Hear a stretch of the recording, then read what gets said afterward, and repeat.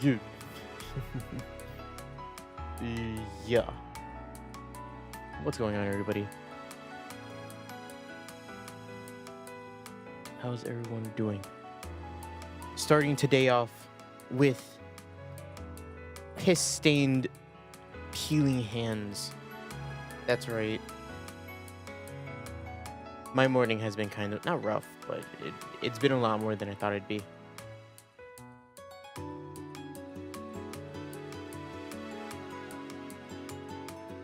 First of all, I woke up, not late, but I did go to sleep very late. This music is so loud.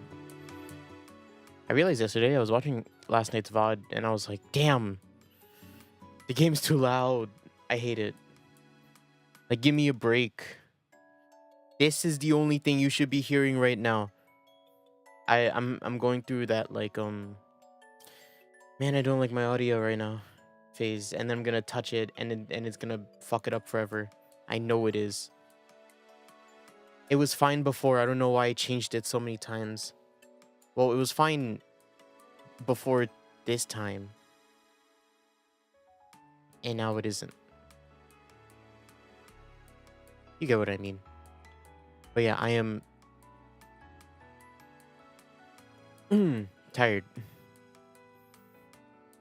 I didn't sleep until like 6 this morning for multiple reasons. Mostly bad decisions.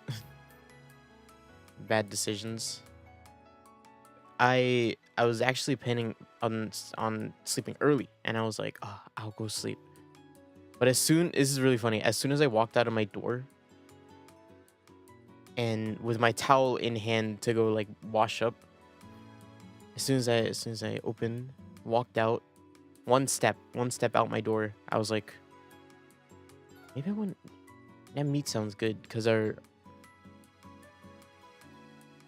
my parents, my dad, as soon as he got home, he fried some meat, which he could have told me to do, but he didn't. I don't know why he didn't just tell me. But yeah, he did that as soon as he got home, and I was like, oh, okay. I already ate though, so at the time I was like, I'm not gonna eat, and I was like, I'm not gonna eat anymore for the rest of the day. But you know, as soon as I stepped out that door, I'm like, damn, that meat do sound good. So I was like, fuck it. I hung my towel on my chair, and then I left. I went downstairs to eat a little bit, and I'm like, if I'm gonna eat, right, I'm not going to sleep. It's just like not happening. So I stayed up for a little bit. Just like, in my mind, it was like, it's like 12 in the morning. You know, you'll stay up for like until like 2 or 3. You know, until you feel like you can sleep comfortably without having to throw up in the morning. And then it'll all be good.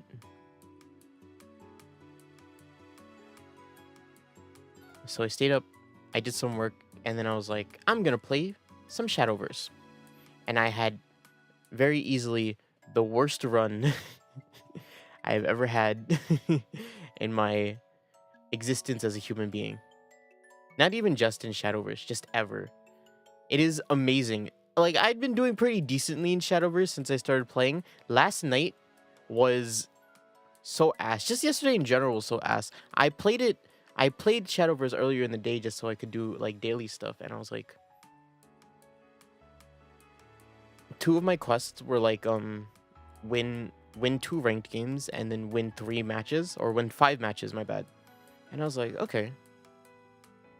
And then I did a warm-up game, and I'm like, okay, it's like, my deck feels good.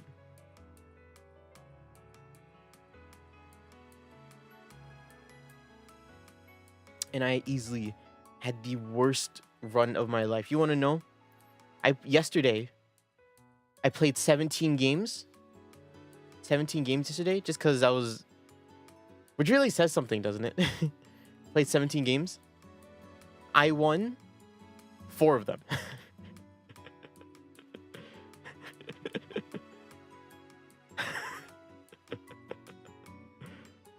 I was on a treasure chest match for 4 games.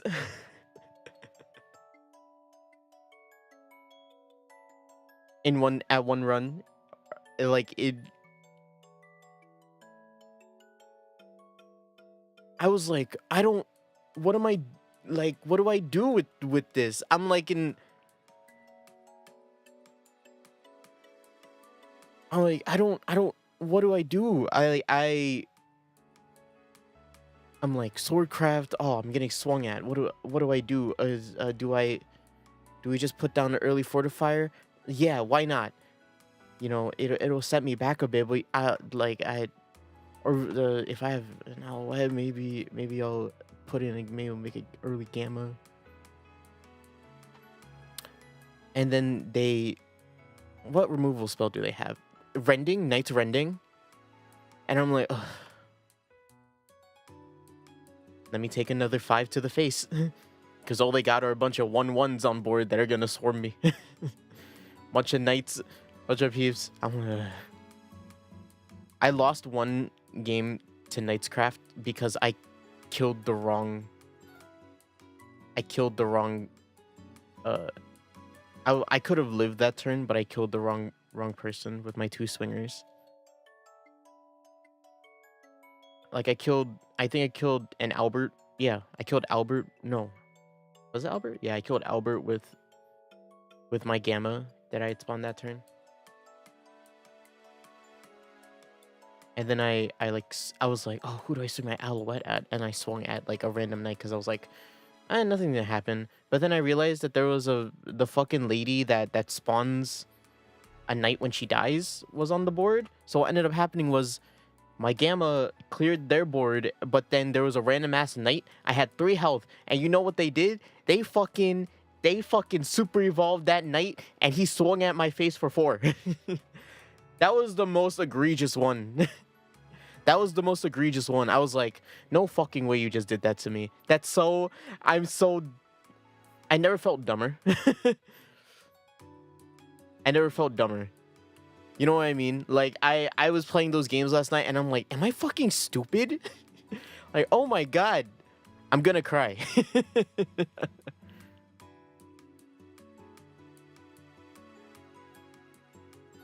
I'm like, he spawned during my turn.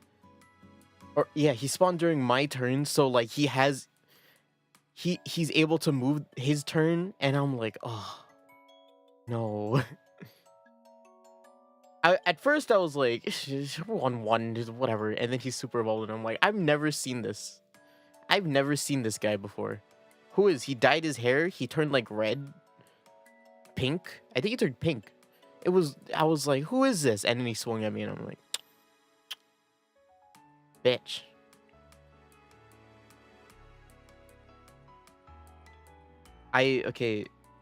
And I went and looked at my history, because I was like, what decks am I losing to? What am I losing to? I looked at it. And during those games, first of all, didn't run into a single forest craft. Didn't run into a single one. And then the other decks that I played against,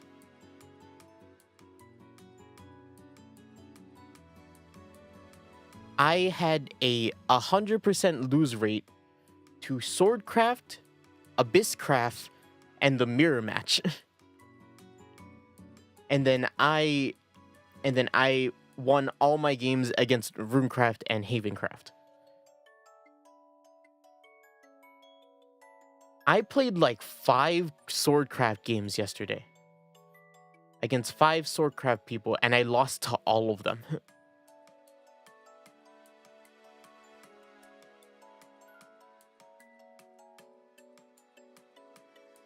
Also, I lost a Dragoncraft like twice, and Abysscraft. Abysscraft should be in there somewhere. I think I won my Abysscraft game last night. I only played 1. But I lost every other time I played against Abysscraft.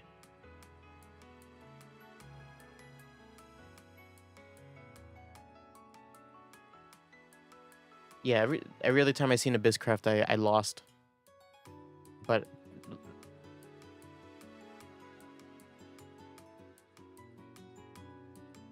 yes, that's the problem. That bitch.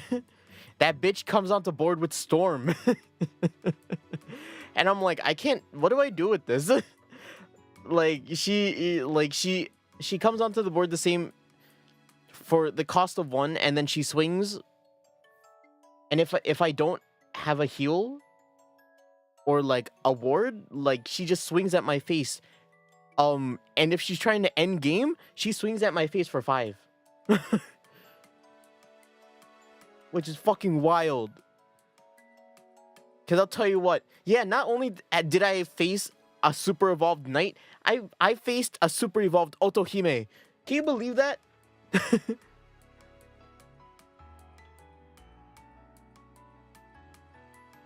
Fucking, I'm like, god damn it. What am I gonna do here? Otohime, and I'm like, shut up. Otohime's nowhere here. I don't even know who you're talking about. You're not protecting anybody. You're protecting some old man. And literally,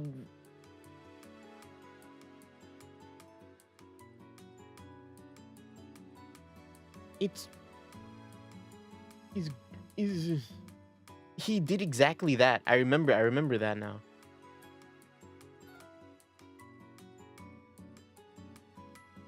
He discarded a card for Otohime, and then he swung at me and won.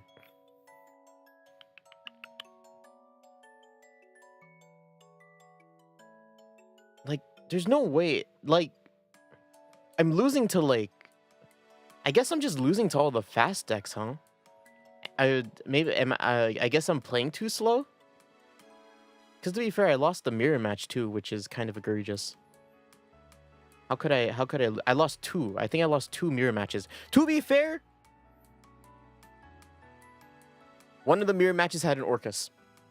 I was gonna win that game if he didn't have Orcus in hand. Trust.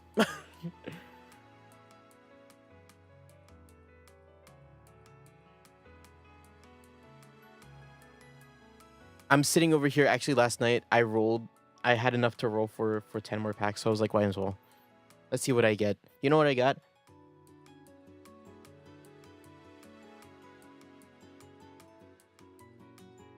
You know what I got? I got a 4th Ralmia. Can you believe that shit? I'm like, oh, are you kidding me?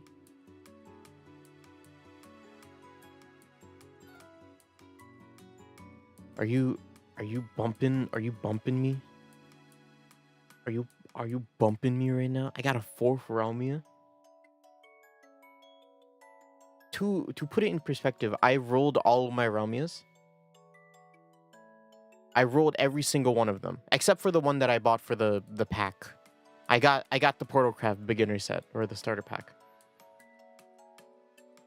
But other than that, I rolled every single one of them, and I'm like, yo, just give me an Orcus. The thing is, right? Show you my burdened by the one card, by multiple copies of the one card we don't need. Honestly, I was thinking of putting Ralmias down to 2 just because I'm like, there have been cases where I've bricked on 2 Ralmias, like turn like 5. And I'm like, I don't need you guys in my team. Or I don't need you right here, right now. Like I could put like another, who can I put another of? Cannoneer. Just another like 3 cost 3/2 swinger to protect my early game rather than you being in my hand right now. Also, I was convinced last night. I was also convinced of playing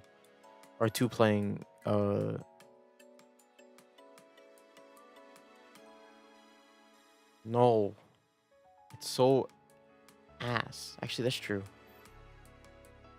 Not having Orcus is really, it's kind of, it is seeing her play, seeing her super evolve, and then suddenly she has, seeing her, okay, yeah, me having just cleared the opponent's board, being like, yeah, I next turn, like, what other plays does Portal have? Like, you have one super evolve, and like no cards in your hand. Like, you don't have any artifacts. Like, what are you gonna do? Like, even if you had a Realmian, nothing will happen, and then you just, like, the Orcus comes out, and like, okay, Lloyd is out, and I'm like, okay, and then the two then she super evolves, and then the two other puppets come out, and they have Storm, and I'm like, and then you all have Death Touch, so, like, even if they didn't kill that turn, they would like kill all my peeps on my side first, and then I'll have to respond to that, and now I have to respond to, like, what is it, a 1/8? I have to respond to 9 damage that turn, and I have to kill an 8/8, in order to mitigate most of that. And by that point, I'll be like, I might even be like at 1 at that point. Honestly, I don't like. Ugh. Ugh. Seriously.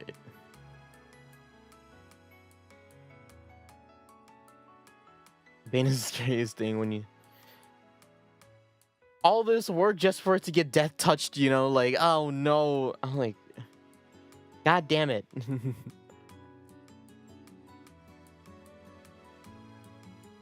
I'm pretty sure every game that I did win, did I end on Omega? I might have, actually, now that I think about it.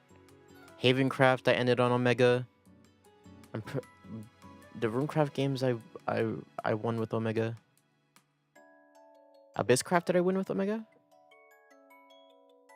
I don't remember. I'm pretty sure I did. Maybe if, like, fuck beta.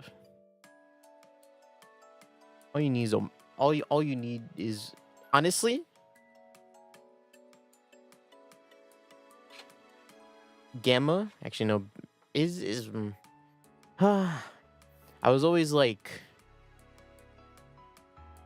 to win the game. As soon as you need 2 Omegas, right? It's the most like, what what's happening here? It's they're already out tempoing you. Like, you're not. Like, you're not gonna win this. Seriously, it was the biggest pain just sitting there being like, I'm sitting. It's like turn 2 or turn 3, and all I have is like Rukina, Ralmia, an Alouette, an Ancient Cannon, and a Doomwright, and I'm like, who do I play this turn?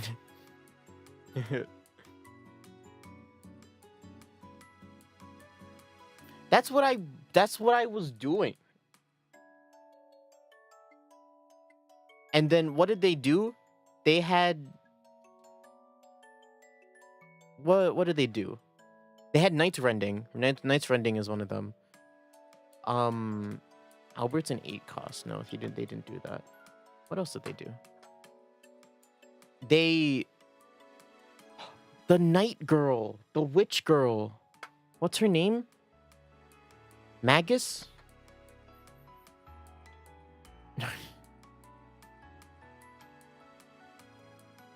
Magus, they super evolve Magus, and then they swing, and then those knights that she spawns has Storm, right? Is that what she did?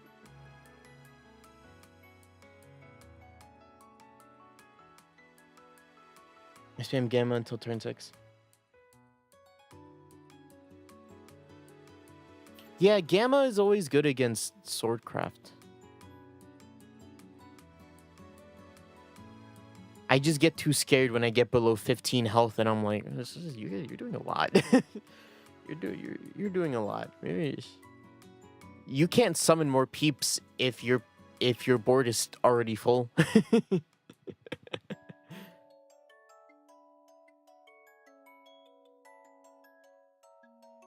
The witchcraft only gives ward? Oh.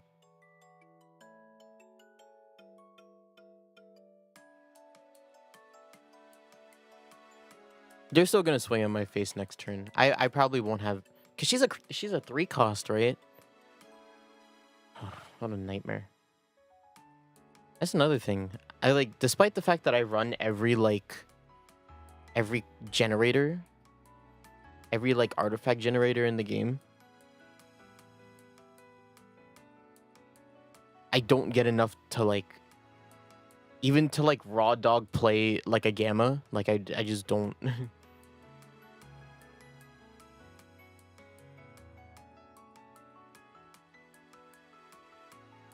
That's funny. We have Alouette.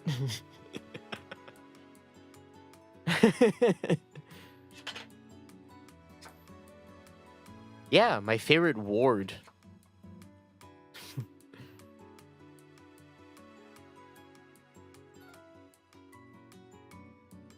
Sits there as she, as I use my Alouette evolution to summon a fortifier. And the fortifier is not even gonna be that big. You just get that removal spell out, like Knight's Rending? Okay, Death's Awakening?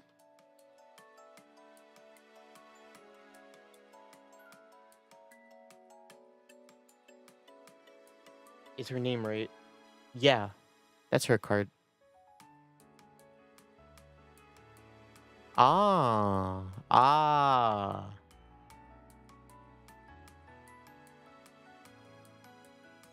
Are you summoning a fortifier with that though?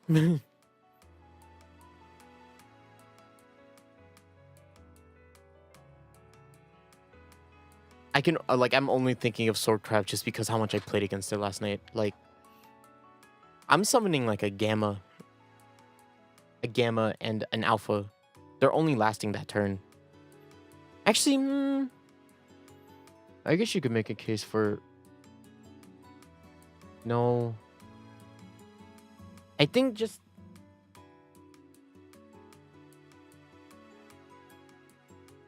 I think the thought that they have like a removal in their hand, because all decks have them. All decks have a removal spell in their deck list. Is so like it nullifies the use of a ward. Right. Wouldn't it be better to like clear their board and then heal and then guarantee that they don't have, well, not guarantee, but like ensure that they don't have swingers on their board at least, and they have to like at least play it raw from their hand or like top deck it. And then they summon an Albert that turn and swing at my face for like what, 10? 9? How much does he swing for? Per? Not even per. Holy.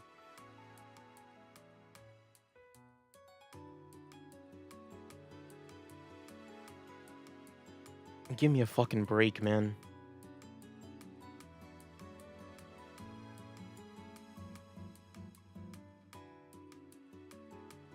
Gino is also very scary. Gino, he doesn't have Storm, I'm pretty sure, right?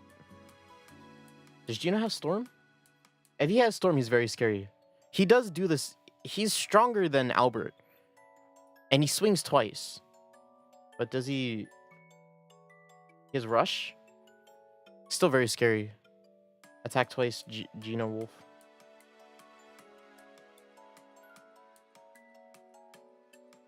They really want me to play, They really want me to play, What's its face? Swordcraft. They actually, they really do. You know, that 10 pull that I did last night, right? I got the Raumia, right? But I also got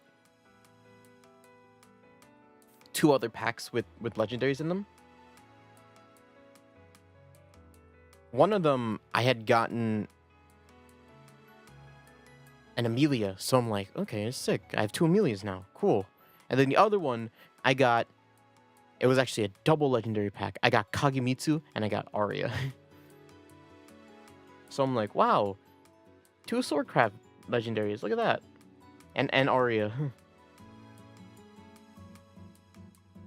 That's cool. I can't play Forestcraft because I don't have Bug. I don't own Bug.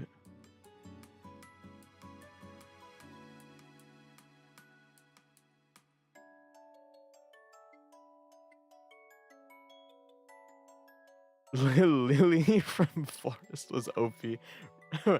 Yeah? Yeah? Lily? What is it? Plus one Lily?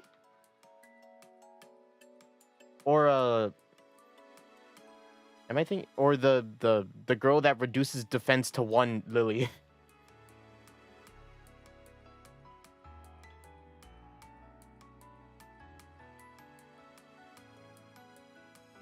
Yes, yeah. Reduces defense to 1 Lily. That's funny. It's a pretty good like removal card. Is it? You have to evolve with her, don't you? That's a good question. Don't you have to evolve with her?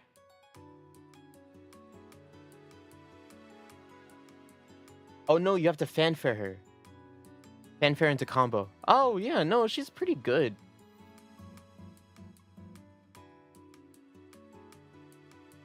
She's a pretty good. She's a good removal spell if you're willing to evolve her.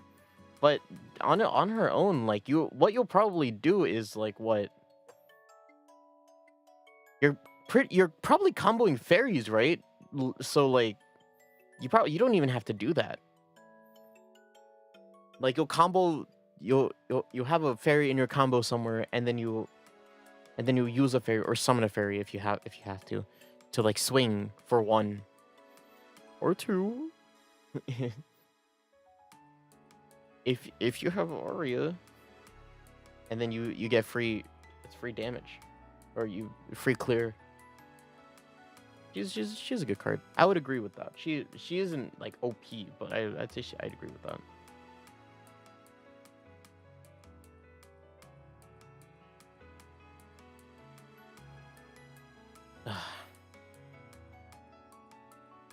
But yeah, I'm just like they gave me those Swordcraft cards, and I was like, oh man, I look at all these Swordcraft cards I have. Maybe I can kind of put together a Swordcraft deck. And I looked at my cards for Swordcraft, and I'm like, okay. I'm like, wow, I have almost all the cards. I'm only missing 2. I wonder what the 2 I'm missing. You know who I'm missing? I'm missing fucking Gino and Albert. Those are the 2 cards I don't have, and I'm like, don't I want these guys? these guys are important. I could probably play. I mean, if I really wanted to, I could probably play just because I have token aggro swordcraft. But like the 2 big swingers of swordcraft I do not have, and like I'm like I need them. I kind of want them. Or not. It's not even like a kinda. It's like I definitely want them. Seriously. So I'm just like, I'm not. I'll stick with my slow artifact deck. Seriously, I like. As much as I want to like, as much as I'm enjoying like going into games and being like, and playing them, I really, and like learning. I like learning how to play. I really hate seeing my after seeing last night's games. I'm like, I don't know my win rate. The amount I was like before I was like, oh, I want to I played the night before last night, and I was like, oh, it was a pretty good run. I won was it 7 out of 12 times? Like, great, this is pretty good. 4 out of 17. today, and it's like the world has evened out. So I'm not sweating for the chest. I got mines last night, or I got my emblem last night. But those chests can give a lot. Methinks they give a lot. So I do want to try to get all of them every day if I can. But I'm not going to get them if I lose 4 games in a row with a chest on it, you know? It's a fucking nightmare. It was a nightmare. I like every time I'm like, there were so many games where I was like, I fucking win. And then he like pulled out some shit that I was like, I'm not gonna win. Like it was so like,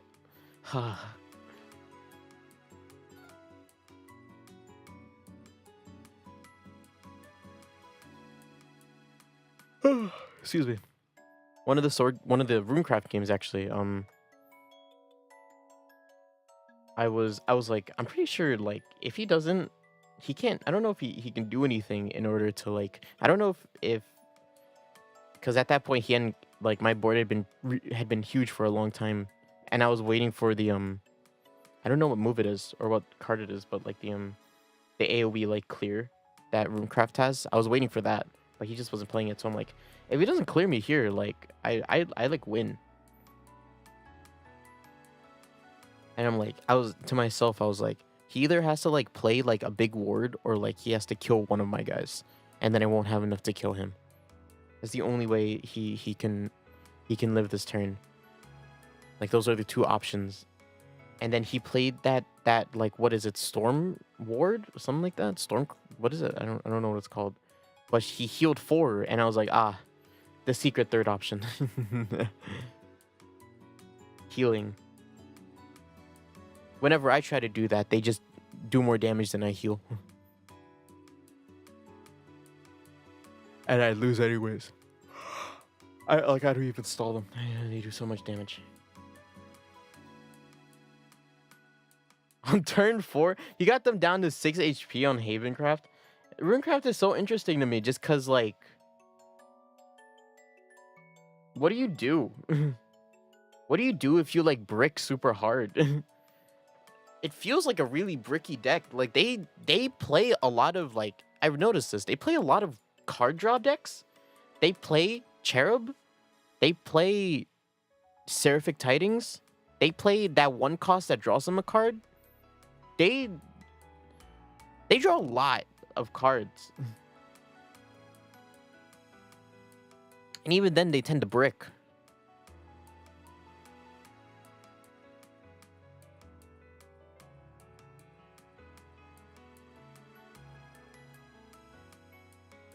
Hyrule really hard. That does make sense now I'm thinking about it, right? All their cards are high cost, so you're either... I don't even know what Earth Sigil does. You're either like Earth Sigilling to something, like I don't know what Earth Sigil is, or you're like spell boosting your hand for like 3 turns, and then you're like, this Doom Beast will get you, and then they'll remove spell you. Bullet from Beyond. Finally a target. And they play 2 Streams of Life, and he's just like, oh, there he goes. he just got 2 artifacts, and I lost my 1 big creature, and now the rest of my hand is full. Gotta wait for actual legendaries for rune. I see. Yeah, I was wondering. I'm like, what do they do?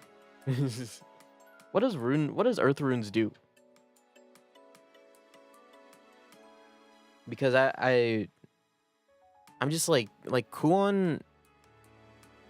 Kuon's just a big face.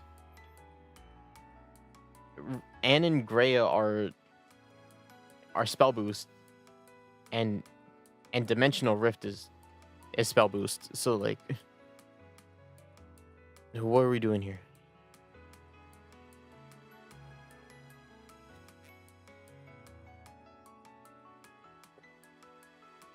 That girl's scary, by the way. She's so scary. A 4/4 that turns into like a what? A 3/4 that turns into a 6/7 that spawns in a 5/5. And then she's cheaper later in. She's cheaper on the cheaper side in late game. So you can play like another. Well, she's like a 6, right? So you can play like another. You can play another card and hope that they don't have a response to a 5-5-6-7 like on the board. kind of nuts. That card. 5 cost. That's crazy. That is crazy. She's a 5 cost? And I'm here thinking she's a 6 cost. That's even crazier. You kidding me with that shit?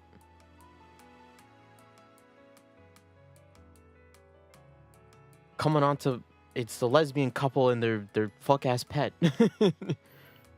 God damn it.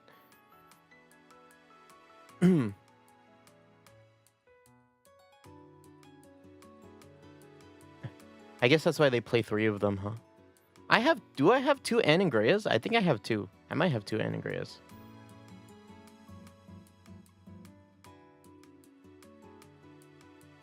But that's not enough. It's their honeymoon horse. Are you ready, Greya? As soon as you are in. It's just like, ugh. Now me having Greya as my profile pic.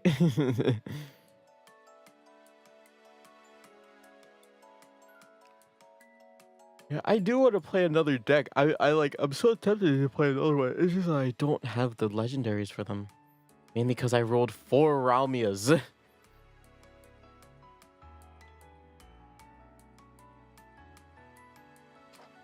This girl keeps coming back to me for some reason. I have enough of you. You didn't even give me a premium version.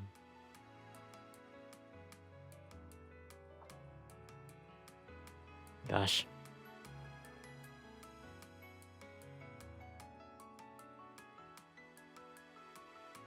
I'll play later. I'll play more later. After we play some Phoenix right today.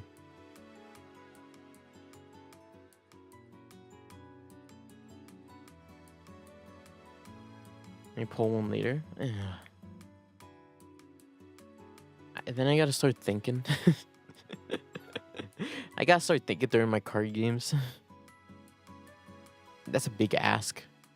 I play the cards that I can... I play the cards that are in my hand, and then I don't even think about what the other player is playing, unless they're playing Swordcraft, because fuck Swordcraft.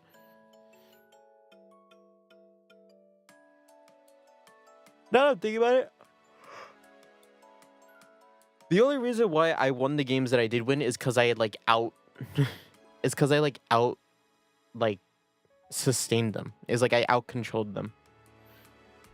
And I out controlled a Haven deck. I was doing a lot of damage to them while they weren't doing a ton of damage to me.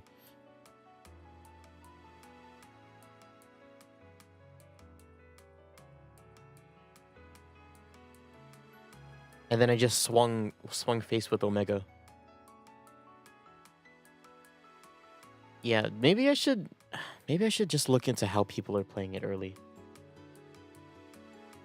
They weren't havening hard enough.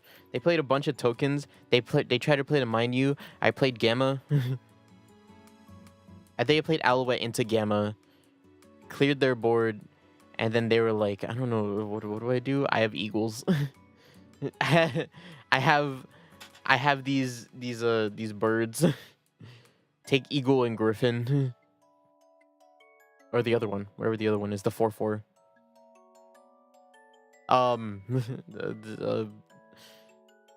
Holiness. destroy your last words, swinger. Okay. You know.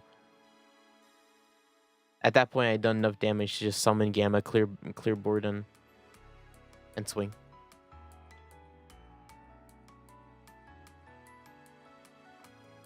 Fun times. Fun times with Haven. Like, what do I even do? Like...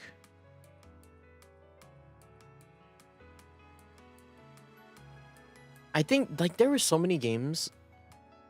I was thinking I always think this to myself whenever I go back to my deck and edit it.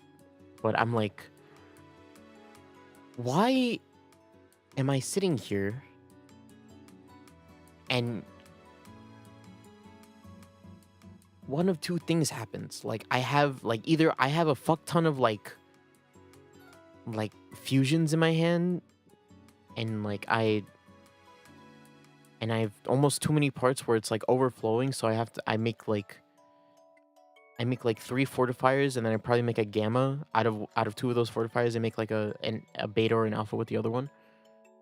But I have none of like my alouettes, my doomwrights, my Ralmias. I have none of them.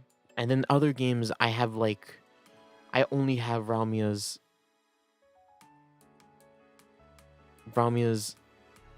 alouettes, ancient cannons, doomwrights, and maybe, just maybe, a bullet from beyond. And I'm like, what do I do with this? I don't, like, I pass. Like, I'll be passing for 3 turns, and then I'll get like and I don't know, what's her name? A Mirian? I forget what her name is. Meridian. Forest. Miriam, that's her name. And I'm like, oh, sick, 2 parts. But then I'll be like, I don't want to I don't want to fuse these together yet because I have a cannon. But my hand is full, so I'm gonna have to do it anyways. And then I wait another turn. And then it's swordcraft, so I'm already at 10 at this point. And then they summon an Albert and I lose. Gyosak, what's up? Yo, yo, yo. My Shadowverse woes. That's what today's stream. I had things that I wanted to talk about. Mainly how my day went today and yesterday. But all I've been doing this stream was talking about Shadowverse because that's how preoccupied my mind was with it. I went on that lose streak last night and I was like, I said a couple things to myself. One, I was like, I'm gonna cry. And 2, I'm gonna have a nightmare tonight. I'm like, there's no way one of these 2 things don't happen. There's how bad those games went. I was so like, this sucks.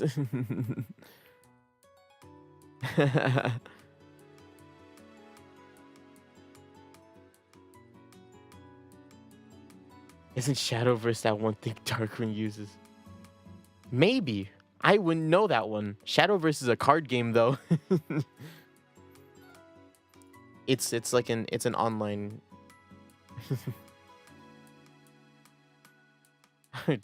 I'm not casting anything on anybody.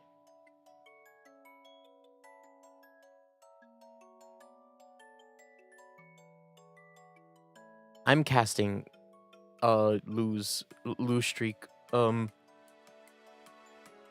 Free win on Shadowverse.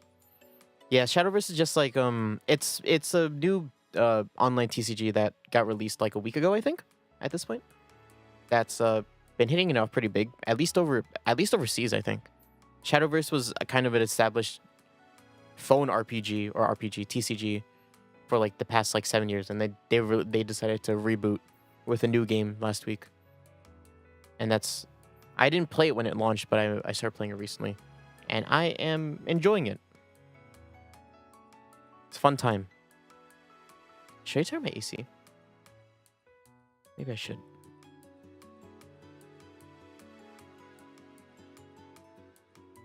Yeah, I'm gonna turn my AC real quick. Give me 1 second.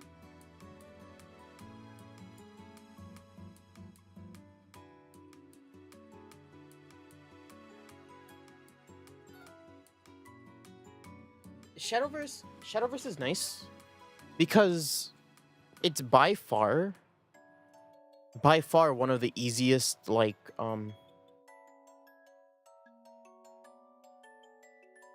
it's by far one of the easiest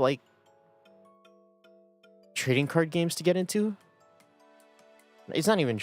What do you call it? It's just. I just call it an OCG, an online card game. Because it's like Hearthstone or like Runeterra. It's like it's those kinds of games.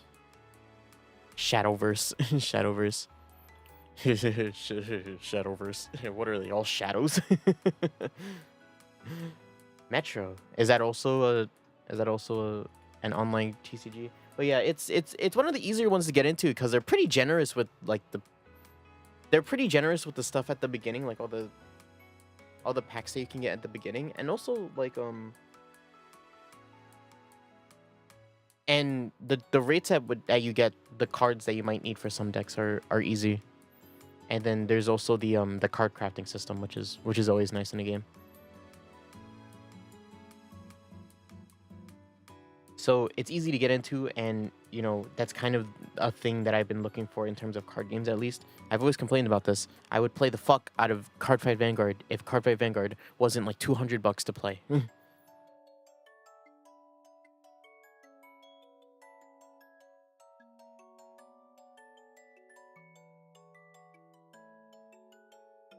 Or whatever. Oh, and the Elder Scrolls one. Wow.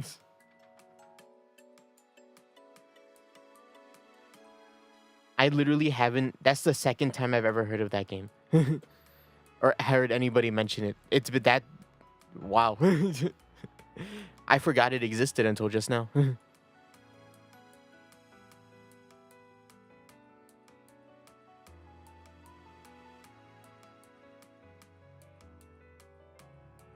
Yeah, but yeah, Shadowverse.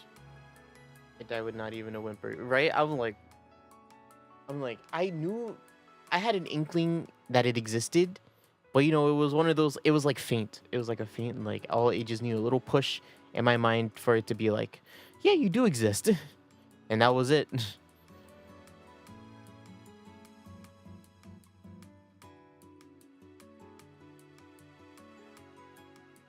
It is sad when games like these go under, but you know, the fact that I didn't even hear of it kind of says a lot. kind of says a second. Yeah, fun times on Shadowverse. I went on last night, lost not 17 times. I lost like 13 times, and I went to sleep. Tired. And sad. I don't know how long I'll keep playing it though. I want to see how it holds itself. But I don't think it'll be that bad. I do hope they change the monetization stuff because you know I think people are kind of upset about that. But as a free to play player, I don't care. I mostly don't care. But you know the people like who do like pay money for it. We live in a world in a society where I think we deserve. I don't think we should be spending a lot of money on video games, so I'll fight with them for it.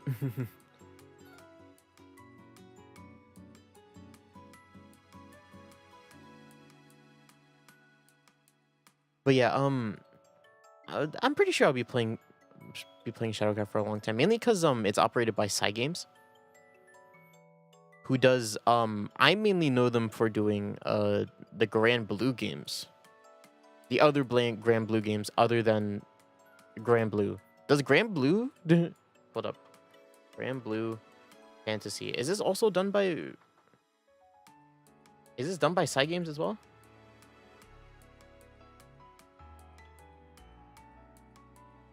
Is it? If it is, then I'll just be like, okay, whatever. But they were pretty. I would say they're on a pretty. They have a pretty good reputation for stuff like this. Keeping games fresh, I mean, and addicting to the people who play them. Characters, Primals, the Event Theater. Okay, it doesn't. Oh yeah, it is Psy Games. Cool. Oh, so they've been making bangers left and right. Psy Games. At least in terms of Grand Blue. Gosh. They made Grand Blue. They made the Grand Blue fighting game, and then they made the Grand Blue RPG, the ARPG for Grand Blue, that people compare to Monster Hunter, which is kind of crazy. It's like a character pick Monster Hunter game.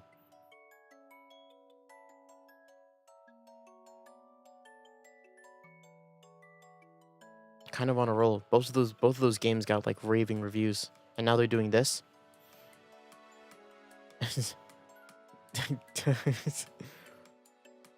Fucking Shadowverse Worlds Beyond, the second lowest reviewed game on Steam. Despite having a lot of people playing it.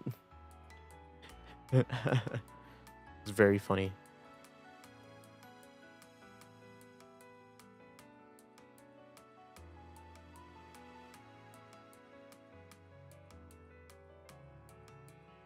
All right.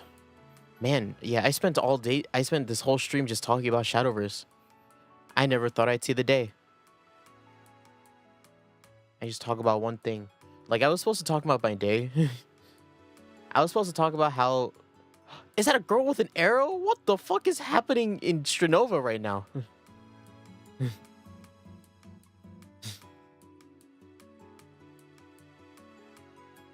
I'll be frank, I am kind of interested in looking at this right now.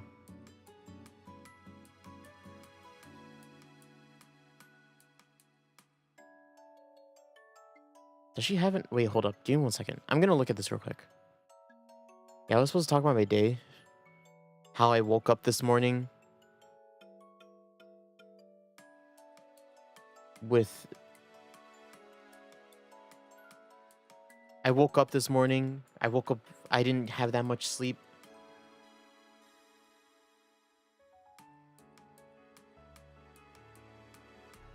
Strenova Chio.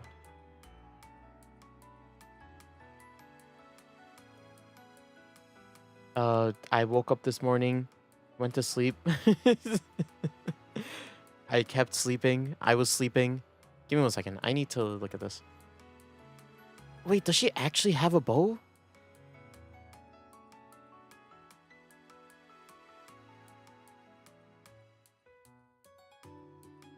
Oh no, she has a regular gun.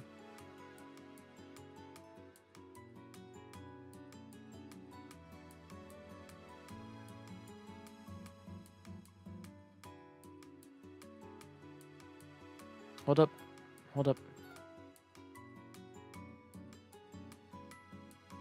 Oh, hold up. Oh, she's a duel. Oh, oh, okay. Sorry. Jeez, I'm so distracted right now.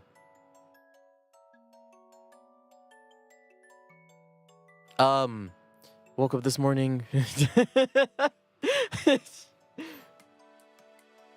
Fascinated by bow. I do love my bow characters. I don't know what it is. I don't know what it is about me and bow. Or the bow, but every time I played a hero shooter like Overwatch or something, I always played the bow character. I played Hanzo. I played in Paladins, I played Shaolin. If I liked picking up the bow check in Apex, right? And then they released the bow character for Apex, and I'm like, I'll play this guy, and I did. For the little amount of time I played. Ever use one IRL? No, I'd love to try one though. I'd love to own one and try shooting it. I think I have a long enough backyard to like, if I owned one, like I could just go outside and fucking shoot it all day. Kind of, you know. I'd be like that dude on like the shorts, the TikToks. I'm just like, bow trivia. I don't know any bow trivia. I just like shooting it. I'd love to try one though. One of the few things that I think I've been robbed of. That, like, if in terms of like fantasy things, like very traditional fantasy, even specifically, like that and like going to a Ren fair are kind of the two things. You still should. Ah, I see. I've seen people use bows where it accidentally like hits their chest. It like clips their chest when they release, and it's like, ow. Cause like it's a lot. It's like a lot of tension to like to use. It's like a lot of force to pull that thing back, and then you let go of it, and it's like releasing everything. The force that's shooting that arrow is also scratching your chest. Owie. Do left-handed people use bows? I've always wondered this. Crap hurts. Yeah, better. It better. That arrow gotta go somewhere, you know? Yeah, I'd love to use a bow at some point. I'd probably be a bow user if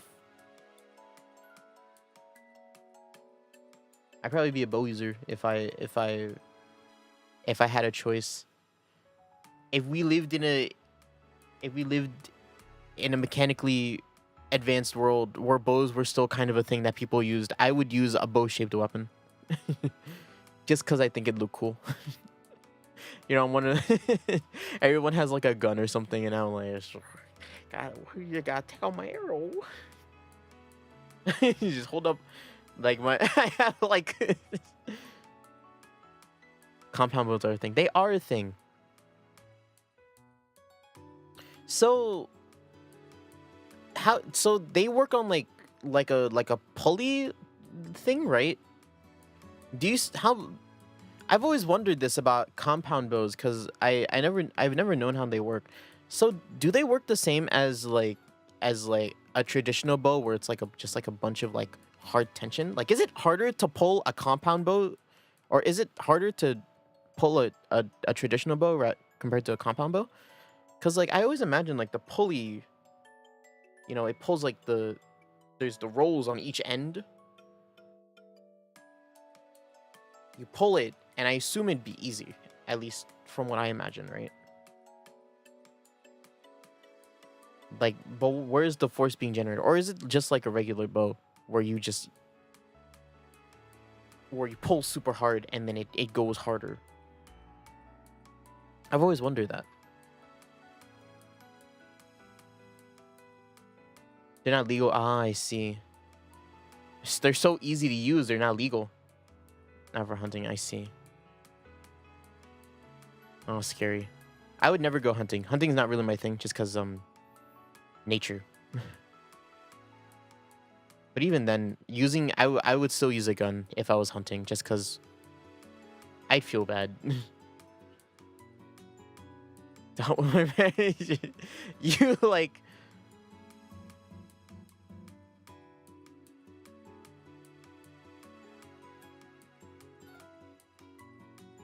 You, like, you're, like, on all fours, like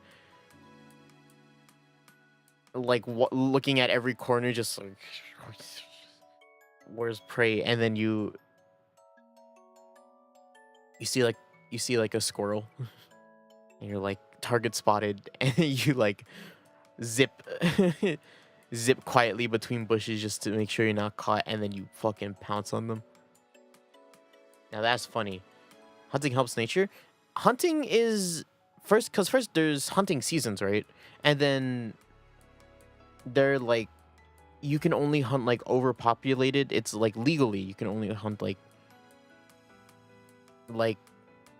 population wise, like stable or like overpopulated, right? Is that how it works?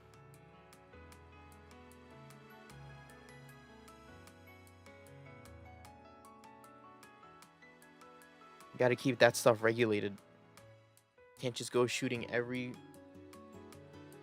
you see, like the California condor. I don't even know, they didn't hunt those guys, did they?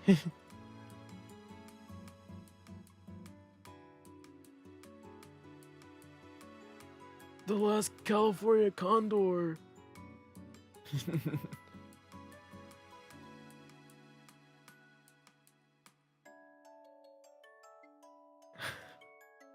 Used to have predators, but we killed them. Yeah. Like the fiercest one, dodos. California condors are awesome. They are awesome. I found out about them recently. about their existence at least.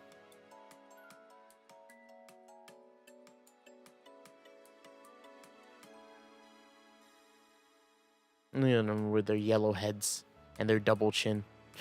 They're super ancient. California condors are the largest land birds in North America, with a wingspan reaching 9.5 feet. That's a person and a half. Condors are scavengers. Like other scavengers, are nature's cleanup crew, reducing the spread of disease. That's right. Protect those condors. They are huge. They are giant. I didn't process how big they were until I saw this picture. Even me saying the 9.5 feet wasn't enough for me to be like, yeah, they're just like bird-sized. Like, they're huge. Holy crap, they're giant.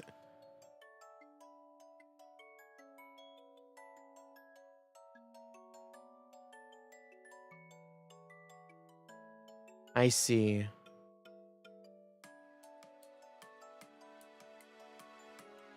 Out with the old, in with the new, huh? Well, we're gonna keep this old one. Look at him. God, they look crazy. They do look like a dodo when they have their hair up like that. why is his hair so high? I'm searching this up.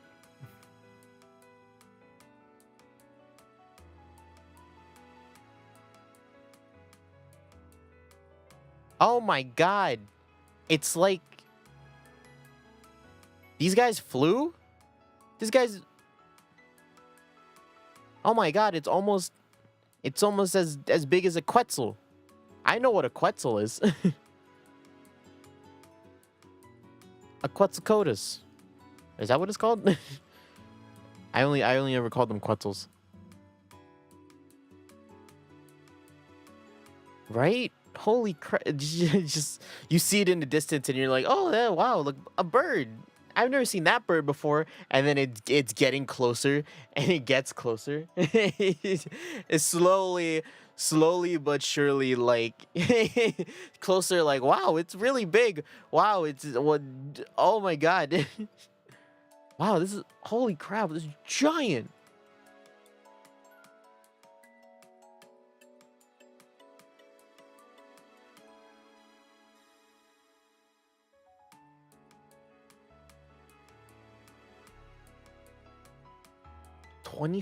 Wait, 24 feet? Do they eat humans? Are they carnivores? A predatory group of birds.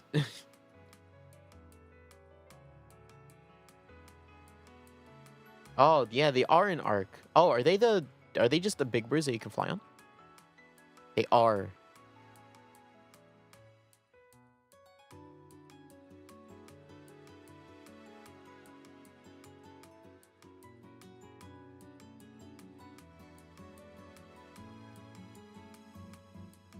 Kind of wish they were still around. I think we could tame them. I think we could tame them.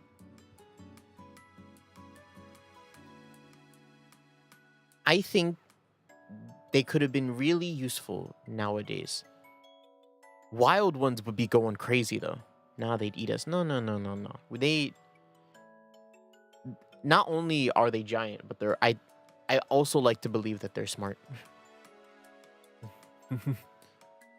And they're smart enough to know that we could kill them. They could kill us, but we could kill them as well. I think there's a profound respect in that everyone in nature believes in.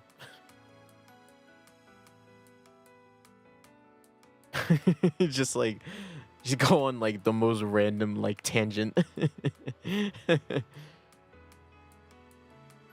They shouldn't eat us. Yeah, we should eat them. Because we're all family. We all live in this giant big world.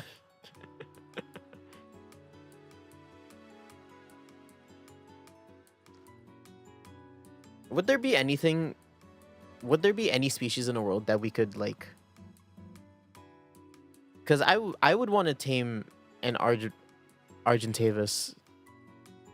Because I would want to fly everywhere, you know? I'd want to be able to fly on its back.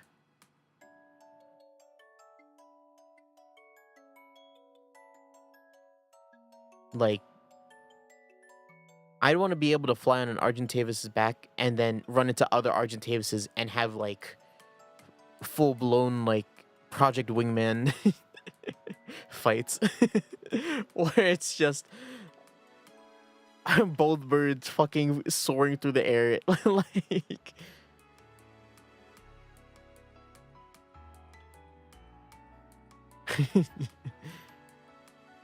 fucking just like, you know, just fly past each other. And then I'd have like a gun. And I'd be like, you're my next pet. I don't think they could have carried anyone. Oh, that is true.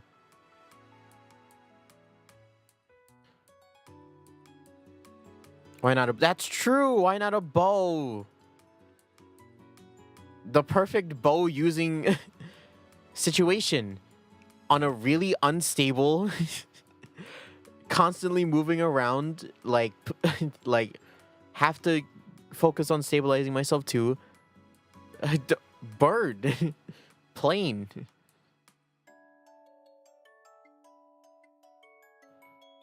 The fact that it's the size of man is so scary.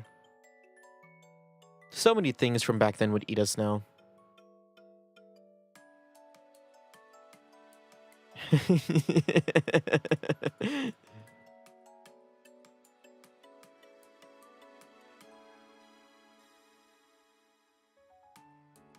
I would still use a bow, though. I can't believe I didn't think of that. I don't know why that...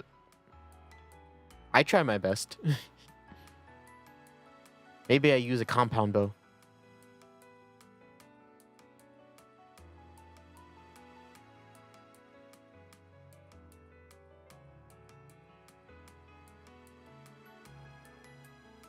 Maybe that make it a bit easier.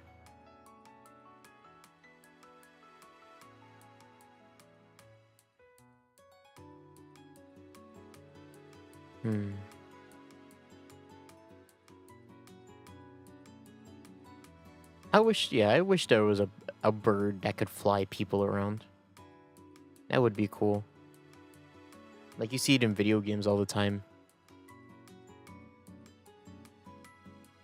People gliding on birds. Or flying on birds. Or Appa. Whatever the hell Appa is. Appa's not a bird. What is Appa? What is Appa? A flying bison?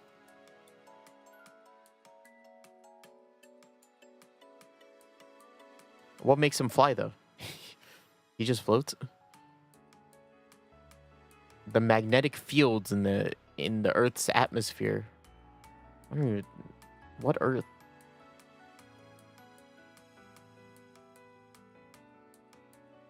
What Earth is there in Avatar? We only ever see it in flat form.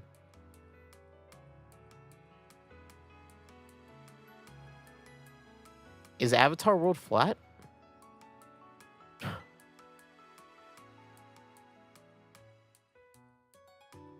Oh no, it airbends. Why did I think of that? It airbends, but it can only airbend below itself, so it can only fly. That's funny.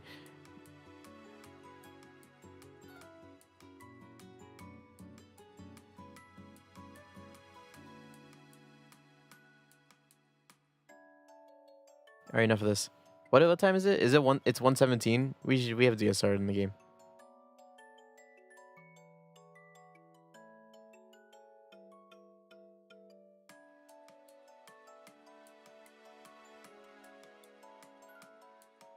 Hoagie Day.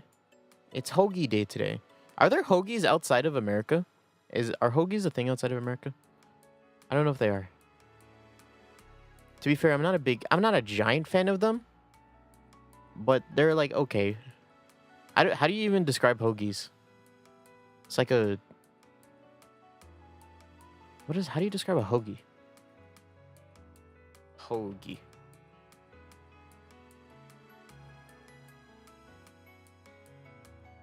What is a hoagie? It's yeah, a long roll, a cold long roll sandwich, right? Yeah, sounds about right.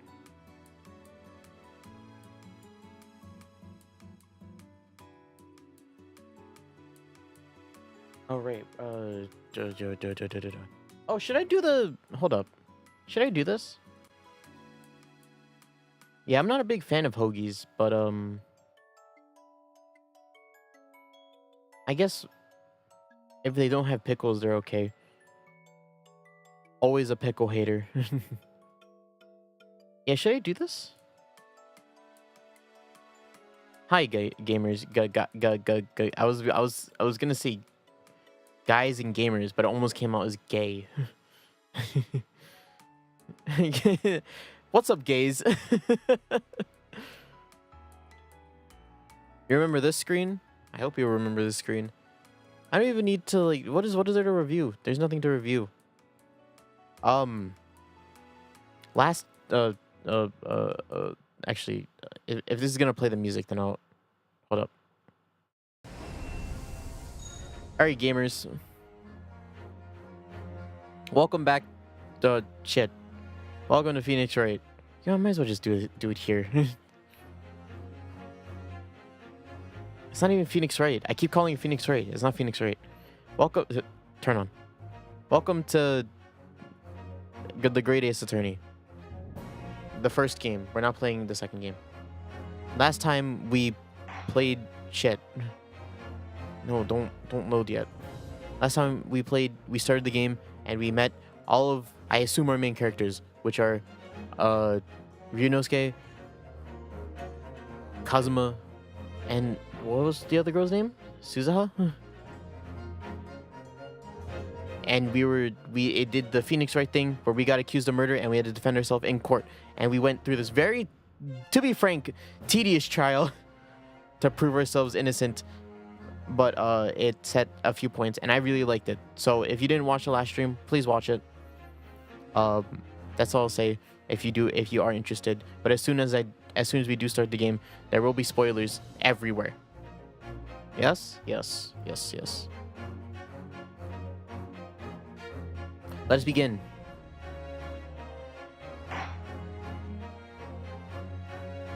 Yeah, last time I played this game, I like super enjoyed it. The voice acting was cool. The voice acting, my own voice acting. I mean the characters are really good. That's the part of the game that I'm most intrigued by. I like the characters, most of them. At least the ones that we've met so far.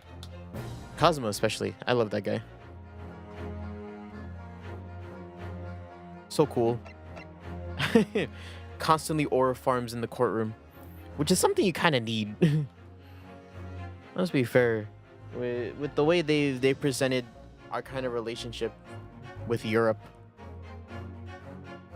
I don't know if they really look up to us Americans, us the Japanese. I mean, us Japan Americans, Jamericans. Yes.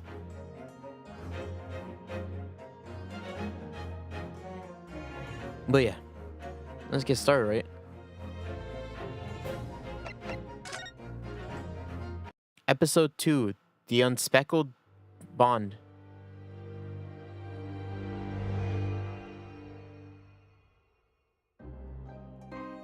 No one does that at the moment. In a corner of that small, dark room, Sholmes and I waited with bated breath.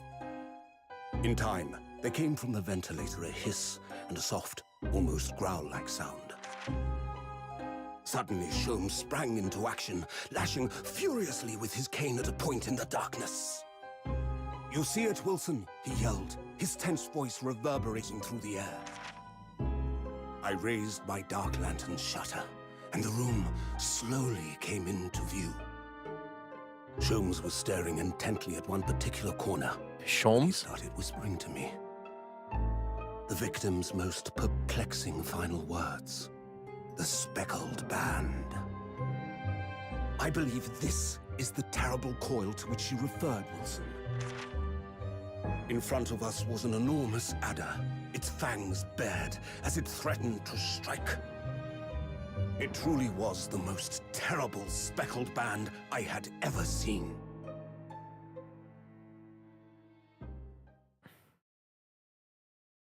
I mean, whoever thinks of Americans highly, you know?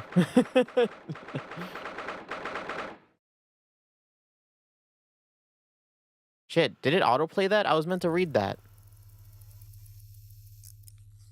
So then, let us unravel this mystery and Oh. discover what events led to this curious murder. Pray, do excuse me. The cabin door was bolted from the inside when the man was killed. No marks to suggest the bolt was tampered with in any way. So, this would appear to be a locked room mystery. In his final moments, the victim scrawled a message on the floor. Almost certainly with the ink from this upset bottle.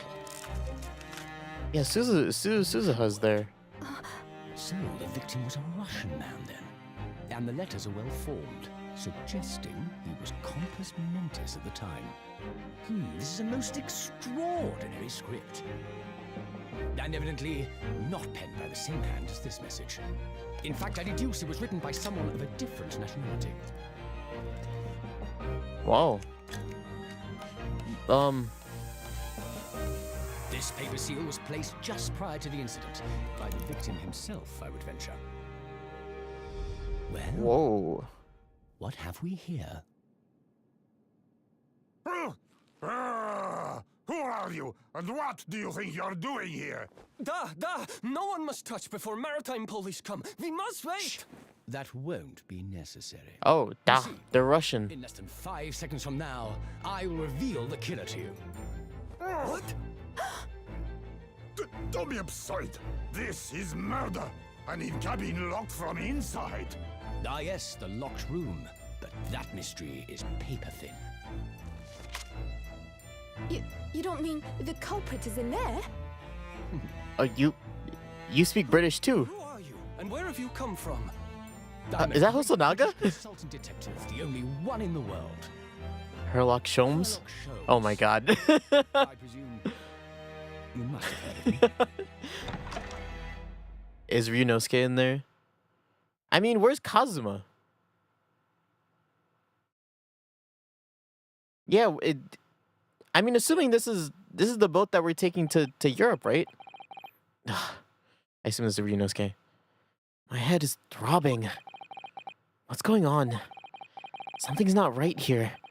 There's trouble in the air.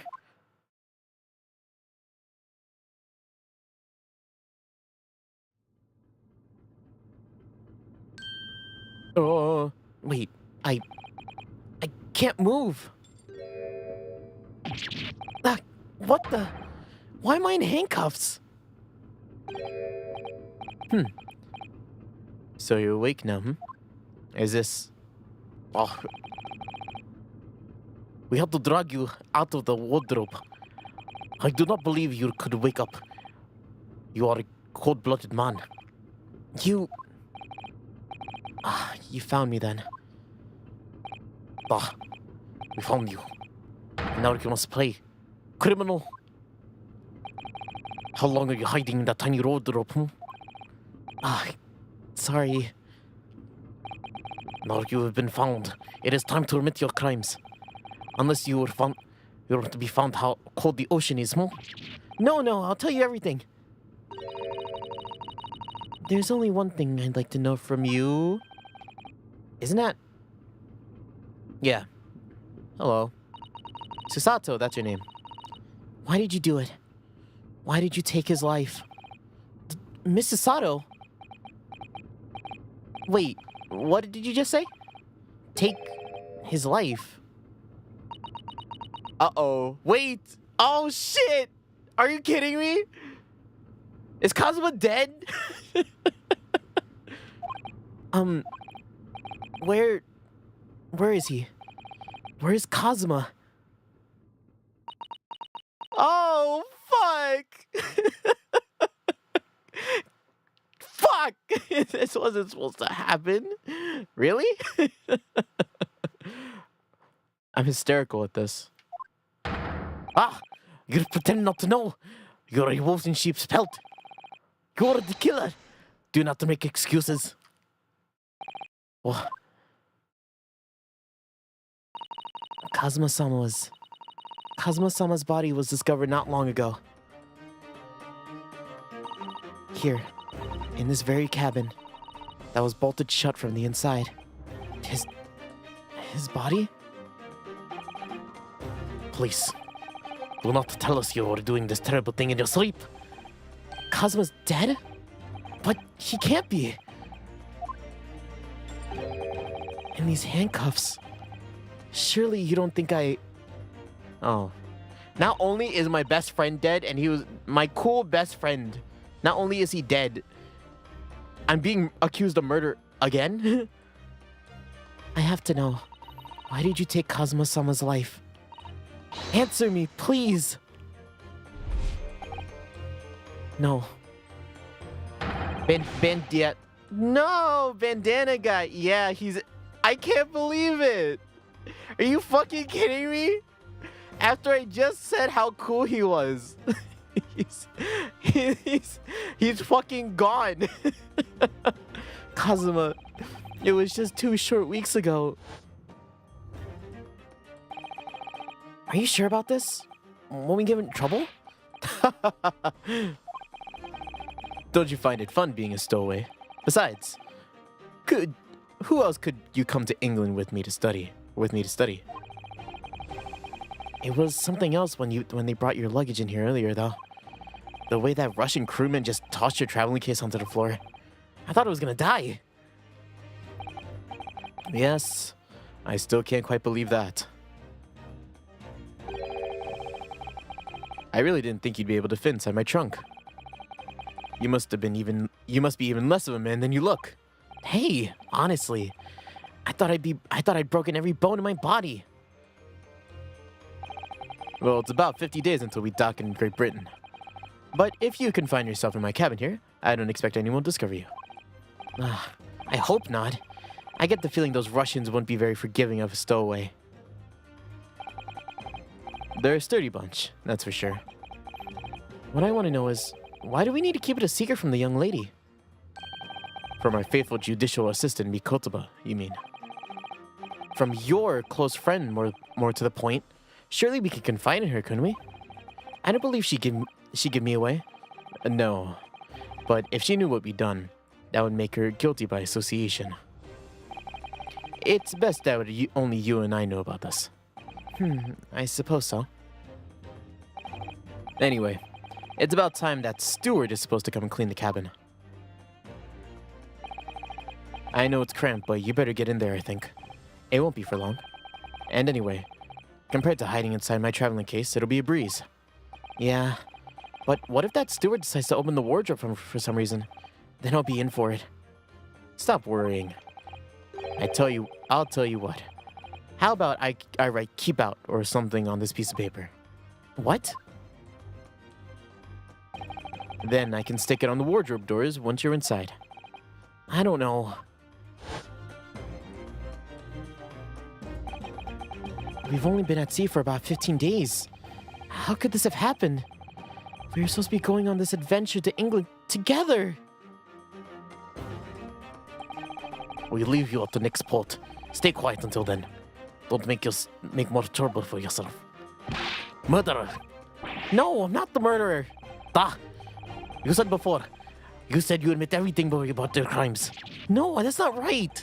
I mean, yes, I did stow away on this ship, but murdering my best friend? No one could have done it. Admit the truth. Susaru-san. Please, tell me what happened. I need to know. Very well. But there is something I would like to ask of you, too. Those eyes. She looks as ready to destroy me. This nightmare is getting worse by the minute. I suppose all I can do is try to find out what really happened. Oh, he's dead. Are you fucking kidding me? Yeah, right? It's just like... Yeah, that was my bro. don't fucking... What are you accusing me of? How dare you? My emotional ties to that man go even further than just friendship. I loved him. He was my Edgeworth. He really has been killed, hasn't he? This isn't just some bad dream. And these handcuffs. They think I did it? They think I'm Kazuma's killer? When they found him, the cabin was locked from the inside. What do you mean? There's no access to the cabin via a porthole window, and the bolt on the door can't be operated from the outside. Right? Like, yeah, I pick up the bandana for myself. It's mine now. In other words, after the crime, the culprit couldn't have escaped through these four walls. What? Or to put it another way, the culprit can only have been someone inside this cabin. Or do you have some other explanation? This is impossible. How did he die then? What happened exactly? Are you still going to deny the charge, even despite the circumstances? Please, Susato-san, you have to tell me. The cause of death is still undetermined. They don't know how he died? The ship's doctor is examining the body, but, of course, he won't do a post-mortem analysis experience. Or he has no post-mortem analysis experience. I don't suppose we shall learn more until an expert has been consulted at the next port of call. So presumably that means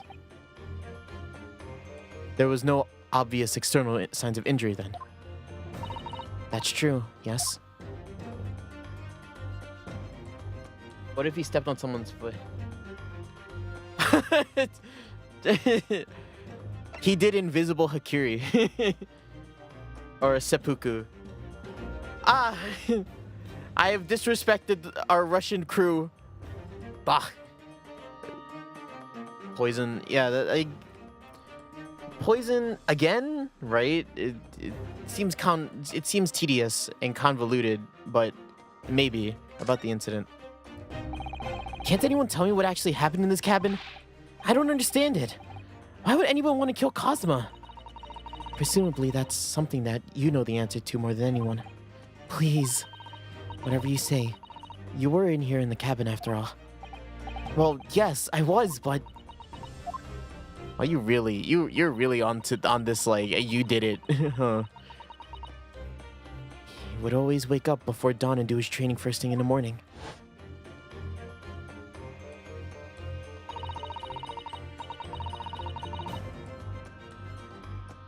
I was waiting outside his cabin, as I do every day so far on this voyage.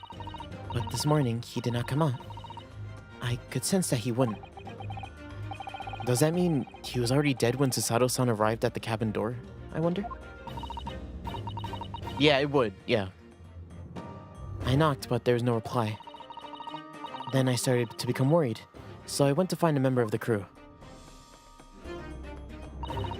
The crewman forced the cabin door open, and when we managed to get inside, there was Kazuma-sama. No, look at his dead body. Oh, fuck. Collapsed on the floor. My boy, it wasn't supposed to happen like this. And the white tape there now shows exactly where he was found, I suppose. I had no idea anything had happened. I must have been asleep in the wardrobe somehow. I wish it wasn't the case, but that's just very hard to believe. This is all very hard for me to believe too, trust me. No, Herlock Sholmes said it was Russian, or that it was some kind of Russian, I believe. So I think I think he'll come up at some point in this chapter, and he'll bring it up. Now I've told you everything that I know. So now it's my turn to ask you a question. Yes, alright. Ah, my head feels so heavy. It's still throbbing like anything.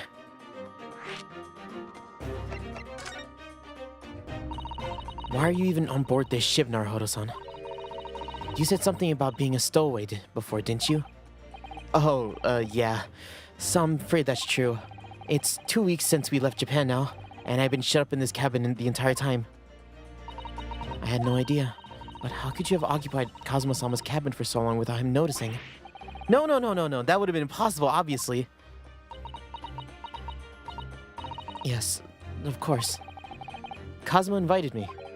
He wanted us to go to England together. Oh, like a true honeymoon trip. He actually asked you. But why? I'm afraid I don't really know the reason myself. I don't understand. Kazuma, why do you want this? Why do you want this? What's the real reason? Why go to such extreme lengths to smuggle me to England with you?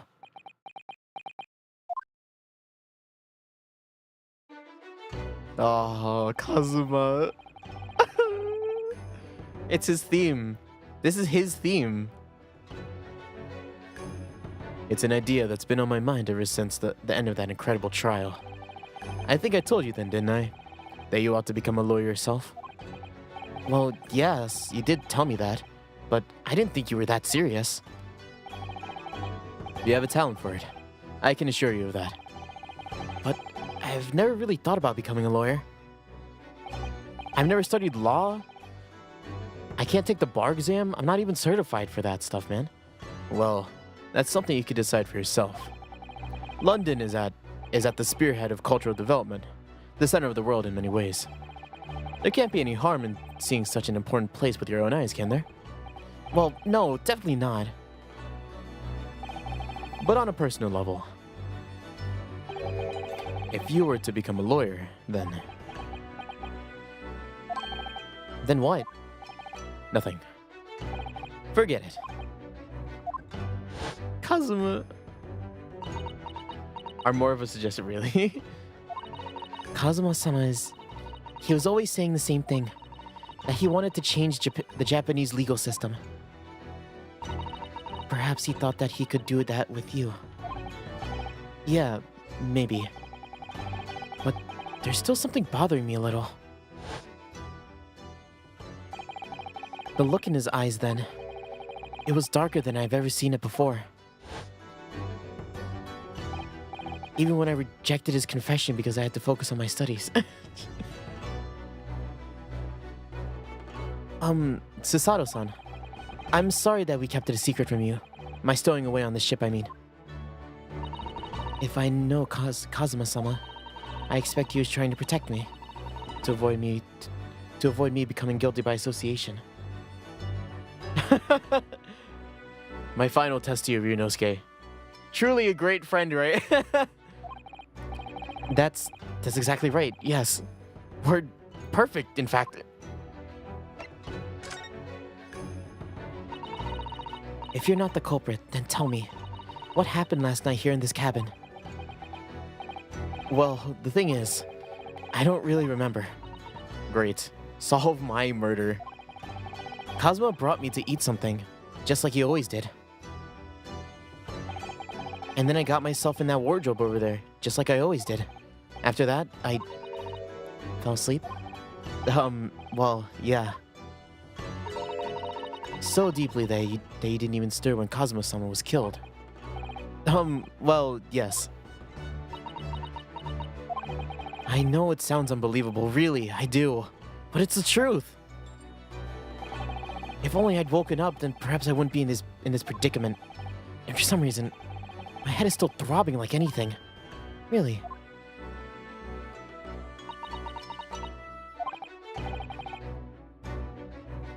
Is something wrong? No, it's... Please, forget it. Susato-san, you have to believe me. I didn't do it. I really don't want to doubt you. But the trouble is, there's no one else who could possibly have done it. I like your hairdo. It's very, it's very traditional, like very olden. You know, it's like, you know, those like Japanese samurai hairdos with the hair slicked back, but like hers is extra. Kazuma, I don't understand. Why? Why did this have to happen? Nah, I can't take it. Don't try to go anywhere. You're the perpetrator of this crime. You can't leave. I can't allow that to happen. I'm sorry, but Kazuma was curled right under my nose here, and I didn't do anything to stop it. And now I'm supposed to just sit around? My hands tied while whoever did it just walks free? No! I can't allow that to happen. Well, what do you propose then? Unfortunately, I'm both bald and extremely... I either have no hair or too much hair. It would look like a mess. I'm going to investigate. I'm going to find out exactly what happened here. I'm going to work out who took Kazuma's life. How and why they did it. So I'm sorry, but you're going to have to excuse me. Yeah, oh shit. Did you just judo throw me? What the? That was a Susato takedown. Susato what? What martial art form is that? I'm going to need you to prove it. Get rotated. Boop the nose. Get rotated, kid. Sorry, prove it? Yes, your innocence. I need evidence. But how am I supposed to... Have you forgotten already? What you achieved just a few weeks ago. You successfully defended yourself in the court of law. Ah, I see. She's expecting me to present some conclusive evidence. I have to get Susato-san to believe me. I'll show her some evidence right now that proves that I'm not guilty of the crime. What? My badge? What is that? What does that say? Akeru na. Oh, that just means don't open it.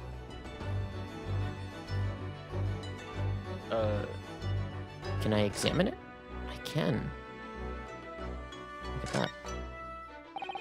You can see the remnants of the glue we used to stick this on the wardrobe.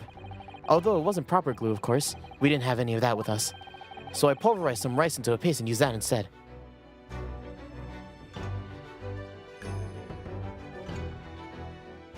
It's like I'm glad you're impressed by that because it's very simple. I can teach it, basically. But to a stowaway like me, every grain of rice represents precious rations. That's why I spread it as thinly as I could. I couldn't bear to waste any. Yeah, so like they wrote, because the thing is, right, they wrote this in katakana. I don't pay you for that. They write this in katakana because katakana is what they use when they want to translate like English words, and I assume they also use it when they want to simplify Japanese as much as possible, because compared to the other two base languages in Japanese, right? Katakana, which is one of the three main writing systems in Japanese used for English, and it's very simple compared to the other two, mainly because it's just like they're usually composed of 1 to 3 strokes, like this, like this first character right there, 1 2, right, and then ke 1 2 3, do na. I thought they only had 2. No, they have 3. Yeah, so akeru na. So this word is composed of 2 parts, really 3 if you want to think about it that way. So akeru, right? Akeru means the action of opening. Ru implies that it is the action. Ake is the base Japanese word. Like this could be wrote out in kanji and you'd understand it. Ake is like the root for open. So it is akeru, which is the action to open, and then na, which is like how people use nai in Japanese. Or like yamenai or like yurusanai, something like that. which is don't stop and I won't forgive you. It's negative. Na is it's negative. It's a negative connotation, right? Or like a don't do it. Usually a don't do it, right? So akeru, open the door, not. Do not open the door. Do not open.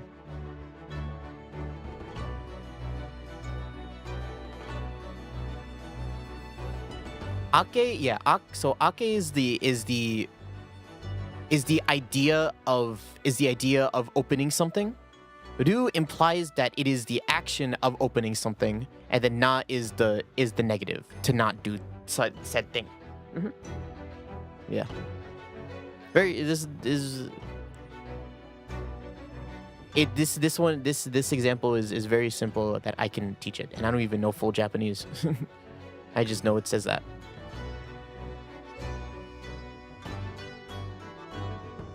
Like you could replace the na, like akeru yo, and that's, you would say that, right?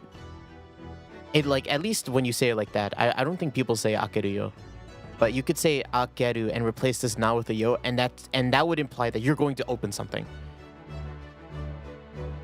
Yo is very, like, if you use yo instead of na, it's very much like a, I'm gonna do this right now. Very like I don't know what that is, but it's like it like it's the, I think it's the implication that you're gonna do something at that moment. Akeru yo, akeru na. Akeru, is there another one? I don't think there is. Akete mi. But that's the akete mi is like, can I look at it?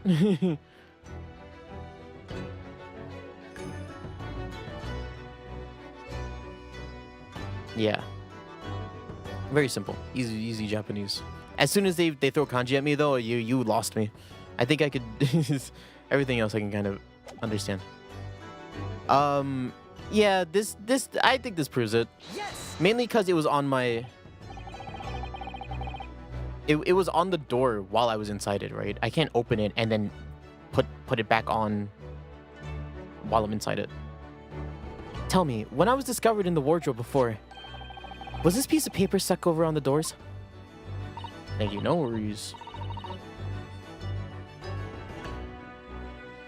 Oh, yes, it was. I remember clearly. I thought so. Cosmo always puts it in place whenever I went to sleep in there, just in case the cabin steward or another crew member decided to look inside. So naturally, I did the same last night as well, or he did the same last night as well. He did it, I didn't. If I did it, I'd be guilty. Yes, of course. The gentleman who discovered you peeled that sign from the wardrobe doors before he opened them. But if I were truly the culprit, I couldn't have climbed back inside the wardrobe and stuck this on the outside of the doors on my own. Yes, that's quite true. In other words, it's impossible that I killed Kazuma.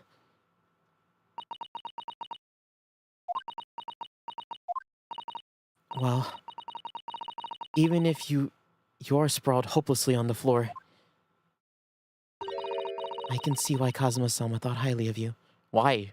Because I looked at the piece of paper that was on the thing. Also because I believe in the truth. You saw the whole scene. This is whatever. You know, sometimes slips our minds. Thank you, Susato-san. Now, do you think perhaps you could help me up? Please rotate me back. Thank you. Oh, what is that on the floor? Well, in the light of that evidence, I don't see any reason why I should stop you from investigating in here at least. Thank you. So you finally believe me? I'm sorry. No. What? I'm not sure yet. I can't rule out the possibility that you used some sort of conjuring trick to put that sign back up. What does she think I am? A magician? But in reverse. Shit! I think a lot of that's going to be happening. A lot of Susato flipping is going to happen in this game. For now, I suggest that you investigate as thoroughly as possible in here. I'll do the same. All right, let's get to work, Susato-san. Please don't misunderstand me. I still have my doubts. Oh. I shall be watching you to make sure you don't do anything that might disturb the scene.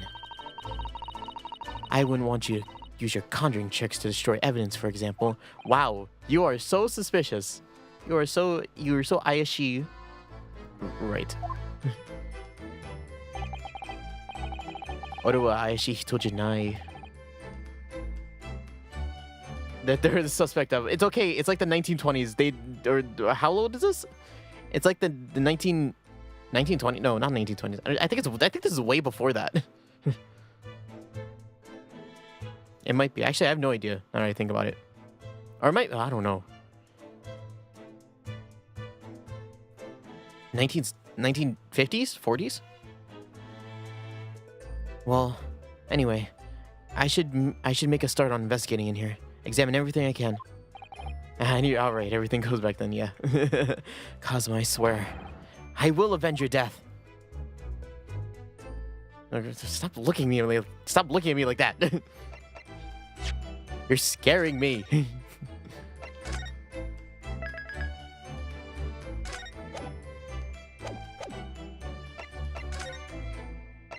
You like my badge? Oh, wait.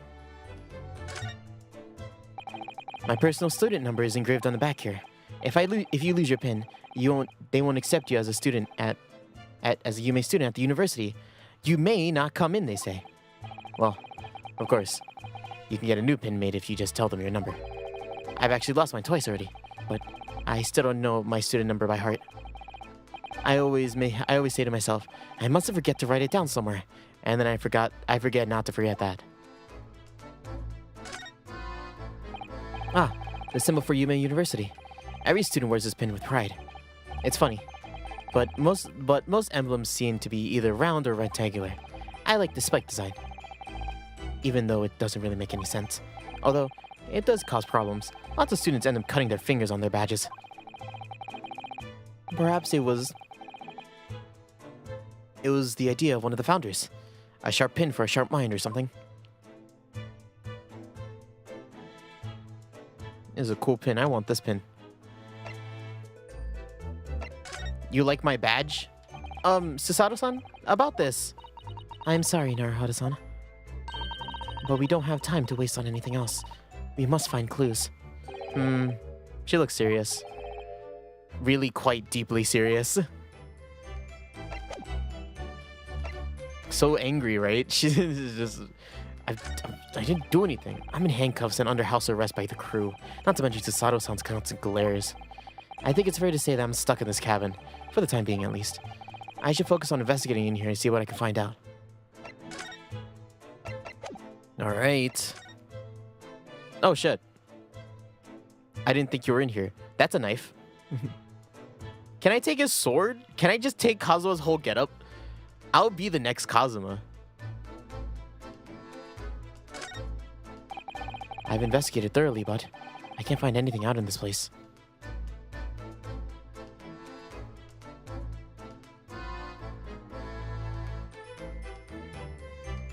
It would not... Etsy, yes. That's my dinner from last night. A roast chicken. It was really tasty. There'd be more bones on that plate if it was like a chicken breast. Or no, not a chicken breast. Like a thigh and a leg. There'd be a lot more than that. It was very delicious, wasn't it? But did you eat on the floor here? I'm not a dog, Susato-san. I ate at the table, of course. Which begs the question of when and how did the plate end up on the floor? But Kazuma-sama didn't like chicken at all, did he? Yeah, he ate the bones of Naruhodo's sons. Ryunosuke's chicken, and he just choked. That's choking in Russian. No, that's right. So he didn't touch it. Which meant all the more for me. Oh no, does that mean poor Kazuma-san spent last night on this earth with an empty belly? It's just too horrible. Now I suddenly have a guilty conscience and an achy stomach. Oh dear, that won't do. No, what's the matter, Susato-san? Whenever I'm examining things, I always find myself so focused I tend to forget to look around properly. Ah, yes, that's not good. I don't suppose you're as foolish as me in that regard, are you, Naruhodo-san?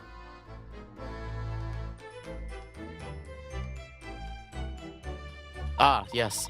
I'm sure you carefully look around using hurt you, right, Naruhodo-san? Yeah, I'm looking at the entire room. Susato? It's just like, gosh, I'm so silly. I've only looked at half the room, but I can't turn my head and look at the other half of the room. This is the bit we're doing for this? Now let's investigate all corners of this cabin.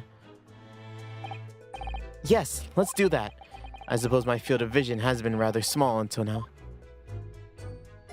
That is extremely funny. There's nothing on this table at all.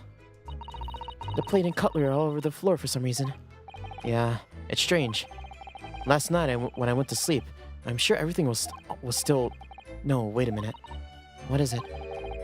That's funny. I can't seem to remember anything about what happened after dinner at all.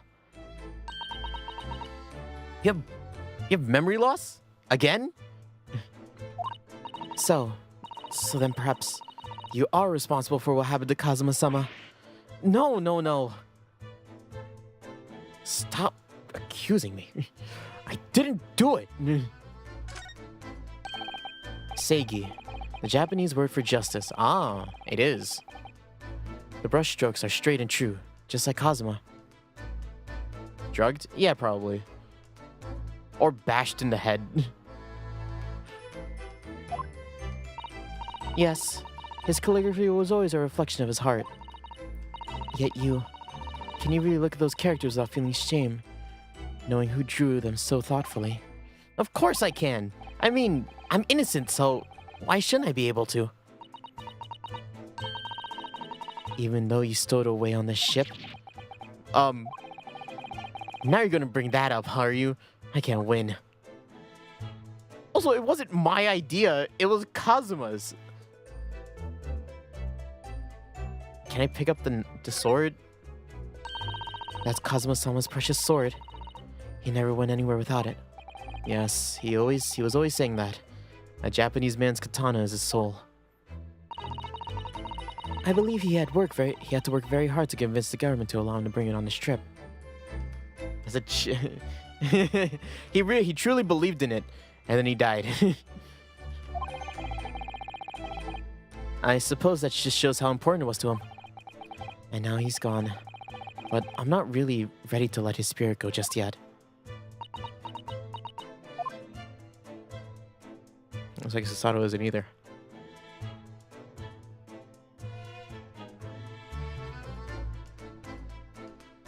Okay. Oh, can we talk to Dude? Perhaps I should see what this Russian crewman makes of the scene of the crime. Excuse me. What?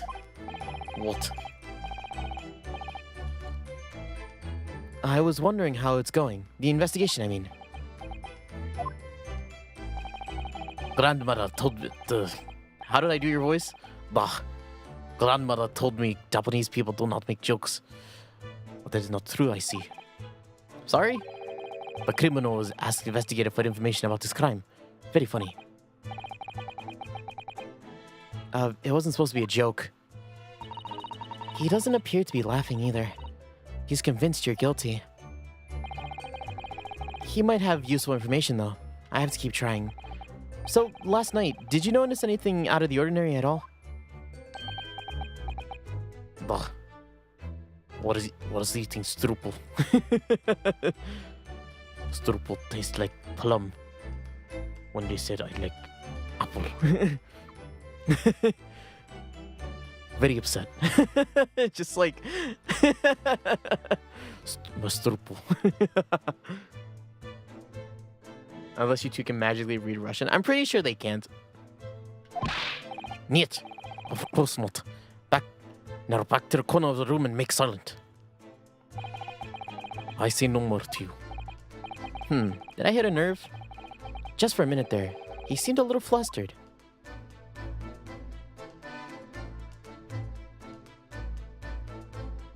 Crewman Struple was not right Struple. So now he's very upset about Struple. It's just like...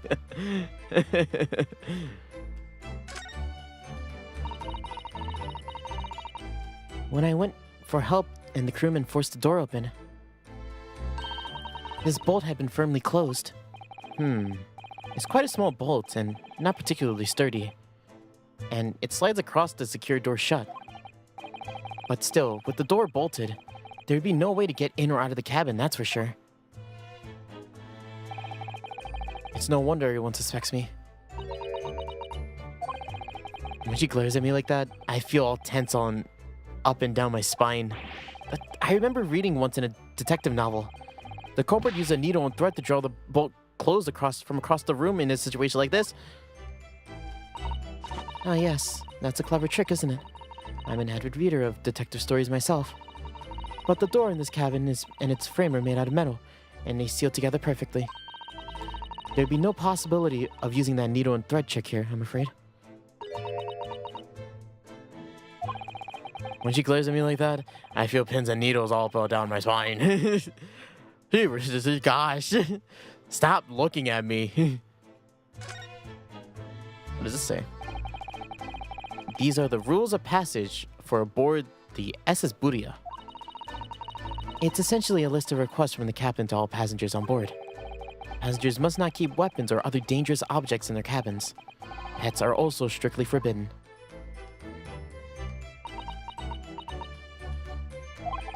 What? Why are you staring at me like that? Am I a pet to you? Oh, sorry. I was just thinking. Are you more of a dangerous object or a pet? I can't decide. Well, one thing's for sure. Either way, I wasn't supposed to be in here. Also, I'm not a pet. Woof woof. She's like, what? Whoa. My name is Ryunosuke. I'm a dragon. Get it right.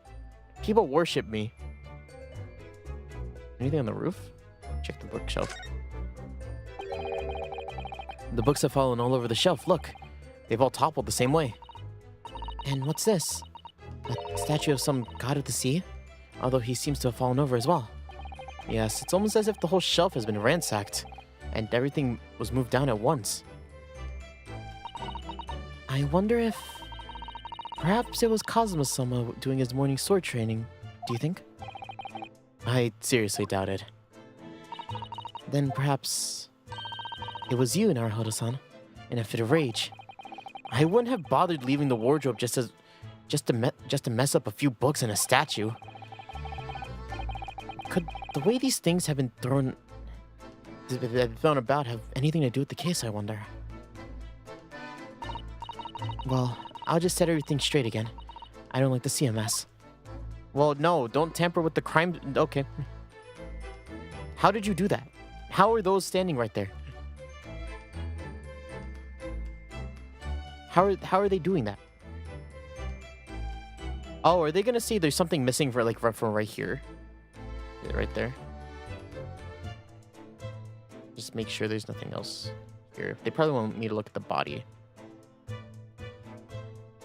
But I don't want to.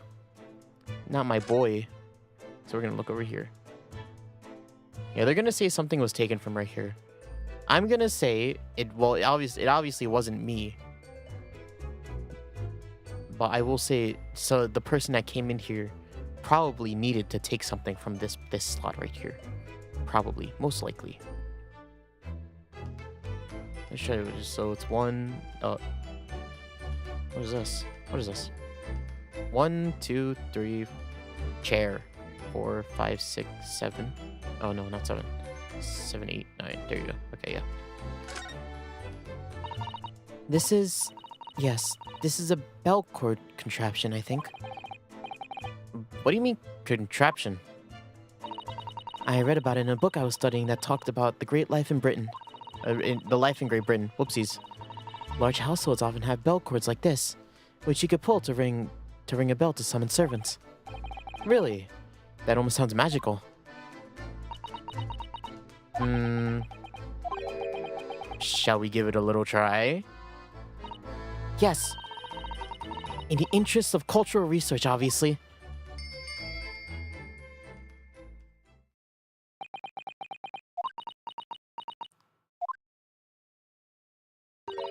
I suppose nobody comes for lowly Japanese people. Ah, no. Stop.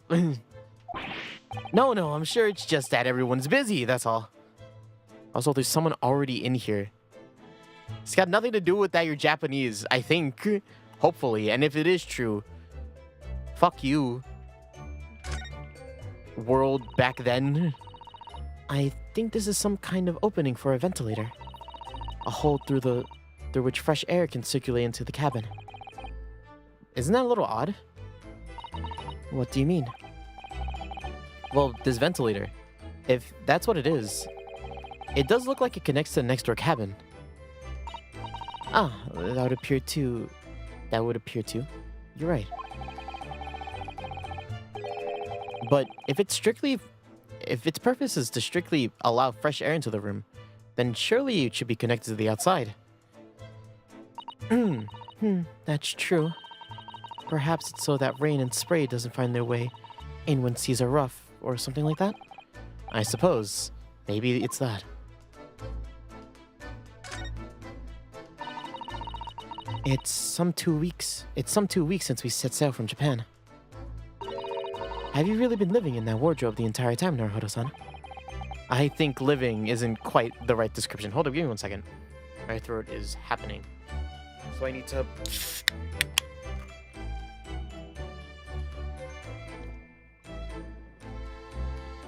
The last soda for a little while, we just ran out.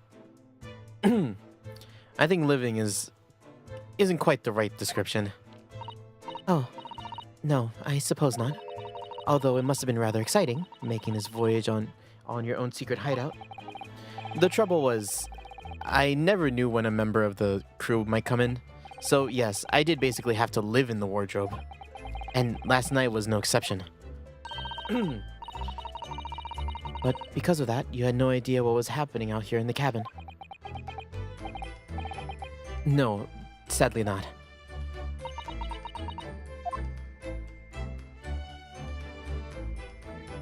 Oh, wait, what was that? Yeah. I once again am killing my boyfriend. This is where dear Kazuma-sama would have sat whenever he was writing. London Diary. Poor Kazuma. He didn't even make it to his destination. That teacup is knocked over. It looks as though that last entry is incomplete. Which means, what? He was in the middle of writing when the incident occurred? Let's see what it says. It could be a valuable clue. Hiya! That's out of the question. What? Why are you always rotating me? Do I look like a shark to you? Kazuma-sama may have departed from this world, but you must not read his private thoughts. But what if it's something important? Something relevant to the case? Alright. I won't read it. Poor Kazuma-sama. I don't like prying into people's personal matters either. But in this case, isn't the need for clues more important? Yes, it is. Susato-san just being a bit of a... Dead people are dead, Susato. Don't forget that. Dead people die when they're killed.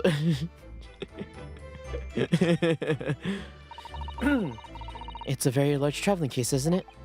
Yeah, it carries a lot of memories for me. Memories? What do you mean? Well, that's actually how I stowed away on this vessel. I was brought on board inside that case. Ah, yes, I see it says this way up in Japanese. Oh, does it? Which, in hindsight, I should have realized that the foreign crewman wouldn't be able to read it. It was turned over and over and over, and then I was tossed on the floor in here. Oh dear. Being a stowaway isn't as romantic as it sounds. Well, it was less painful than the Susato takedown. Yeah. Does it say that? 10. Okay, 10. That's kanji. I can't even read it all. Can I look at the evidence for it? Oh no, I don't even get it as evidence. Can I look at the ink? The ink? I can't look at the ink. What is this? A bell. What do you think this is? It looks like a broken piece of glassware. Whatever that thing was, it appears to have been broken clean in two. The glass is such a beautiful color.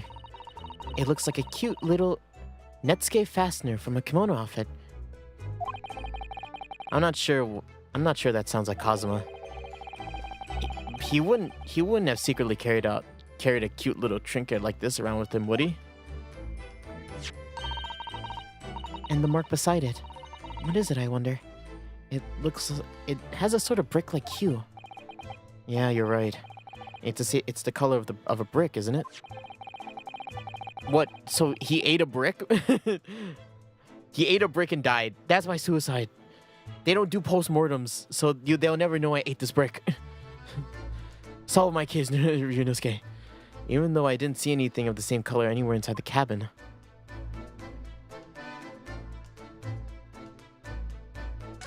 Yoink.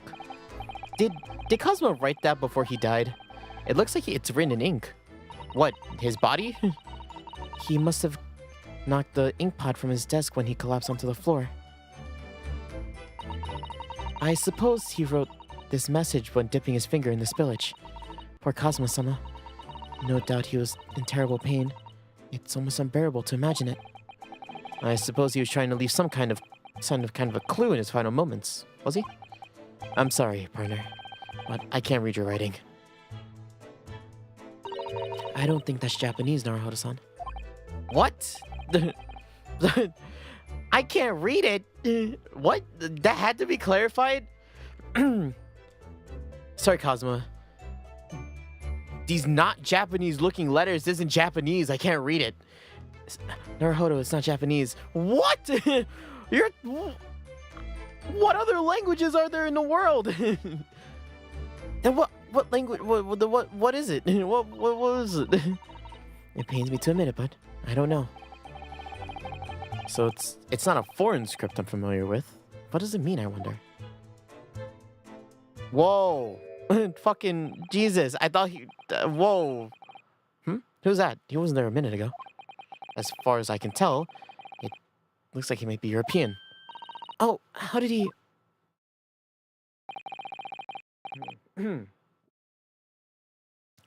Excuse me. So you noticed the man too, have you? I have no idea who he is or how he got in here, but he looks suspicious and tall. Suspiciously tall. Naruhodo-san, don't tell me. Do you really not know who that is? Well, no. I don't really have any foreign friends or acquaintances at all. He doesn't look like a member of the crew. There's something very unusual about him. And is he investigating Kazuma's desk, or is he just playing on it? I can't tell. Well, in that case, we simply must talk with him. Am I just imagining it, or does Susato-san look almost uncontrollably excited? And by the way, I expect you've already noticed already, but just in case, if you press A on people when they're in their crosshairs, you can converse with them. Alright then. I'll get that suspiciously tall gentleman in my sights and say what he has to see what he has to say for himself. Oh, please do. But I don't want to. What if I don't want to? What if I don't want to talk to the weird British man? Is that such a big ask to talk with such a man?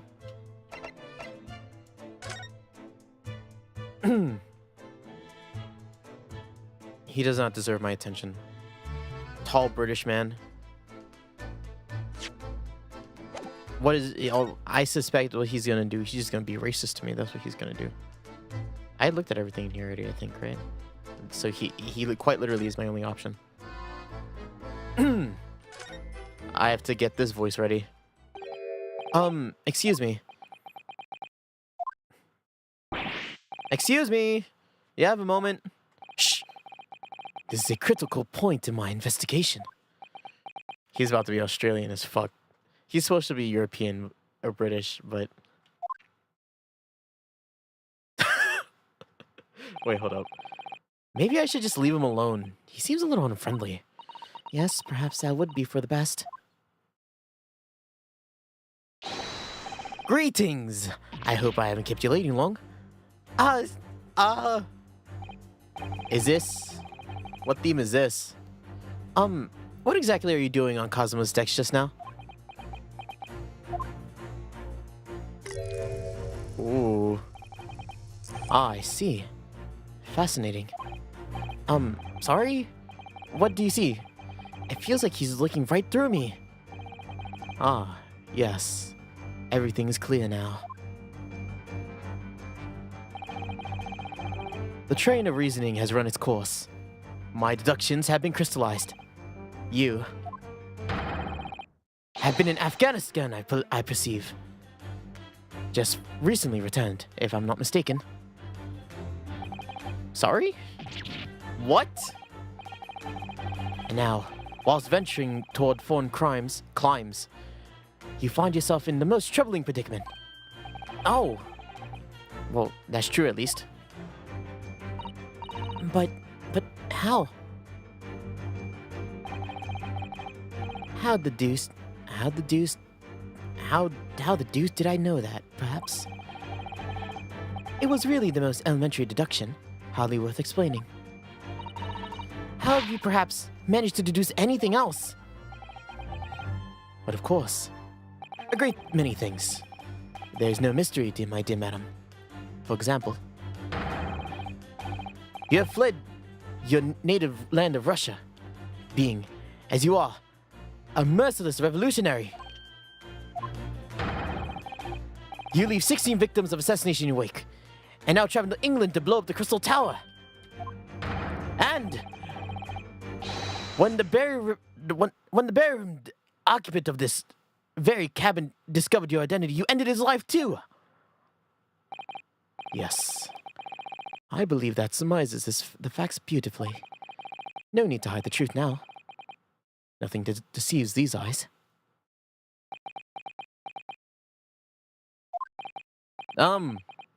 Just to be clear, you are talking about me, are you?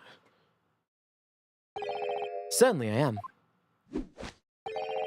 Do you see another in this cabin who fits the bill? A Russian assassin with 16 victims in his name. I don't see even one person who fits the bill. So it's true. It was you who did this to Kazuma-sama. What? And you're plotting a revolution too.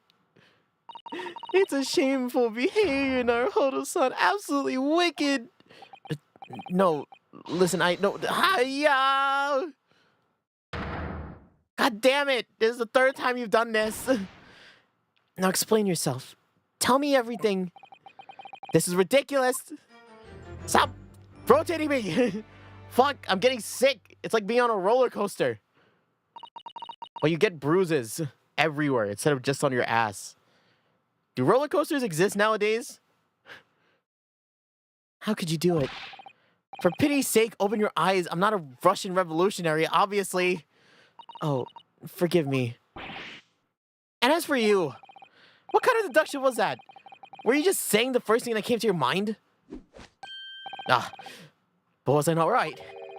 Whilst venturing towards foreign climes, you do find yourself in the most troubling predicament, do you not? Well, yes, maybe.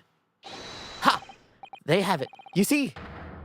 What do you make sense of that? What do you make of that, Well, to be honest, this ship is en route to England, and I'm in handcuffs at the scene of the murder. So I'm not really sure you could call it a deduction, more of a plain observation. Indeed, an observation, my dear boy, is the basis of all deduction. My method is found upon the observation of trifles, you see? I announce my findings with a brassy certitude. And more often than not, I'm right! Ha. I don't think you need to introduce yourself.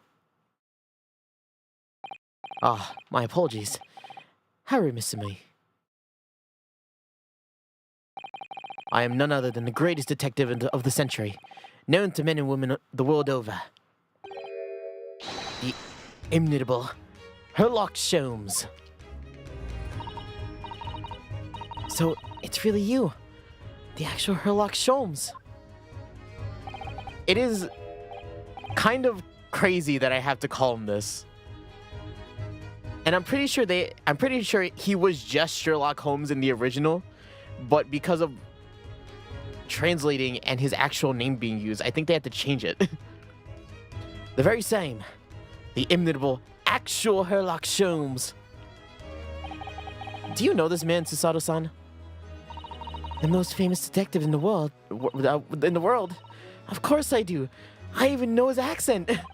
There's no one in the world who doesn't know him. What planet have I been living on then? We must ask him what he's deduced. He will have worked out the entire case already, I'm sure.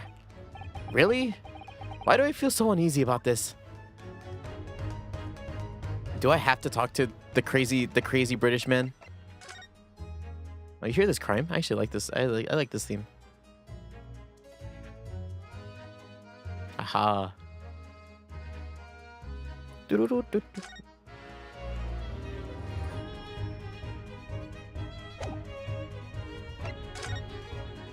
Great detective. Great. Ugh. So you're a great detective, are you? Sorry, what was your name again?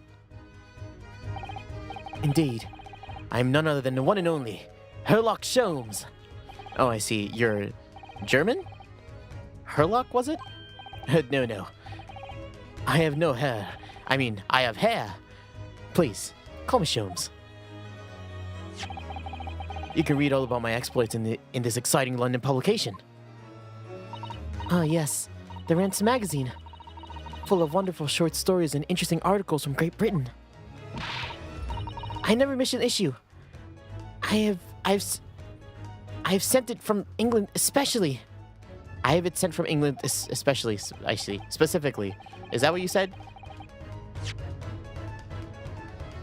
Oh, especially. Yeah, you did say that. Ah, yes, here it is. The Adventures of Sherlock Holmes. So, you're the protagonist in a series of short stories then? Indeed I am. And you've read so many of your own stories, you started thinking you really are a detective? Make no mistake, I'm no poor, deluded fellow you take me for. Your inference is backward. Backward?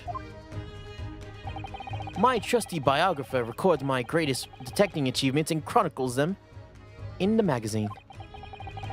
So you have a biographer, do you? Doesn't everyone? Mine goes by the name of Dr. Wilson, presently keeping shop in London. Dr. Wilson? I'm pretty sure that's a name from the last case, right? I must say, thanks to that publication, I've been fantastically busy of late. Why, this very moment, I'm returning from Asia, having solved the mystery of the cursed royal crown. Really? I can't work out whether I should take this man seriously or not. Deduction, you say, is a science to me. Logical reasoning in its purest form. A scientist? A science? Really? An astute observer notices even the most subtle reactions in a subject. The furtive glance, a twitch of a muscle, the slight inclination of the posture. Fingernails, arm sleeves, furrows on the skin. All of these things are data. Right. And the trained logician makes deductions from this data in a blink of an eye. The ultimate conclusion is without fail the truth. As I demonstrated just a short few moments ago. How can he look at me in the eye and claim that? Yeah, how can he? Fucking, you're crazy. You see, I have turned both observation and deduction, and fame for observation and fame. Fuck, that is what makes me the one and only Sherlock Holmes. Yeah, just sure. Have you managed to deduce anything about this case particularly? In particular? Have I managed to deduce anything, my dear fellow? Who do you suppose discovered the culprit in his most cunning hiding spot? That's right. It was none other than the great detective before you now, Sherlock Holmes. Ah, I see. In other words, I'm in these now because of him. When I became anxious about Kazuma-sama this morning, I summoned all the crew members to force his cabin door open. And I concealed myself among their number, gaining entry to the scene of the crime. Yes, luckily for everyone, the great detective Sherlock Holmes was on board. And these handcuffs seem to be an excellent fit, Mr. Naruhodo. Naruhodo? Yes. I get to Australian Japanese names. It's my favorite thing. Ah, isn't that right, Ryunosuke Naruhodo?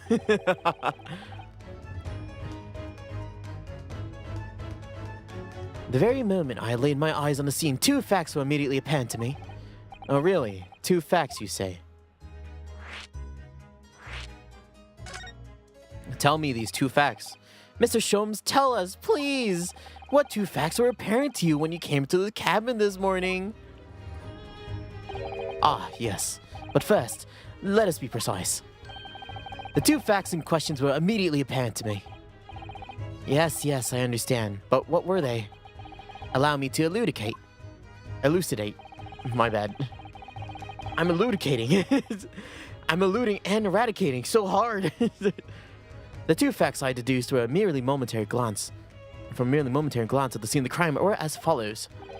Number one, the cabin was locked from within, rendering escape from the culprit out of question. Number two, the culprit was Russian and killed following a dispute with the acquaintance. Hold on, Mr. Sholmes. What made you think the victim was Russian? Ryunosuke is like going along with the bit, just like, whoa, fucking crazy. Just like, but in the back of his mind, he's like, yeah. Observe the dying message left by the victim on the floor.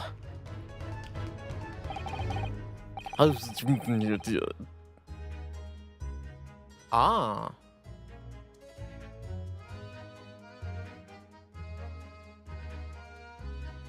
Oh, that's not a bracket. I thought that was a bracket.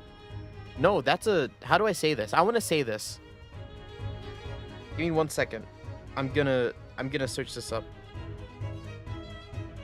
Just because I want to, I already do a magnificent Russian accent, right? So I might as well speak a little German on top of that. Let me just find, let me just, hold up. No, I want you to say it for me though.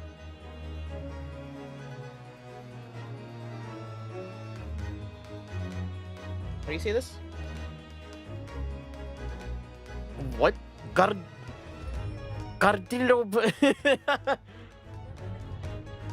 You hear that? Gardilob. Gardilob. That is deep.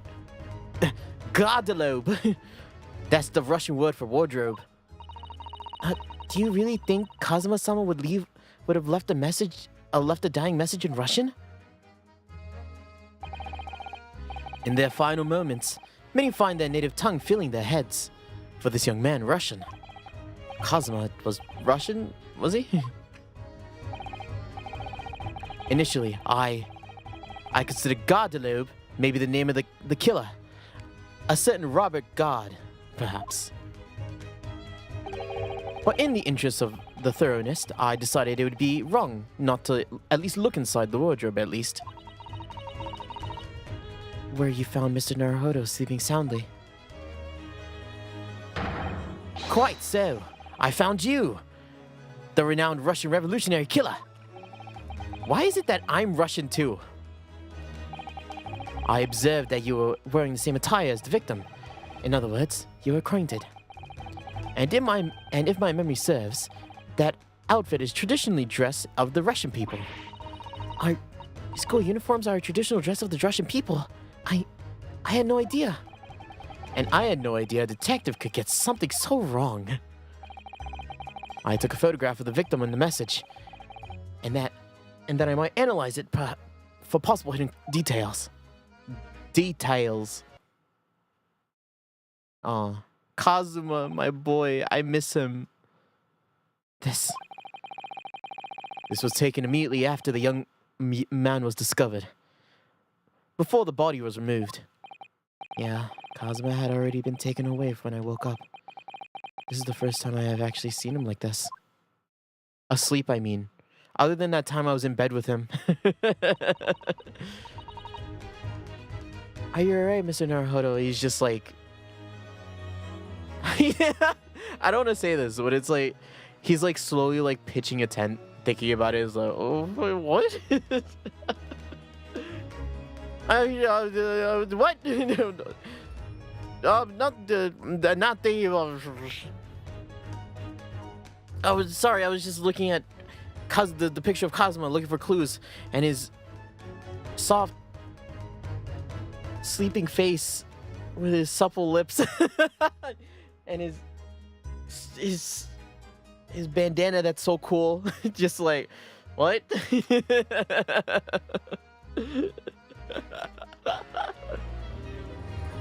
Are you ready, Mr. Naruhodo? Yes. Oh, thank you. Not thinking about anything else other than Kazuma. Oh. The photograph was from the scene of the crime was added to the court record. Can I ask you something, Mr. Sholmes? What, pray? You mentioned Russia before as well, didn't you? You know, when you said I was a fearsome revolutionary fleeing from Russia and all that? Ah, yes. The train of reasoning has led me to the truth. Would you mind explaining the train of reasoning to me, do you think? Oh, shit. You said more words. You said more Russian words. I didn't think you would, but you certainly did.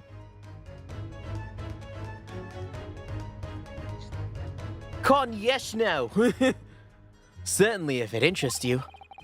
How many times? I'm not Russian, and I don't speak Russian. Can we talk about your deductions before? The thing you concluded about me, I mean. Ah, now that famously accurate, troubling predicament you find yourself in. Actually, it was the other details that I was more hoping to discuss. You know, the merciless Russian revolutionary and the assassin of 16 part. Ah, yes, the more sordid details. It was a fairly commonplace deduction. Here we have this morning's papers. The main headline reads: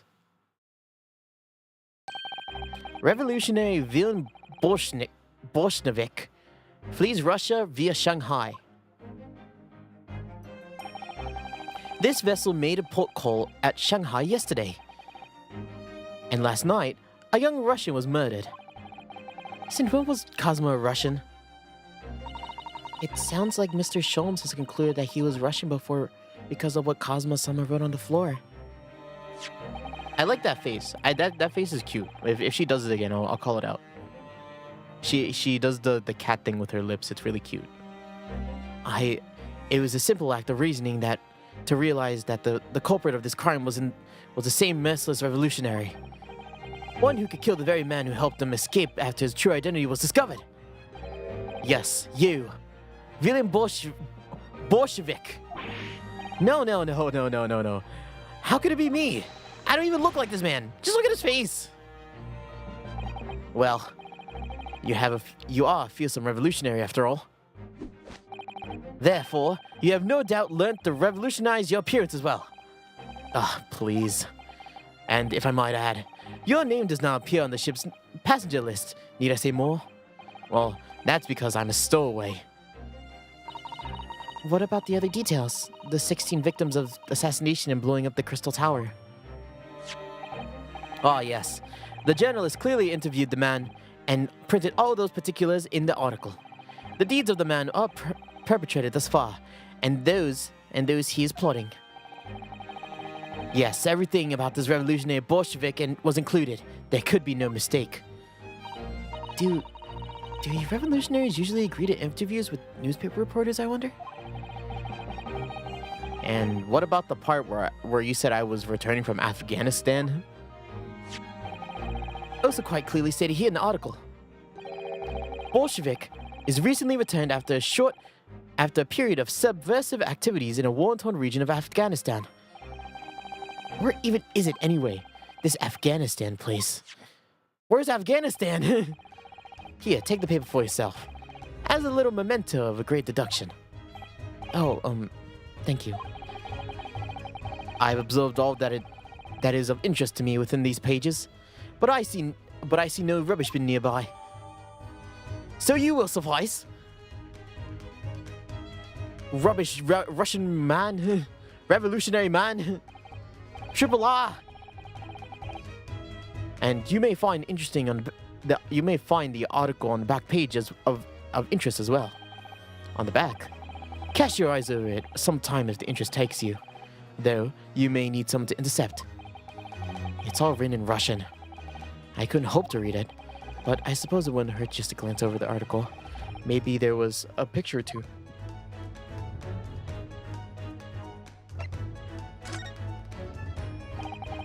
Before we started talking, you were examining Kazuma's desk, weren't you? Kazuma. Ah, yes, the victim. Did you notice anything useful? Anything at all? What, the pot of tea was spilled? Observe for a moment the desktop of the victim. We see that the victim was engaged in penning some text. London diary. Kazuma was keeping notes of the trip. Ah, but I don't think you should read his private writings. It could upset people, including one certain person that only specifically cares. Tragic! And something you ought to perhaps elucidate before the act of reading. You mean you read it already? It is my business to know what people do not. Yes, believe it or not, I know a smattering of Japanese. Oh, I see. Well, you're about to know what the Susato takedown is. Susato-san? Aren't you going to throw the detective with your one trademark takedowns? I'm sorry, Naruhodo-san. What on earth do you mean? Life is so unfair. Anyway, to return the matter at hand, namely the diary belonging to the victim. It would appear the final sentence is complete, as if the author were cut short. Tell me, what is the nature of the writing? Pray be precise as to the details. Details? Oh, but I thought you knew Japanese? A smattering, dear boy, a smattering. Sayonara, bonsai, mikado. Nado, nado. I trust you are suitably impressed. Ah. Nado, nado, really? But this diary is littered with complicated looking characters, of which of I can read precisely none.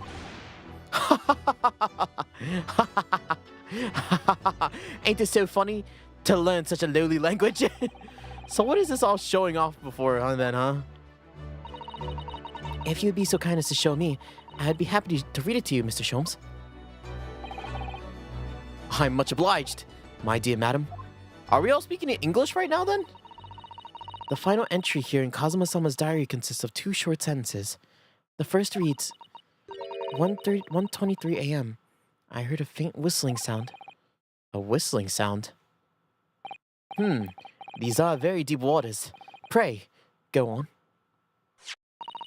The second sentence reads, 1:35 a.m. It looks like there was some speckled band. There was some sort of speckled band. What looks like some sort of speckled band is dangling from the ventilator grill. Speckled band? What on earth does that mean? I have no idea. I've never heard of that expression before. The ventilator grill, you say? The man was presumably referring... Shit, I'm losing my reading skills. To the lattice there on the wall. which connects to the adjoining cabin. Yes, the adjoining cabin. Kazuma's diary has been entered into the court records. Cool.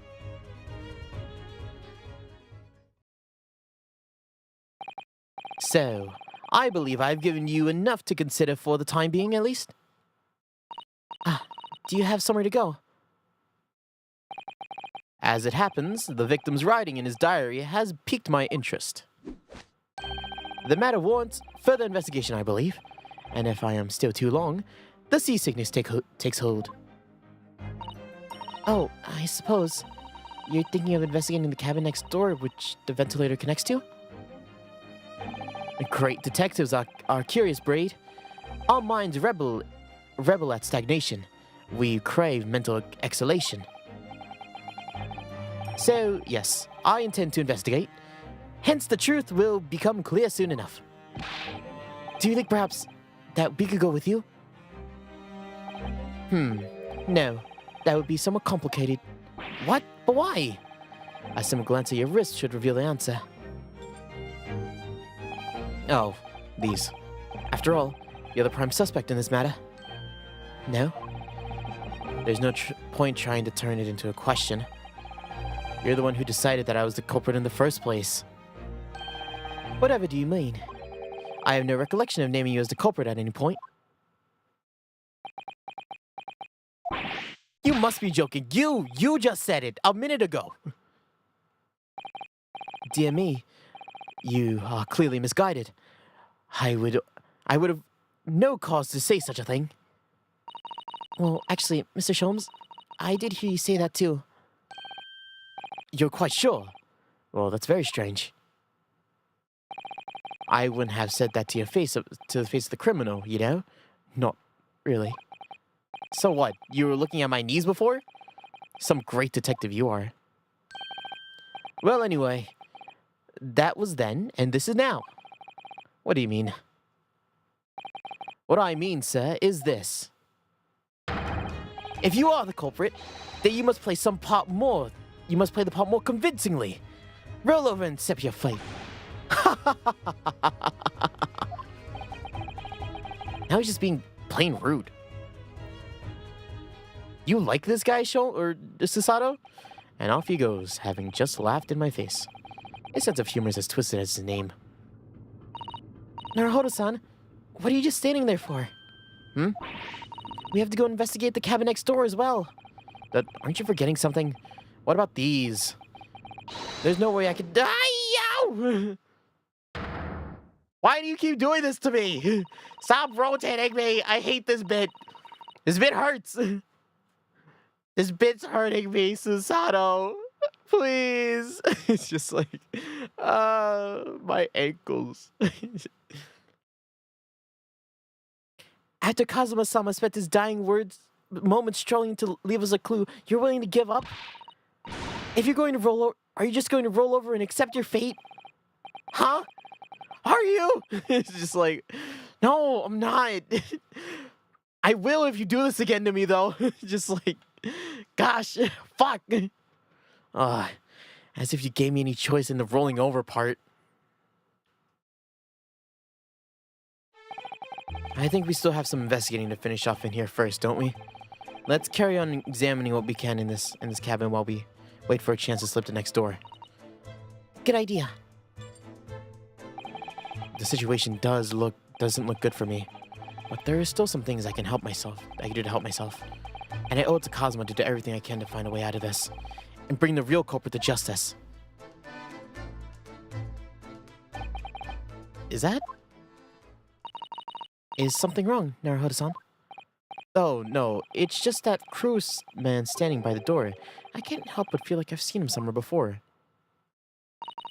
Oh, yes, that's right. He does look familiar. Excuse me, sir. It's Hosonaga. Yes, what can I do for you? Hi, Hosonaga. I recognize that face, but it can't be. Yep, it's the same. It is! I didn't know you were here, Inspector Hosonaga.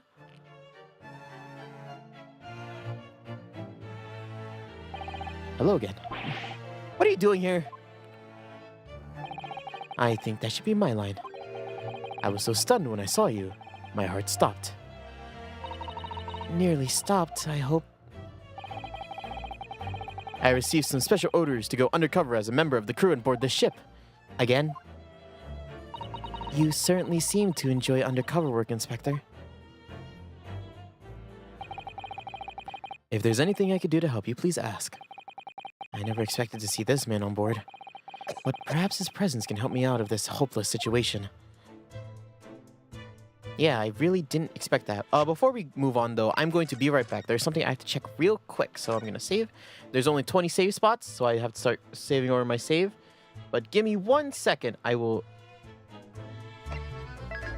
Yes, please. I will... Give me... Where's my BRB? Right here. This... I cut myself off. Give me 1 second. I'll be right back.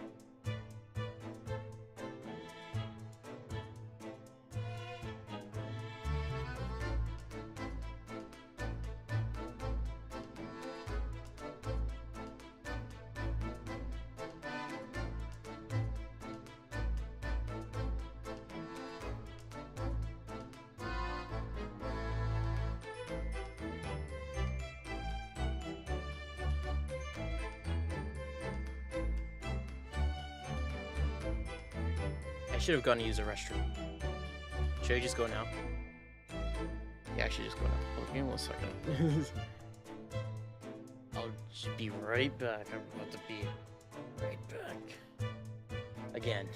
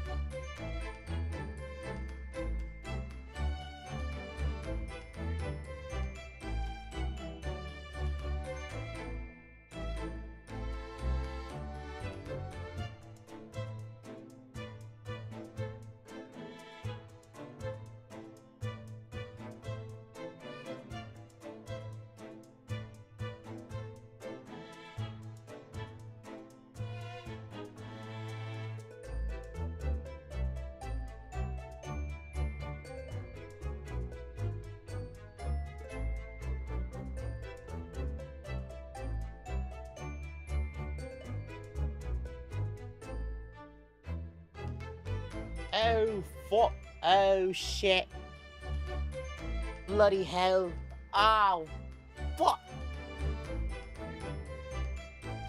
Ow, shit.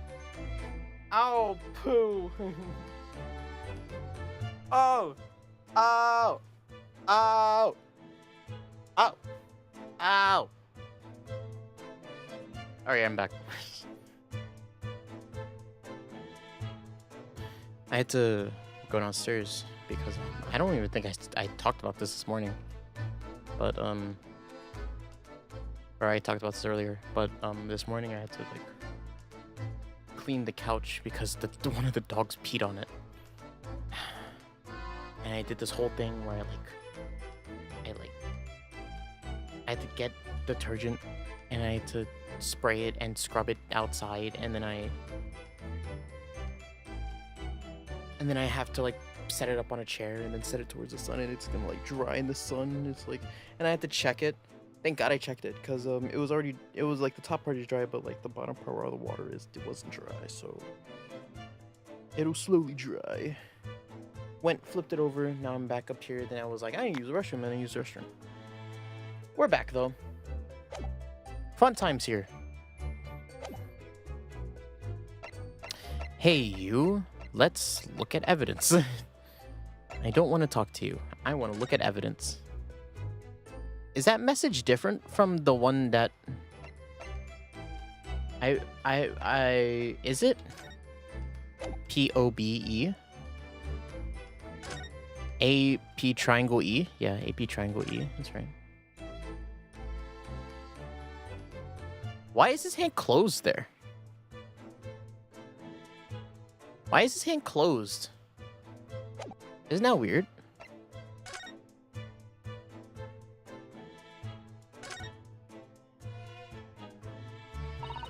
I'm afraid I can't read a word of Russian. No, me neither. I have no idea what any of this says. The pair of you floundering is a sorry sight. Allow me to offer some assistance. The article on the front page of this newspaper is concerned with a fearsome Russian revolutionary.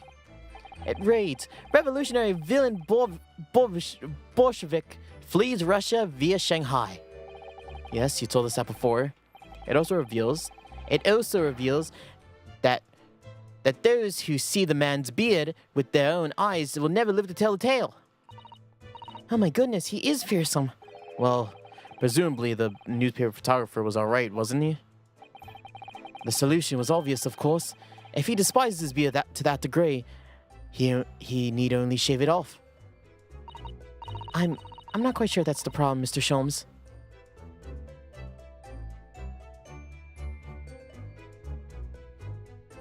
Whoa. Lady.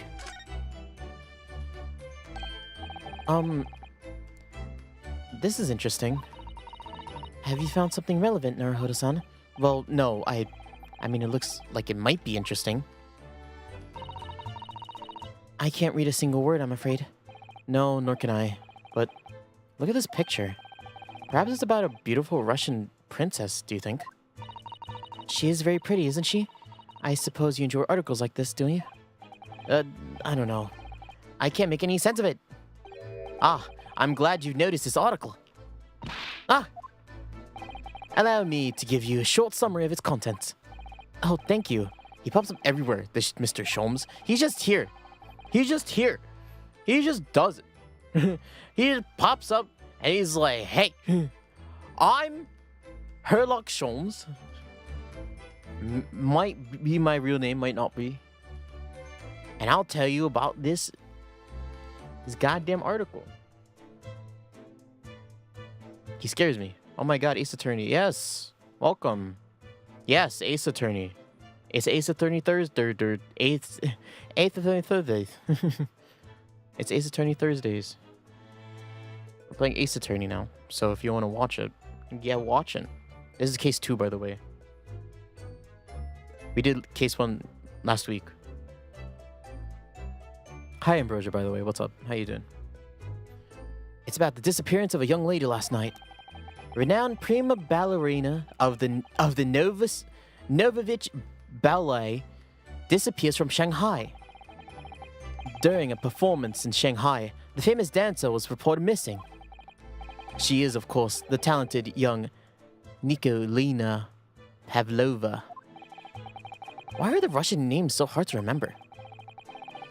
It would appear the woman was in costume when she was found to be missing from a dressing room, wearing a diamond tiara that was pictured, which is worth some 20,000 rubles. How much is 20,000 rubles? I have no idea, but I'm quite sure it must be an unbelievable sum of money. Susato-san's eyes are shining like diamonds themselves. The tiara was property of the Novovich Ballet. It would seem the director is beside herself with worry. Yes, I'm not surprised. The company is most anxious to recover both Miss Pavlova and the valuable tiara. They've requested international assistance from all ports with sailings to Great Britain. Could this be another case of a Russian fleeing his or her country? It does seem to be the Russian thing to do. I'm not even going to dignify with a response, Naruhodo-san.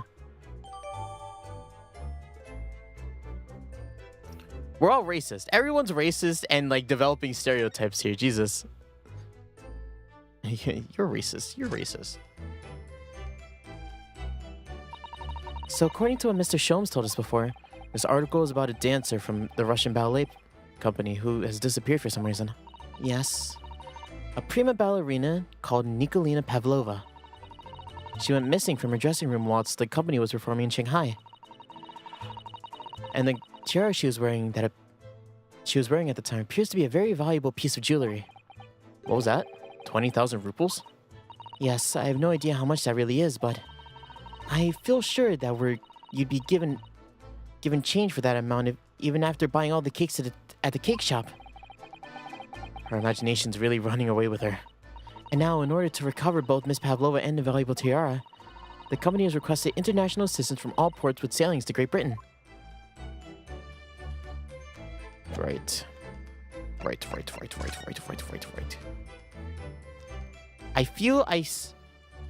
What feels like some sort of speckled band is dangling from the ventilator grill.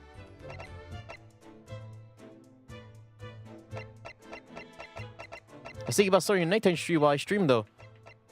Should I do it? Do you want to do it? You should do it. I'd say you should do it. I'll watch it. I'll lurk, but I'll watch it. I would watch it.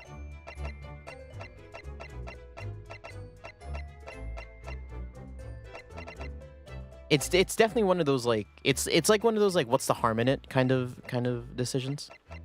No, yeah, why not? You know, what else are you gonna do?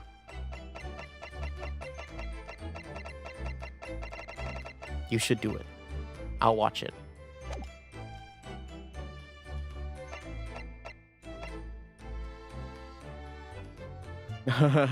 That's fine, right? That just comes with the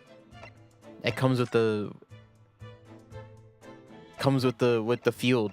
I know it.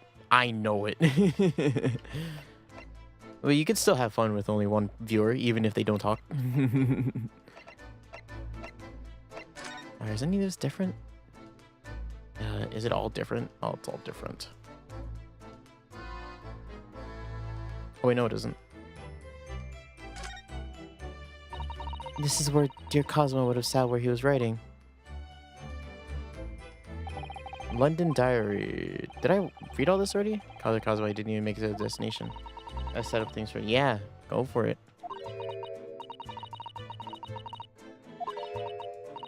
It looks like there's some sort of speckled band. Yes, we read all this already. What on earth could it all mean? Shit, never mind. We didn't read all this. The last entry he made is such a mystery. 1:23 a.m. I hear a faint whistling sound. 1:35 a.m. What looks like some sort of speckled band is dangling from the ventilator grill. What on earth could it all mean? A speckled band from the ventilator. We really do need to get into the cabin next door, seeing as that's where the ventilator connects to. Yes, I agree. I agree with you.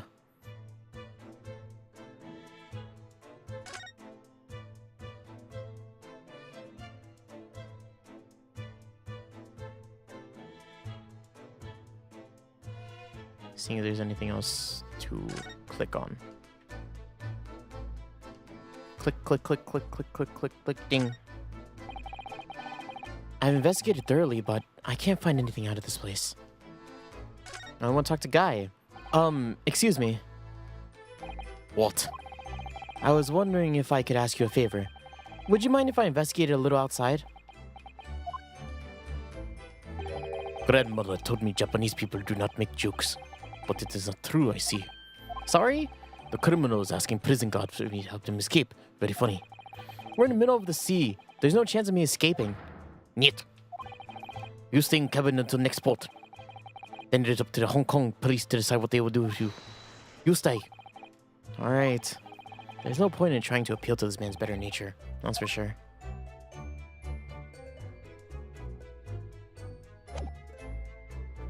Hosonaga, what are you doing in here, man? So what are your special orders this time, Inspector? Yes, and why are you dressed as a member of the crew? Well, about that. I cannot tell you. I'm so sorry. This is all my fault. I take full responsibility. For what? My orders were to act as a Sogi-san's bodyguard. It was the Minister of Justice Jikoku who pushed for this overseas study tour to go ahead. And he entrusted me with ensuring that a Sogi-san reached Great Britain without being assassinated. Assassinated? How could that even been possible? I'm not sure. But there are complicated times. But these are complicated times. There are tensions between both the world's great powers. Minister Jikoku said we should all be prepared for the event, for all eventualities. This is incredible. I don't believe it. Kazuma-sama was assassinated? Is it incredible? I don't know if we want to say it like that. Obviously, we couldn't give Sogi-san a visible security escort. Which is why I am undercover now, posing as one of the crew. I see. I didn't take my eyes off him the entire time we've been on board, from morning until night, every day. But I never imagined what happened here, inside his own cabin, not here on the first-class deck.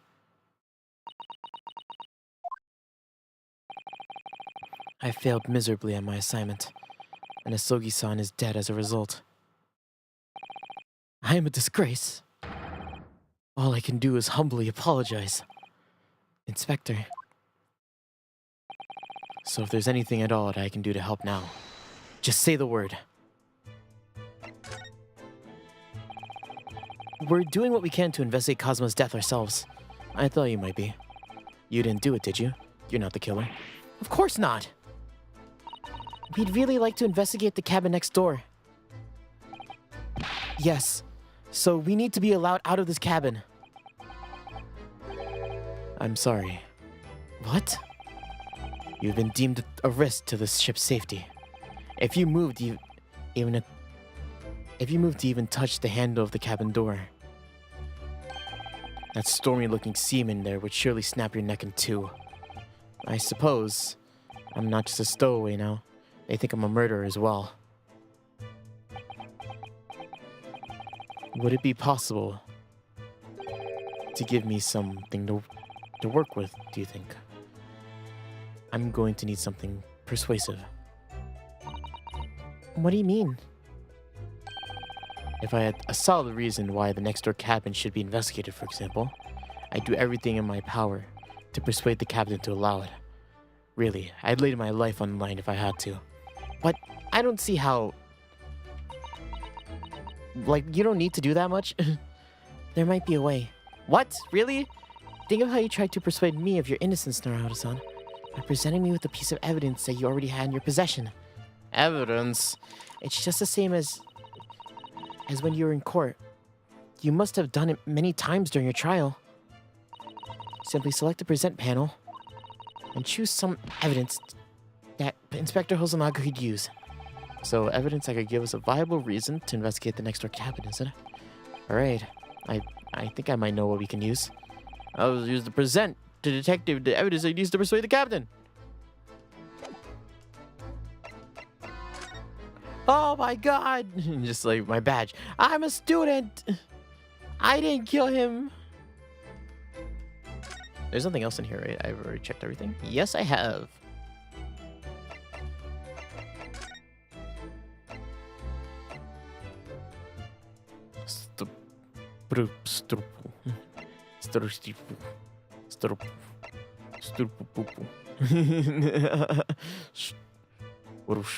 Russian. Yeah, Russian. How do Russian? How do you do that? How do you do a Russian action? Like I, not good enough. Oh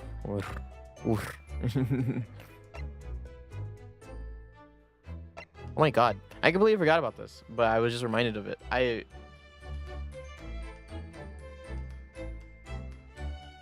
Apparently, like, Uncheated, like, did something today, and then they're gonna do something, like, another stream soon, and I'm like, oh my god, is the Uncheated comeback?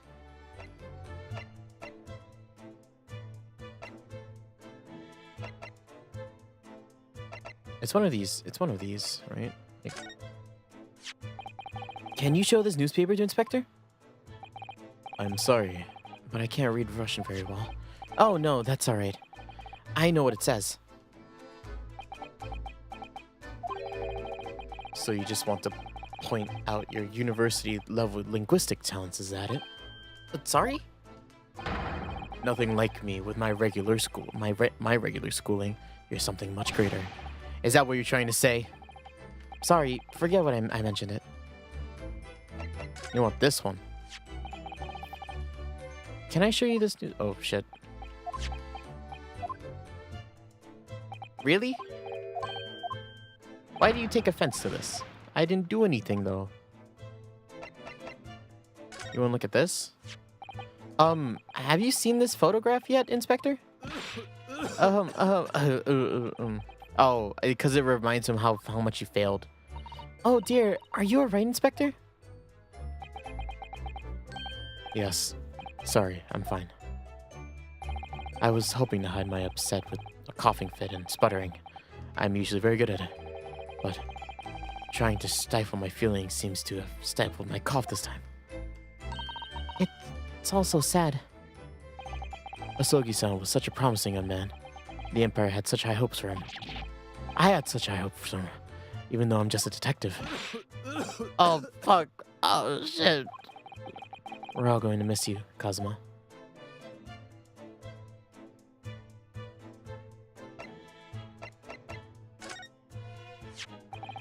What's this? It's Kazuma's diary. Just before he died, Kazuma wrote something that was really strange in his diary. Strange?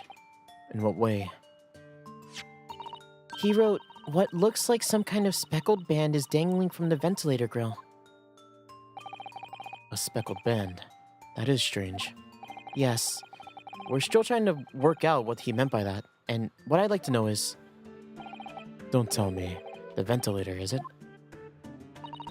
You're very astute, Inspector. That ventilator clearly joins to the next door cabin. That's right.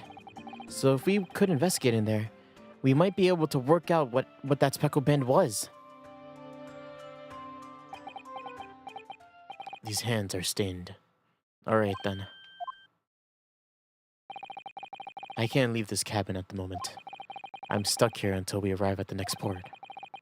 The captain gave me strict orders to guard the scene the crime, you see. I'll have to entrust the investigation to you. Really? You're willing to do that?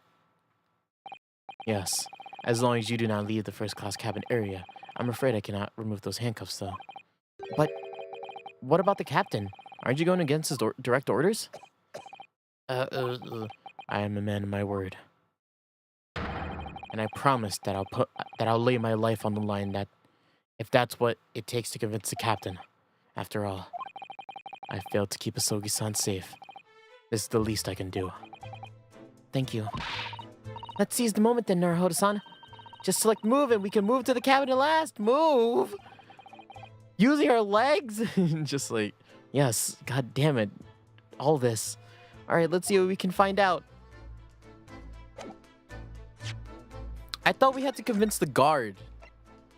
Not you. Right? Alright. Thanks, Hosonaga, though. You're a bro. Sama's quarters. A cabin on the SS Budia. And the scene of the crime. Kazuma was occupying this cabin, and for the voice to bring along with me as a stowaway.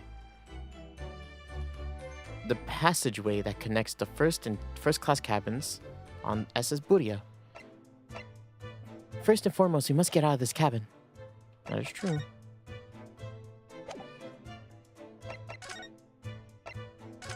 Yeah, won't he try to stop me? He didn't stop me.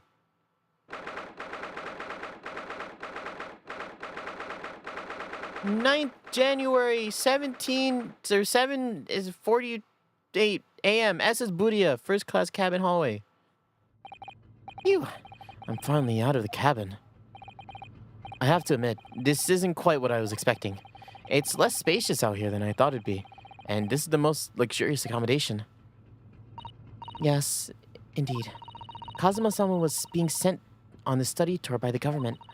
That's why he was being put in first class cabin. Even still, this is about twice as large as my accommodation in the steerage. Really? It must be awful. Oh, number 2. Oh, look over there. There's another crewman keeping watch, and he's enormous, even when he's sitting down. The door next to him leads to a second-class accommodation.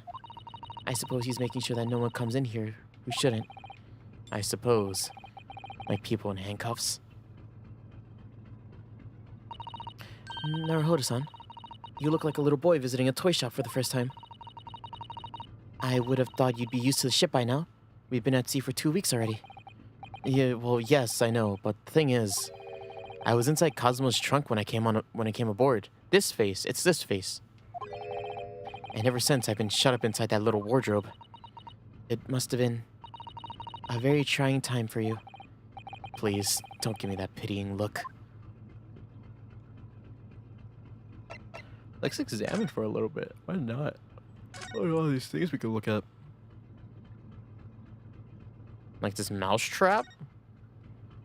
Ah, a trap for catching mice. Yeah, we have plenty of those back at home in Japan. Although they seem to be using a lump of chalk or something as bait. Oh, cheese. Ah, yes, I think this is what they call cheese. It's made from the milk of cows. Cheese? I wonder what that tastes like. You can't eat it, Naruhodo-san. The trap will snap shut on your fingers. Really? But, I suppose you're right. You were planning on eating it?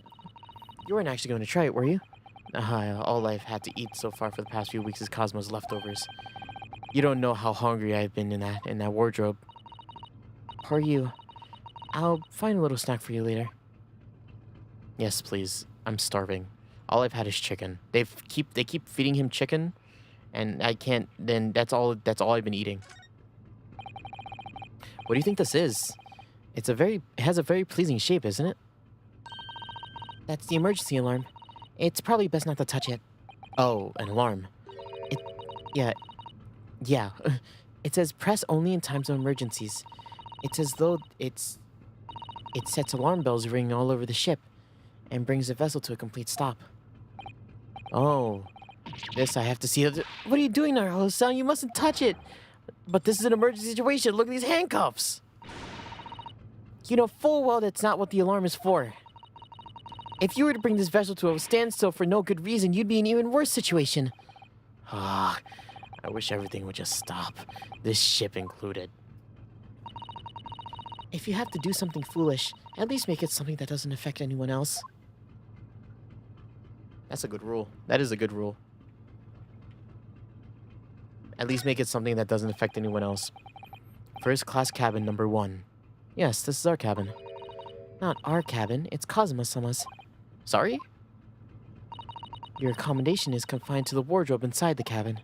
You know how to make a stowaway feel small, don't you? As small as the wardrobe that I've been calling home. These cabins are the finest on the ship. My own cabin in steerage is number 539, by the way. 500 and... How many cabins are there?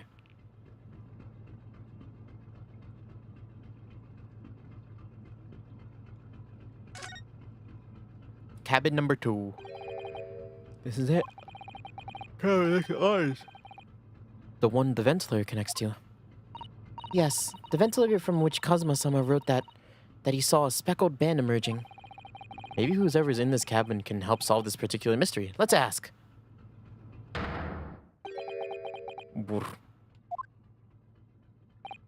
Oh, excuse me, we, need to get inside the cabin here. Are you silent? He's not having it. The sailor's eye speaks volume. They're clearly saying, keep out. That's what I wrote on the sign that we put over the wardrobe doors. Although this man's version is definitely more effective. It doesn't look like he's going to let us pass. That's a problem.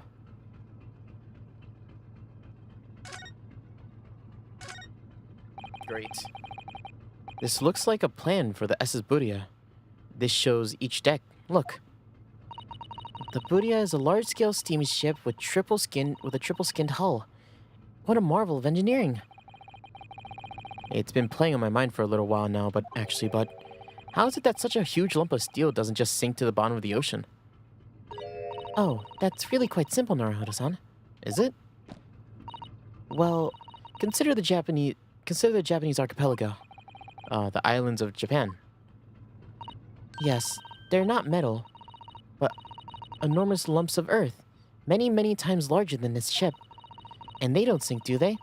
They've been floating happily on the sea since the gods created them. Well, I suppose so. That's it. That's all the information. Not like why they float. It's just they float. It makes sense because it makes sense for these things. That's a huge book on the table over there. And there's a pen next to it.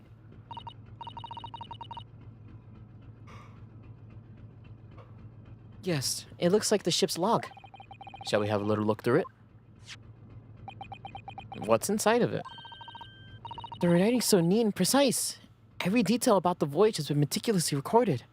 You wouldn't expect a rough and ready sailor to have such beautiful handwriting. And nothing. No reaction at all? I thought he might appreciate the compliment. I'm not sure that rough and ready is much of a compliment, Naruhodo-san, even to a sailor. Anyway, last night's log is mostly blank. Presumably that means that there was nothing to report. Strange. What are they reporting there, then? Like people coming in and out? Are we gonna say the person who's next door? The person who's next door is the murderer? Is that what we're gonna say? The person, yeah. That's the way to the second-class area of the ship.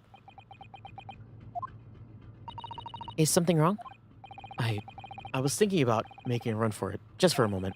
Things aren't exactly going well for me. I might be wrong, but I imagine the moment you reach the handle of the door... What handle? That burly seaman would surely shoot you dead.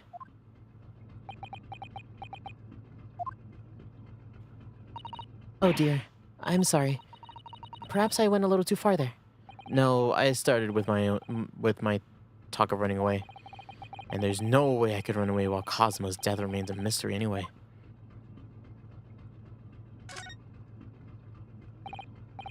Excuse me, but could I ask you something? You stole away, murderer! That wasn't a good start, was it? Alright, let me try instead. Good day, Mr. Sailor. I'm sorry to trouble you, but could I perhaps ask something of you? You little third-class lady's maid. Whoa. Oh. We seem to have caught the sailor on a bad day, Susato-san. I'm not a sailor. My mother gave me my name. I am senior crewman, Brief Stoganov. Ew. The best thing we can do is just avoid eye contact, I think. Mr. Stroganov, about this first-class cabin area. Here we are in the finest place of the Burius steamship. For the most important persons. What sort of very important persons? Government officials, kings and queens chattering in secret. Many important peoples. That is why I've always gotten this place. Gosh, that's amazing. But somehow I've that stupid stowaway inside. I want to pick you up and throw you into the ocean. But Stroganoff is not anymore. Thank you?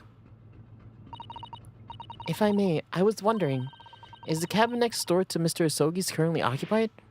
Da! Susato-san, do you understand that? It sounded like da. And I think it's probably Russian for yes or no. Genius. It is not permitted to visit other cabins without invitation. Well, it sounds like there is somebody in the next door cabin at least. Yes, it's tantalizing. Can I know who it is?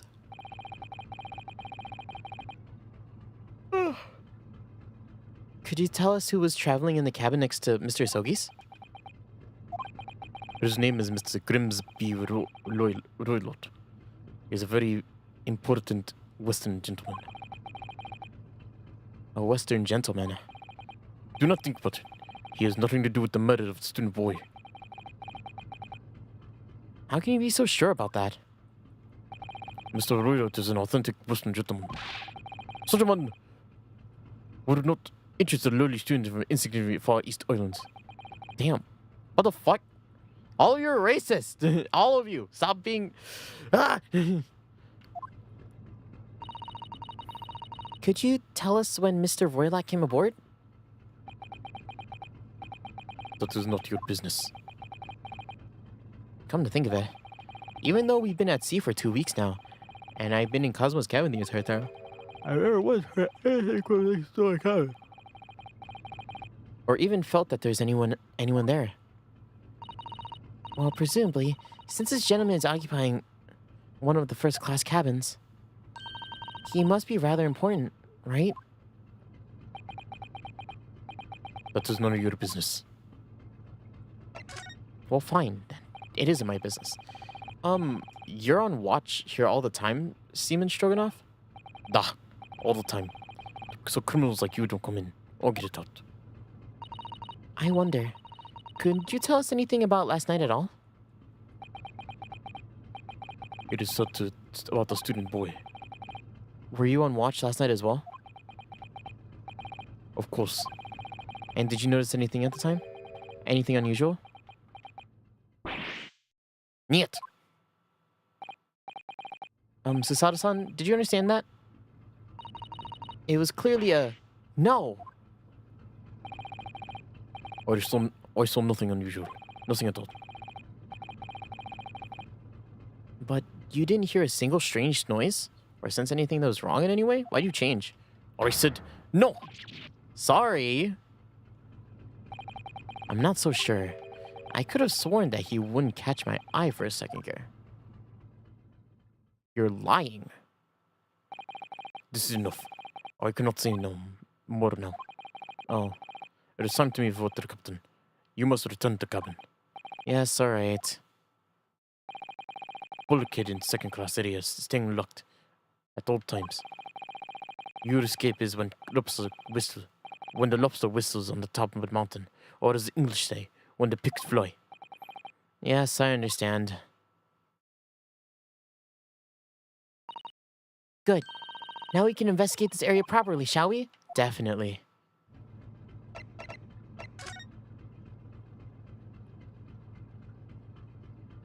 Like the cheese? No, the cheese is the same.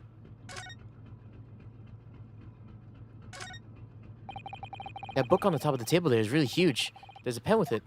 pen with it too. Yes, I'm sure that's the ship's log. Shall we have a little look through it? The writing's so neat and precise about every detail is meticulously recorded. You wouldn't expect a rough and ready sailor to have such beautiful handwriting. Okay. I think log is mostly blank. Sorry, I'm like yawning constantly right now. I think I'm going through my tired episode.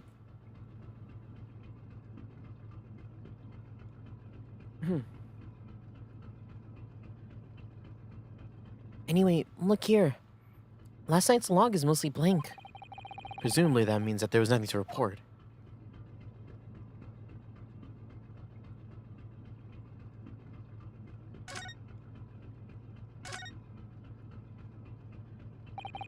This is it. This is the cabin next to ours. The one with the ventilator connects to. Yes, the ventilator which Kazuma-sama wrote that he saw a speckled band emerging. Maybe whoever is in this cabin can help solve that particular mystery. Let's ask. Knock knock.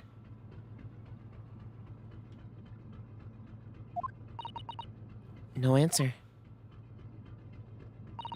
We're out of luck, it seems. There's no one in there to help us with our inquiries. How annoying. Ah! What was that? It came from inside the cabin. Such a high-pitched scream. It must have been a woman. Stand aside! Stand aside! I'm about to break the door down. Mr. Sholmes. I shan't be stopped when the fit is on me. I revel in kicking down doors from its hinges. Please, but wait, Mr. Sholmes. The door doesn't appear to be bolted. It doesn't. Then how can the deuce be dispatched? Then how the deuce can I dispatch my muscular urge? What, pray can I kick? I think we should go in. There's no time to think about stress relief. January 9th. SS Booty, first class cabin number 2.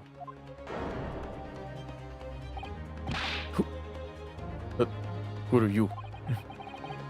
A Western gentleman. This guy looks Russian to me. We heard a woman in here. Woman, do not be upset. As you see, there's no one in this cabin but me. True, this old man does appear to be the only person in here.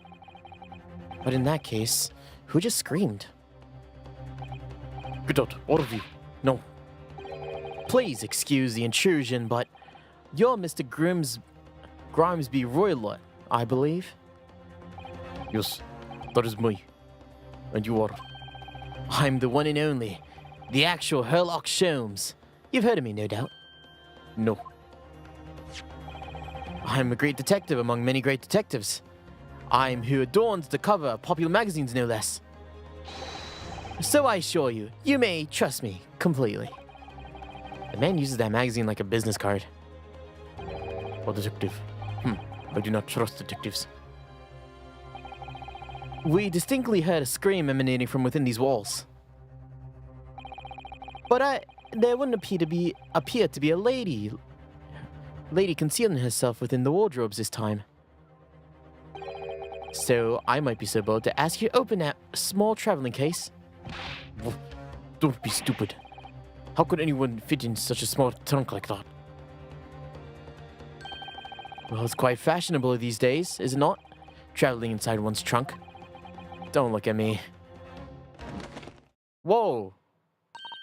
Oh my, did you see that, Mr. Naruhodo?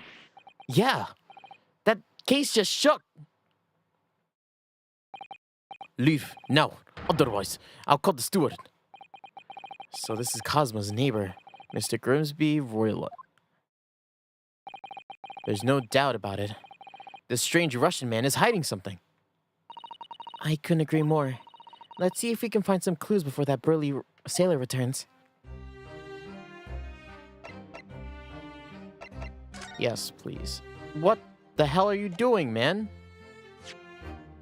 Just sitting in that goddamn... Sitting in that gosh darn... cupboard. What is it called? Wardrobe.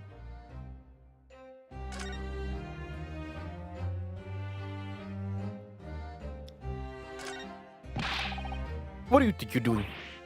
Ah, This is my cabin. Get out. could we just have a quick look inside your traveling case, perhaps? No. Huh. What a pity. I think we're out of luck. I think you're right. There doesn't appear to be anything more that we can do. I agree. But there may be someone who could help. Perhaps that great detective could get somewhere with Mr. Roylott. Yeah, they all do the same thing. Tea. Oh, tea. Do you have a moment, please, Mr. Sholmes? You only need to address me as Sholmes. That's what I just did, isn't it? Well, Mr. Sholmes, what were you doing in there? Why, I was resting, of course. Resting? Indeed. I was contemplating our sea voyage from the confines of the wardrobe whilst waiting for the inevitable time that you would need to call my great powers of detection and service. Oh, And it would seem the hour is upon us now. The time has come. Am I mistaken? well, No, actually, you're spot on for once. Observe closely. Our Russian host in his cabin, Mr. Roylott, is clearly trying to hide something. Do you know what is the most effective weapon to use against a Russian hiding a secret? Why? The truth, of course. Though it should be pointed out that such methods are not exclusively for Russians. right. Can you imagine how the Russian would react if the secret he got so closely is exposed? Would you like to witness it? Oh, yes, please. Well then, what are you about to see may as well astound you. For I am about to apply my great deduction to the case. What's happening? Is something about to happen? Oh. Could this man be a more hackneyed portrayal of a dubious Russian, I ask you? What? From time to time it occurs to me. Is the fellow dubious on account of his Russianness, or Russian on account of his dubiousness? I really don't think either of those things should be occurring to you, or anyone. That's right. And Mr. Sholmes? I know this man's beard and dark glasses are hard to ignore, especially on first greeting, but I once read, "It is a capital mistake to theorize before you have all the evidence. It biases the judgment." Shh! I must have complete silence. What are you doing? What are you peering at my face like that? Ah, just as I thought. Yes, I have quite made up my mind now. There can be no other explanation that accommodates all the facts. Mr. Roylott, I have reached two incontrovertible conclusions. What do you want? Number one, your true identity is that of a villain. Using those shears, you're about to end the existence of something most dear. Are you not? And number two, the other conclusion I've drawn, you are, at this very moment no less, in the midst of committing the most grievous crime. Beneath that beard, your mouth quivers with nervous tension as you realize that you've been discovered. Does it not? Oh, Naruhodo-san, I never imagined I'd get to witness one of Mr. Sholmes' great deductions with my own eyes. That was a great deduction? Nothing can deceive Mr. Sholmes. At a single glance, he can deduce all there is to know about a person. What? What an effable twaddle. What effable twaddle? Twaddle? Oh, yes. I've read about it countless times in the adventures of Herlock Sholmes. And now I've experienced the astonishing impact of his great deduction firsthand. This is like a dream come true. I can hardly believe it, but All the color has drained from Mr. Roylet's face. It looks like somehow both Mr. Sholmes' conclusions were right. How could you? How could I possibly know such things, you wish to say? Very well then. I shall elucidate. I shall explain how it was that I arrived to this pair of conclusions. So I cordially invite you upon the journey of logical discovery. Let's board the train of reasoning. Put plainly, let us work together through my deductions together. Whoa, what's this? The game is afoot. Oh, shit. Topic 1, old man's identity. Oh, what's happening? So, the dubious-looking Russian, Mr. Roylet. Obviously, what catches the eye in the first place. Oh, this is so... Whoa. Is this enormous pair of shears in your hand? Now, we ask ourselves, what could you possibly want with such an implement? The answer, of course, is staring us right in the face. You are on the verge of using those shears to cut away that copious beard you sport. What? Now, moving on. The question then begged is this. Why do you desire to rid yourself of this magnificent beard, Mr. Roylet? Once again, the answer is plain. We have clear evidence that shed light on the matter. Regard, if you will, this morning's newspaper. In particular, this fascinating front page article. Which would appear you have also read, Mr. Roylet. I'm sure it needs no further clarification. The evidence that reveals your true identity is that of the article about the revolutionary. In translation, the headline reads, Revolutionary villain Bolshevik flees Russia via Shanghai. As you cannot fail to observe, the subject of the article possesses an extremely copious beard. Having noted the article yourself, you decided to remove your incriminating facial hair before it gave you away. In short, your true identity is beyond doubt. You are the fearsome Russian revolutionary himself, villain Bolshevik. Not that I've heard of you myself, you understand?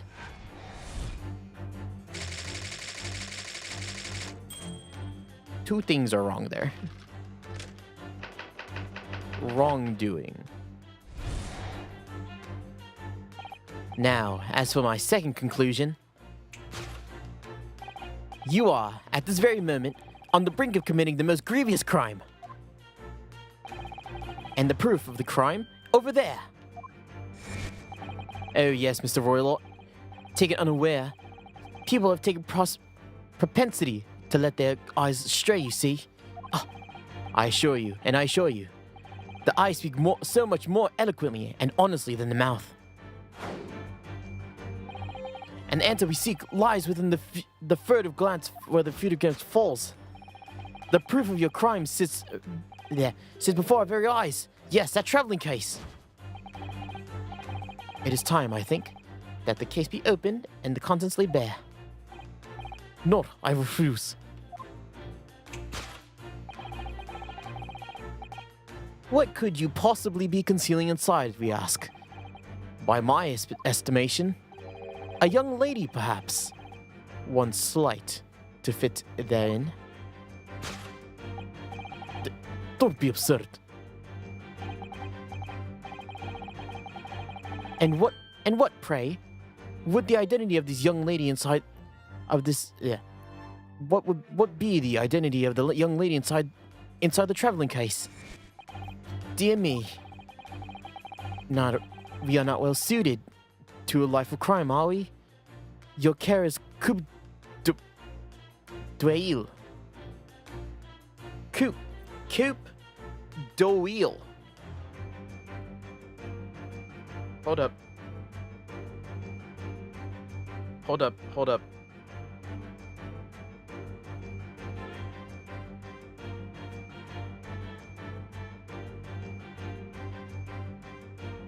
up. Yeah, I got... Doyle. Your careless Coop Doyle betrays you. Once again, we need only follow your furtive glance to find the answer. Yes, the reason you refuse to open your traveling case can be equally found within the pages of this newspaper. For this is yet another most stimulating article. As if we turn from the fleeing revolutionary to the back page. Renowned prima ballerina of the Novovich Ballet disappears from Shanghai. Such a headline can lead us to but to one truth. Oh shit, my phone is falling. Cool, I caught it. Your crime is that of abduction. And according to the article, the young lady's name is Nikolina Pavlova. Kidnapping of a young ballerina. I started losing the accent in the middle of that.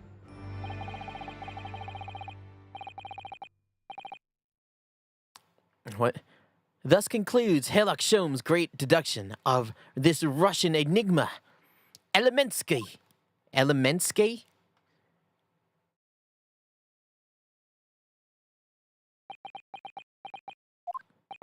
Susato-san, that wasn't one of the great deductions I've been hearing so much about, was it? Well, the stories are full of Mr. Sholmes' brilliant deductions, you know. But that did seem a little different somehow. Excuse me, Mr. Sholmes, could you come over here a moment? Pray, what can I do for you? It's about your deductions. Would you mind? Not at all. Go on. Well, to start with, there's the newspaper article. I think we had the same discussion. Before, but these two men do not look anything like each other.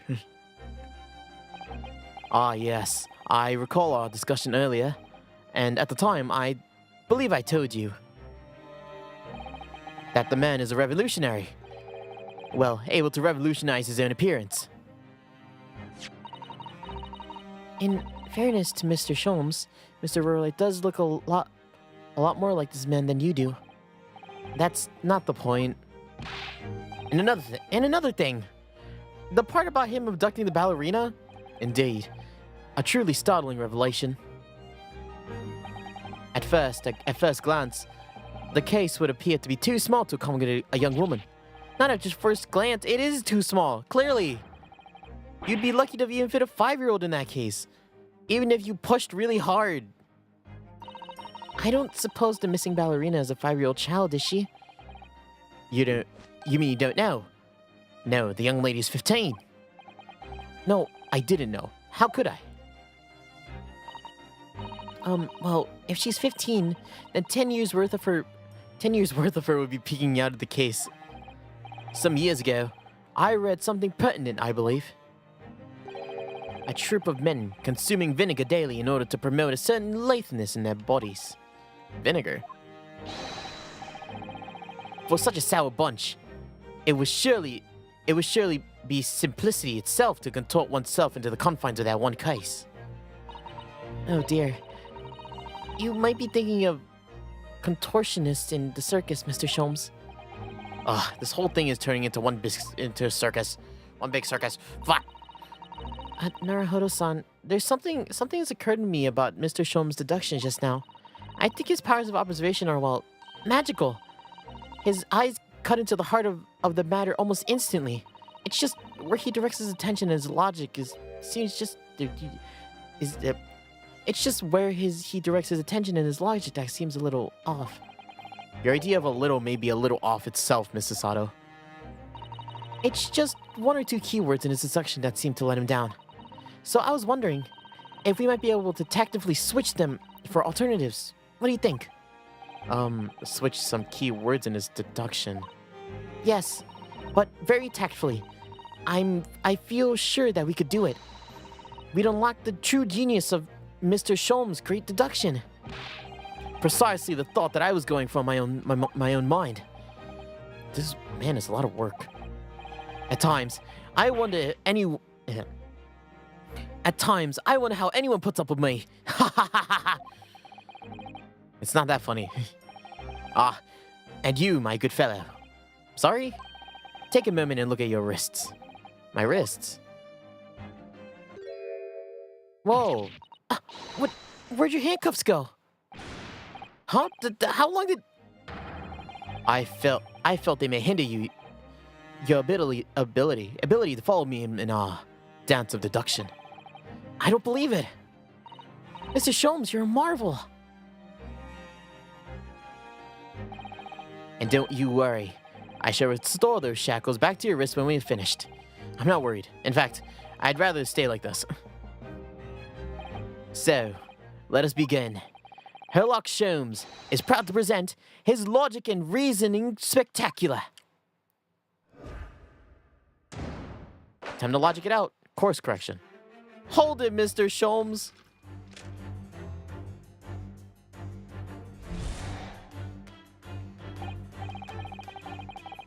So, this dubious-looking Russian, Mr. Roylott, obviously what catches my eye in the first place is this enormous pair of shears in your hand. Now we ask ourselves, what could you possibly want with such an implement?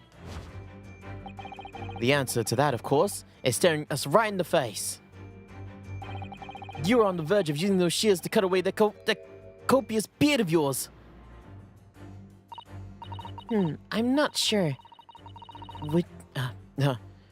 Would you really use shears like that to cut off a beard? I doubt that that's something I'll ever have to worry about. It just doesn't sit right with me, though. It doesn't seem to be sitting right with Mr. Roylott either. Which means, I suppose, that the deduction is wrong. Let's try to switch a keyword here, Naruhodo-san, and see if it helps matters. Alright, but how? I think we should start by taking a long, hard look at Mr. Roylott. I wonder if it's his beard that he really intended to use those shears on. Exactly. If we do manage to find something that seems to fit the sense of Mr. Sholmes' deductions better, then what? Then I'll leave the rest in your capable hands, Naruhodo-san. Why am I the one to do something about this? Well, anyway, let's see if there's anything we could even use to switch around in this last sentence. What exactly was Mr. Roylott really going to use those enormous shears for? Whoa! Oh my god, what the fuck?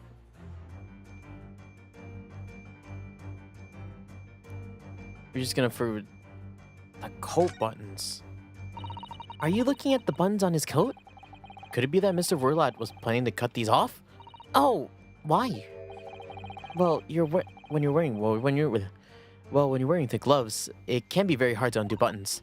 Then, couldn't you just take off your gloves first? Ah, so he was going to use the scissors to cut off his gloves then. I want you to take a deep breath and look at this from a fresh perspective, Naruhodo-san. Oops, I think she's angry. Just... Are you looking at the buttons on the...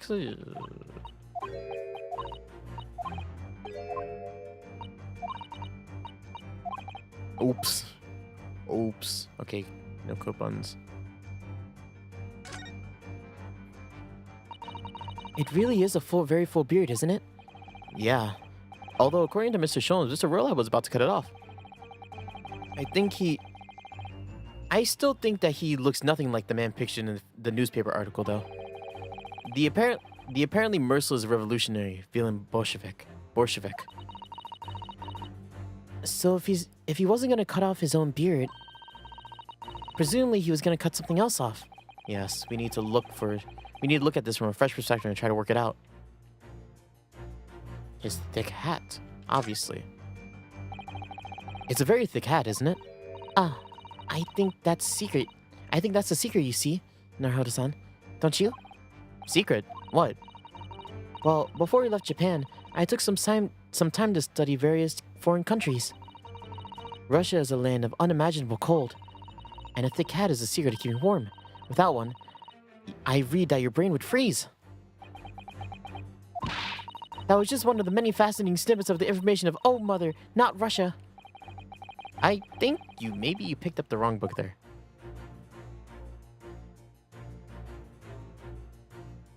Gosh, no, it was your copious beard. No, it's the random ass... the weird locks, golden locks they call it. What the? What's this? It looks like a cascade of stunning golden locks. No, the color isn't the point. The point is, what's this doing on the back of Mr. Verlot's head? And why is it growing out from underneath his thick black hair? Yes, that's true. It's stunningly beautiful and stunningly surprising. Something's definitely not right here. Yes! You were gonna cut these off! The locks that we can't see. You! You're on the verge of using those shears to cut away the golden locks you sport. Indeed. You have identified the precise detail I was intending to expose. Such lush, golden hair certainly does not befit an old man. Man? You're not a man at all. You're a woman. And judging from the length and sheen of your hair, one very much in her youth. Oh no. Or no. If only I'd managed to cut up my hair, no one would have suspected. The question, then, is begged to this. Why would you desire to get rid of these magnificent locks? Once again, this answer's plain. We have clear evidence to shed light on the matter. I'm sure it needs no further clarification. The evidence that reveals your true identity is the article about the revolutionary. Well, that was a shock. I had no idea that old man was really a young woman in disguise. Did you? Did you? What? Why are you staring at me like that? Yes, it was a surprise, Naruhodo-san. You're enjoying this, aren't you? Sorry? You look like you're in your element as you dance around the room and flaunt You look like you're in your element as you dance around the room deducing the facts of Mr. Sholmes. I'm doing it what we agreed. I'm not having fun or anything. This is strictly business, not strictly Yes, I understand. Say no more. Well, anyway, let's focus on the next part of Mr. Sholmes' deduction, shall we? The evidence that he picked out doesn't fit the facts at all now. No, that's true. Given that Mr. Verlat is actually a woman.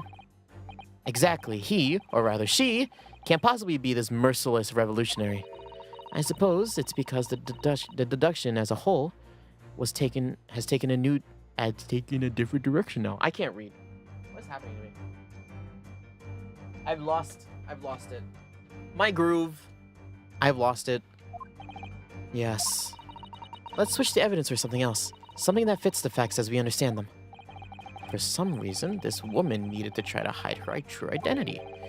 And I feel as though I've either read or heard a young woman in a situation like that recently. Alright, I'll do my best. Yes! Yes!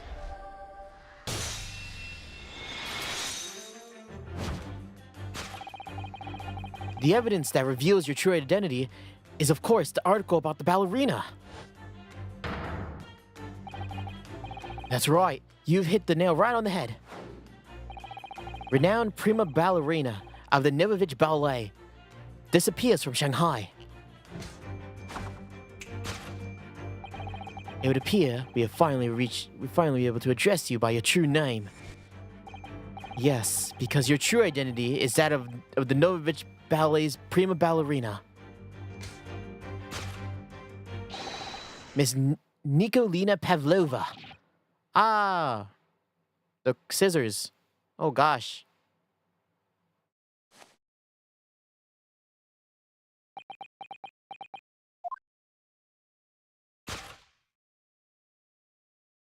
Oh wow. Hello. How are you able to disguise all that under a I guess you can. You're right. My real name is Nina. Well, Nikolina Pavlova. But please, I beg you, don't tell anyone. Oh, yes. The ballerina. Now, what are you trying to... Now, what's the crime you're about to commit, then? I don't know much about this one.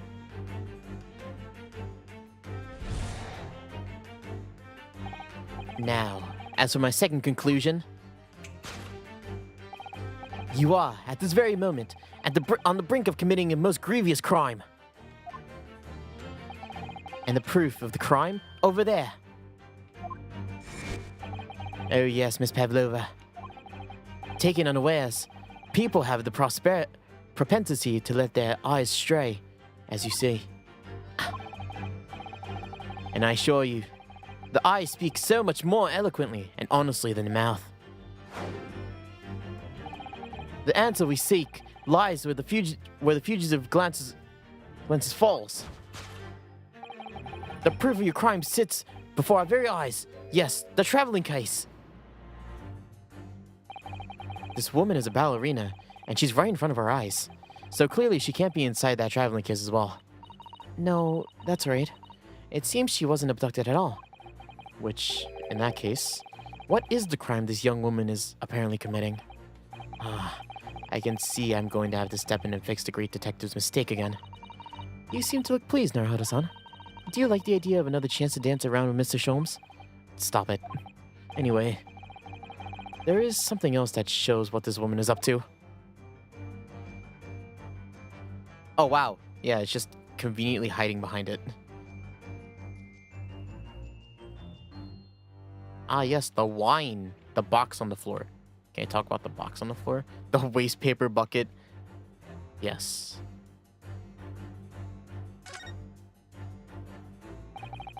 It's a very small case, isn't it? You can see instantly that no person could possibly fit inside. So that does tell us that Miss Pavlova's telling glances in a direction was focused on something else? If that's true, though, it doesn't make sense. What do you mean? Well, if there's nothing incriminating inside this case, why did she refuse to let us look inside? Yes, I wonder why. Perhaps she has a perfectly harmless reason, though. Hello, Tiara. The waste paper basket? Let's have a little look inside. Naruhodo-san! It's poor etiquette to go sifting through someone else's rubbish, you know.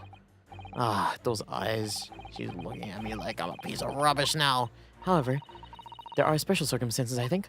Exactly! We have no choice! There's hardly anything in here. Oh, well, that's a little disappointing. Whoa, what's this? Wow! Wow, look at this dazzling tiara. I've never seen anything like it.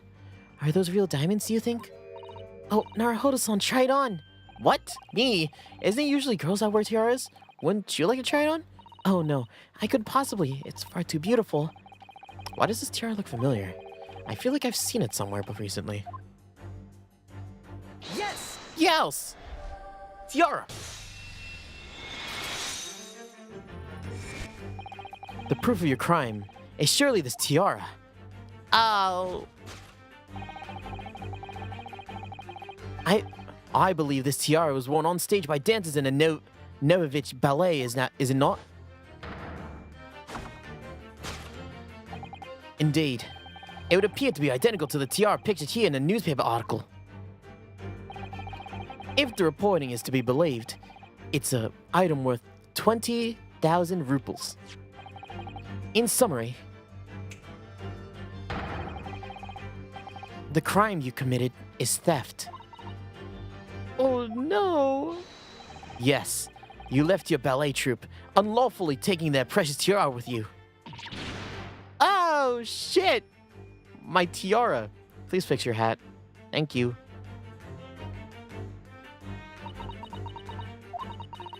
I have no one. No family. No friends. I'm all alone. And I needed money. But I did not steal the tiara. It was a present from, how do you say it? An arrow of Russia. It belongs to me. This girl is only 15 years old. And she's a runaway all by herself. She must be extremely lonely. Alright. I'll tell you everything. There is no point in hiding it now. Come, let us not be so hasty. What? There remains one unsolved mystery about you. Mystery? What do you mean? You have staunchly refused to open this traveling case of yours in our presence. It's reasonable to conclude, therefore, there exists some reason why you wish to remain it closed. Is that not so, Miss Pavlova? My dear girl, there's no sense in playing games with me. Nothing escapes my attention. Indeed, I have a very good idea of the contents of your case, even before I've laid eyes on them. Dear me, we are not well suited to the life of crime, are we? A careless duel betrays you. Once again, we only need to follow your furtive glance to find the answer. Yes, the reason you refuse to open your case is written in the books on the shelf. He's completely changed the tact with his deduction. I think Mr. Sholmes is adapting his logic to the changing circumstances, don't you? Maybe, but why has he suddenly brought the bookshelf into all this? That's just a completely wild guess. Surely that's completely just wild guess. Oh, do you think so? Well, it doesn't seem likely the reason why this young woman doesn't want to open her case. Would have been written in a book that doesn't even belong to her. Yes, that's true, but still. Miss Pavlova certainly did cast her eyes in that direction. I noticed it myself. Then there has to be another reason why she won't open her case. And it must be somewhere in the same area, if that's where her glance was involuntarily drawn. I agree. That's the only answer. Whatever she has hidden in that case should be revealed by following her gaze in the direction of the bookshelf. The door! It's a metal door, the same as in Kazuma's cabin. Yes, its rather slim bolt is the same as well. If Miss Pavlova was actually glancing over at the door instead of the bookcase, would that suggest the desire to run away from his cabin? Maybe.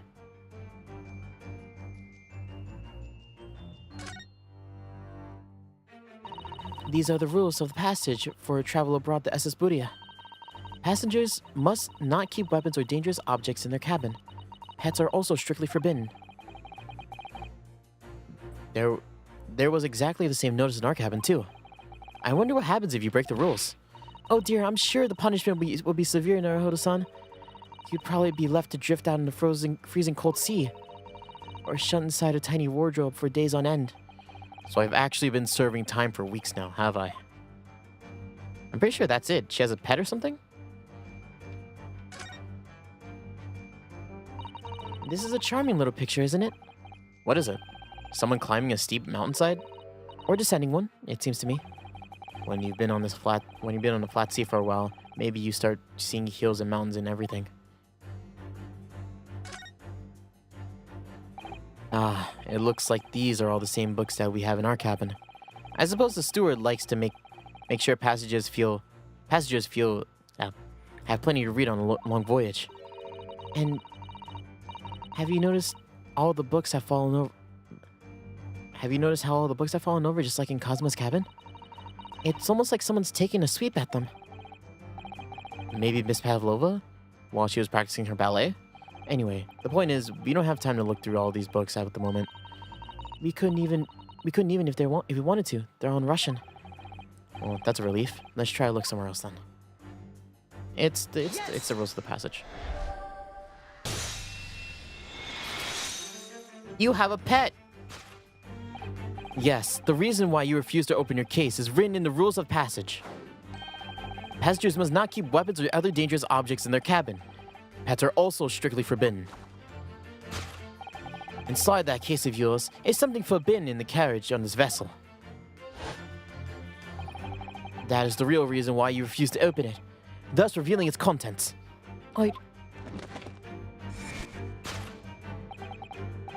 As we've seen, the trunk wobbles from time to time, but no weapon or dangerous item would move on its own accord. Not in the 1960s. Which leaves but one possibility, Miss Pavlova. Traveling inside your traveling case. Look at us. Is the last item listed as a forbidden in the vessel rules about passage? A pet. Oh, you brought a pet on board. Why are you hiding? Oh, right. You're committing crime and breaking rules. This is bad. Bad lady. Possession of prohibited animal.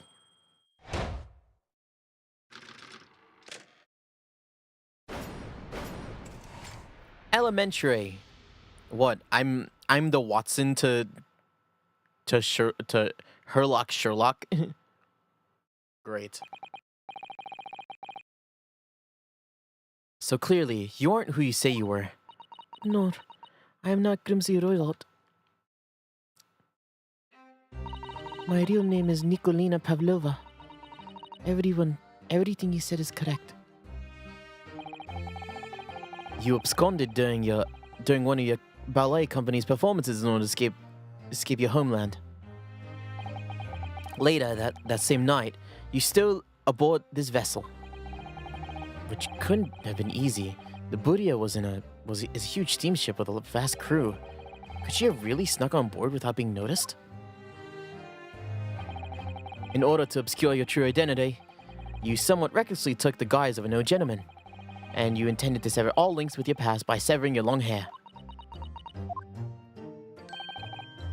Yet to a woman, hair is not a trifling matter.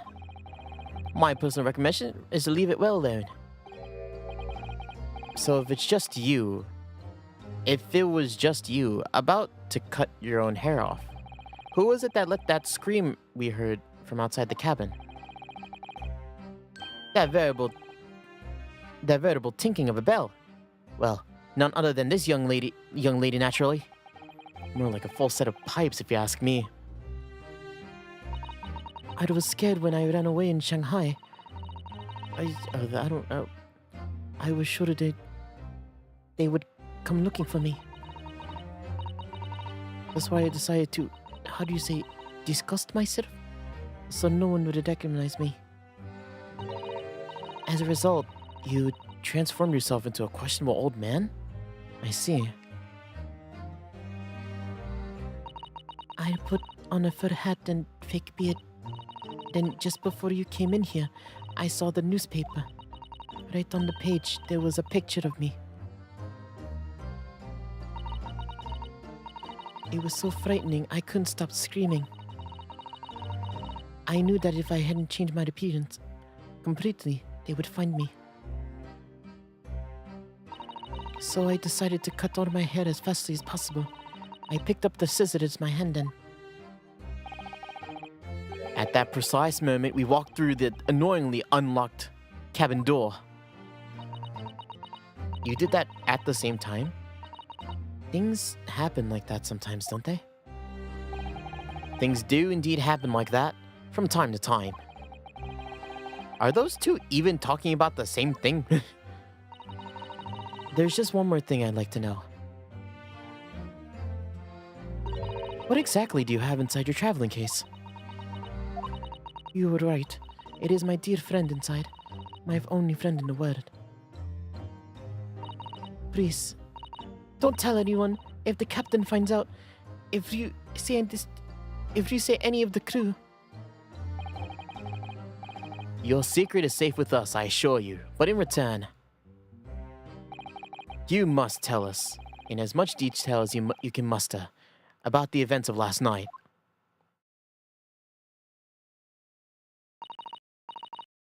Yes, all right. I will tell you. Well, Mr. Naruhodo? Wasn't it something like Mr. Shom's great deduction? It was certainly something, yes. I'm just not entirely sure what. But at least Miss Pavlova has agreed to tell us what she knows. That's incredible. Indeed, it is incredible. Ah, and one more thing. Oh, yeah? What? Observe your wrists. My... God damn it. Ah, your hands are cuffed again. What? But how? True to my word, I have restored your shackles. When and why? still have a shadow. There is still a shadow of guilt cast over you, Mr. Naruhodo. I'm sorry to say, but it can't be helped at the moment. Ah, can it? Really? Anyway, let's listen to what Miss Pavlova has to say. I can't go on not knowing. I have to find out what the speckled band that Mr. Kazuma wrote about in his diary really was. But first, let's look around. Always things to look around at. Let me see. Don't touch. Huh? I would tell you about about last night, but please, you must not touch my things. How do you say? Forbid it. Oh, sorry. As well as you should, young man. What vulgar manners you have. Poking around a young lady's private belongings? Neither shall I allow it. Ah, hypocrite. Can't even look at anything in here? You bumping me? Can I present this to you? Miss Pavlova, about this article. You look so beautiful, like a fairy. Do you not like being in the circus? I'm scared. If my picture is in the newspapers. You poor girl. She's so young. Just 15 years old. For her to have to run away all by herself, she must have felt very, very alone.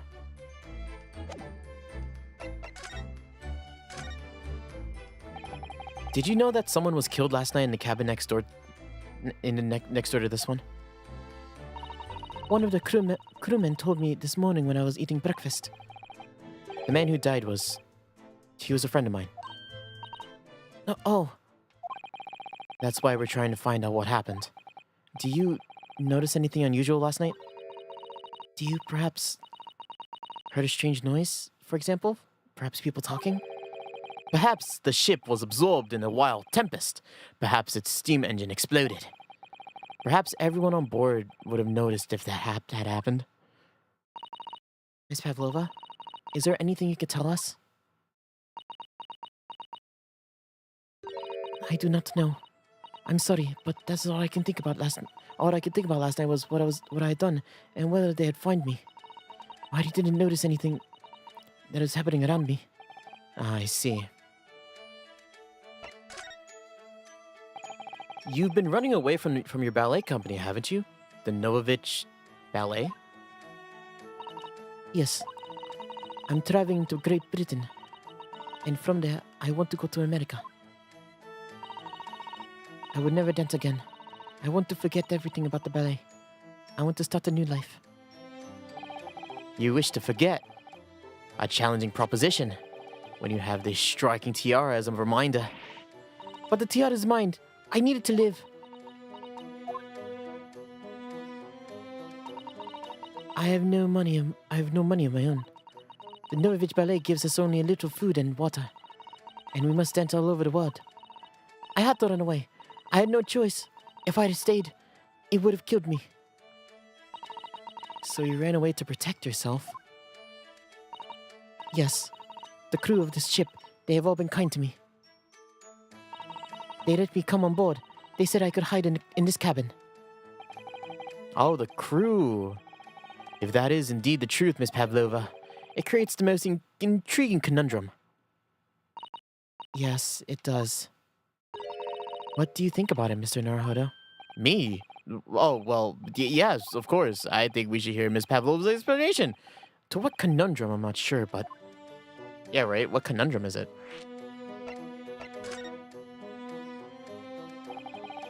Miss Pavlova, allow me to pose you a riddle.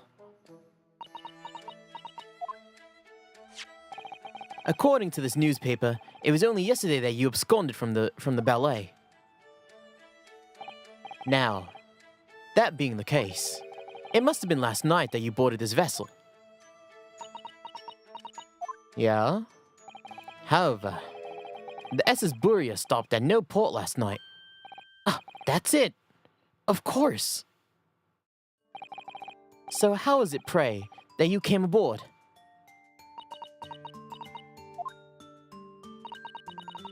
Now that I think about it, The crewmen outside the cabin acted very strangely when we mentioned that. It was just after we asked them when the occupant of this cabin came aboard. It's like none of our business, right? That is none of your business. That is none of your business. Yeah, you're right. He did seem to be hiding something.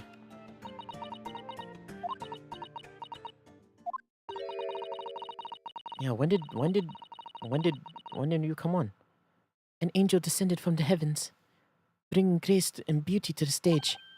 Sorry? What was that? Yo, Fung, what's up? It is a Russian newspaper described one of my performances. And that is how I came here too. I descended from the heavens because I am an angel. What the fuck? Okay, you grew such an ego all of a sudden. What? Considering English isn't your mother tongue, your description is very vivid.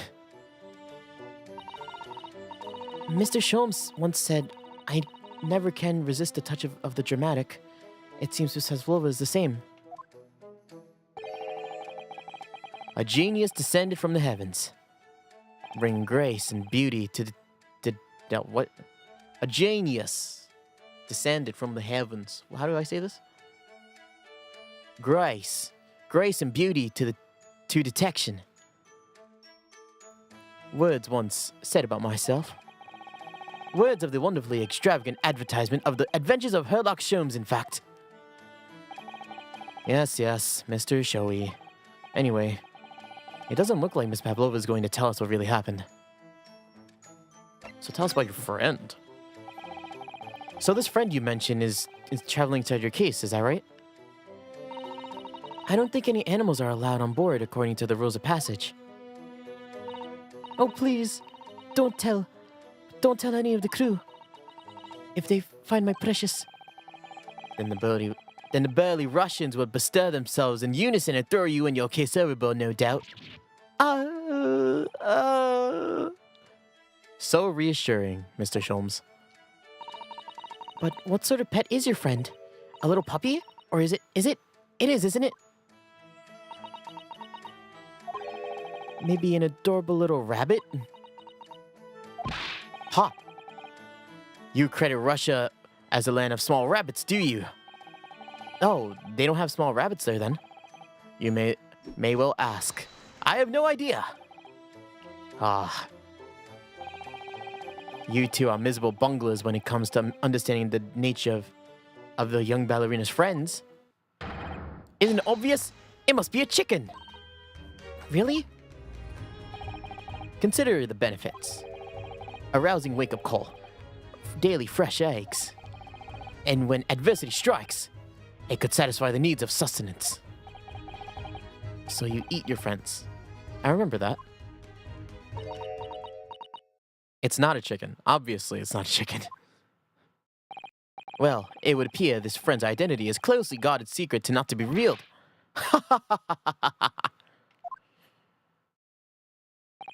She obviously doesn't quite trust us yet. There's something I'd like to show her, I think.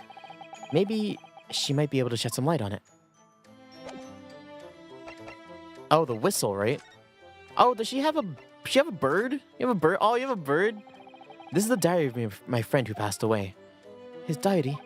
Yes, he wrote in it last night before he died. Something a little unusual. It reads, 1:23 p.m. or a.m. I could hear a faint whistling sound. And then a few minutes later, 1:35 a.m. What looks like some sort of speckled band is dangling from the ventilator grill. A speckled band? I don't understand. It's strange, isn't it? But the ventilator he mentioned joins to this cabin, you see. It's up there, on the wall.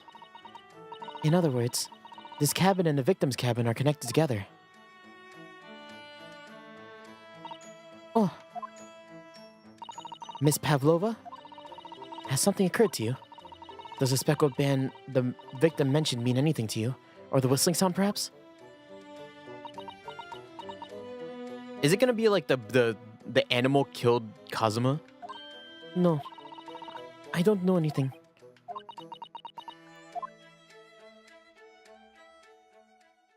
Great. Alright, is someone about to bust through the door? Excuse me, Mr. Roylo. You're... What? Wow, she's fast. Captain would like to speak to you. You must come to the captain's quarters at once. Please. Alright. I will come now. He's just like... What are they saying? I don't know. Obviously, they're speaking Japanese. What? You must leave. No.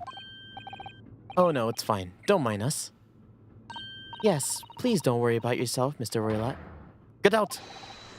Passenger says out. You want me to throw you up? Ah, it looks like we'll have to leave investigating this cabin until later. What a pity.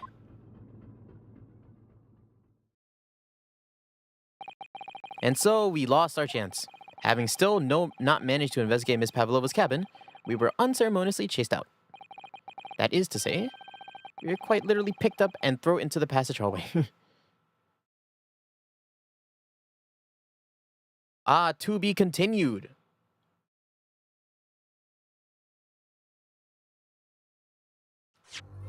That's the halfway point of this case?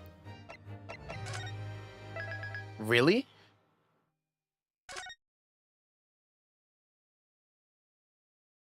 This game's like way longer than the other ones, isn't it? At least the ones that I remember playing. Jesus, these games are so long. 9th of January, SS Buria. First class cabin passageway. I wish we hadn't been thrown out like that. I wish we managed to find some clues as to what that speckled band might be. We didn't manage to investigate at all. And I imagine that we won't be able to for quite a while longer. We'll never get past the sailor guarding that door. He's clearly glaring at us too, as to say, don't even think about it. Oh, wait a minute. What is it? Well, what happened to our great detective friend? Where'd he go? Oh, yeah. He's completely disappeared. When did he do that? He slipped away as quietly as the wind, but not before ensuring that these were securely back on my wrists.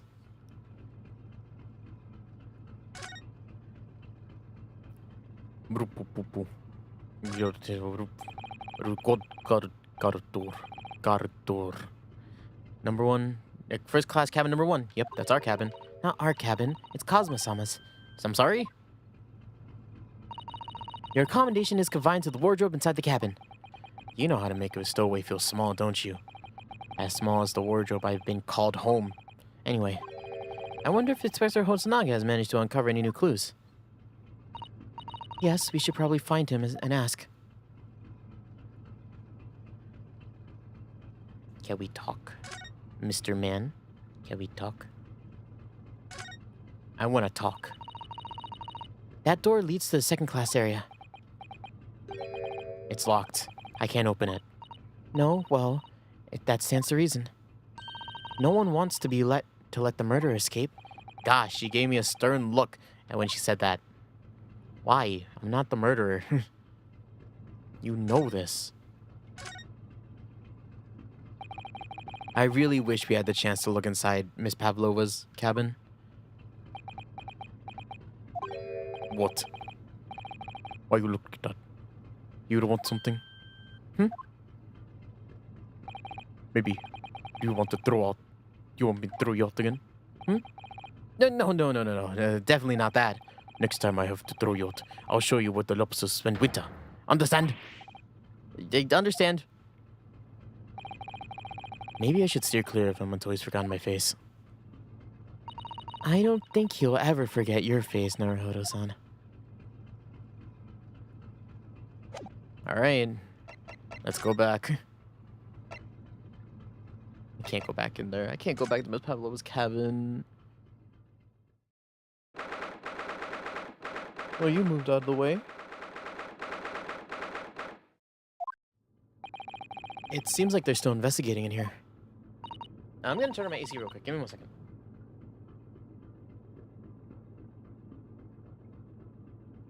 It has in fact gotten too cold. Yes, on that subject, I wonder if Inspector Hosonaga is unscathed. What do you mean, unscathed? Surely you haven't forgotten, have you, Naruhodo-san? Don't you remember what he said about allowing you out of this cabin to investigate? He wanted to go talk to the captain about it. He said he laid his life on the line for you. Oh, yeah. Yeah, no. Just like, Hosonaga, you know, I think he'll live. You see him coughing all the time? Like, it's amazing that he hasn't gone under yet. Trying to make sure it doesn't rain today, just because the cushion's outside. I might go back to check on it in a little bit. I'm sure he was exaggerating. Let's see what he has to say for himself. He might have some news for you, new information for us. You never know.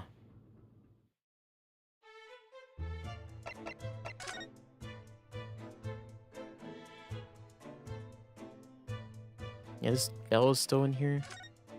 Hosonaga. He got... Whoa. There's a mark on him. Something happened. What? Hosonaga? Oh no. So this ventilator joins with Miss Pavlova's cabin. Yes, that's right. And just a few moments before he died, Kazuma saw something emerging from it. Yes, the speckled band, as he described it. If only Miss Pavlova had been able to shed some light on it, but it seems that she was as baffled as we were. Yes. I wonder if she's telling us everything, though. I'm not sure. I know most people abroad would say the same thing about me, but there was something about that woman that didn't sit right with me.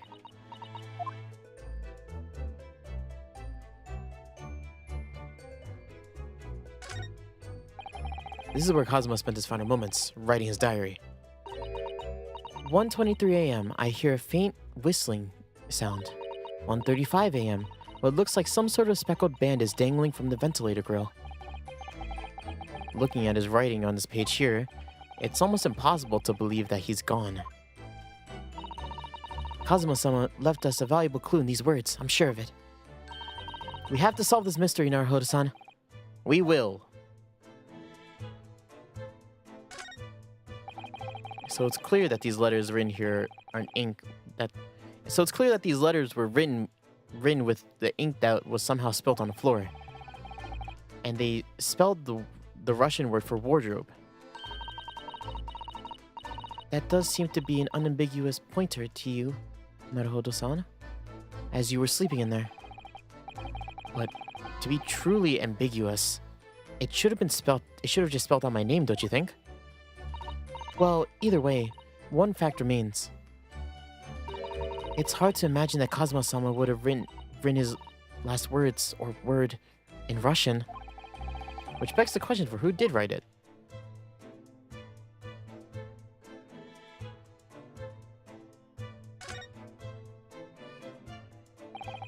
All the books provided for passengers accompanying this cabin, neatly arranged on the shelf. They were all over the place when we first looked around, if you remember. Oh yeah, and then you tidied them up, didn't you? You have to look after the ship's property. Unruly behavior in the cabins leads to damages. But it really wasn't me who knocked them over. Well, anyway, I feel much better now that they're neatly lined up. I can't relax when things are untidy. Untidy. There are rules of passage for travel abroad in SS Buda. Passengers must not keep weapons or dangerous objects in their cabin.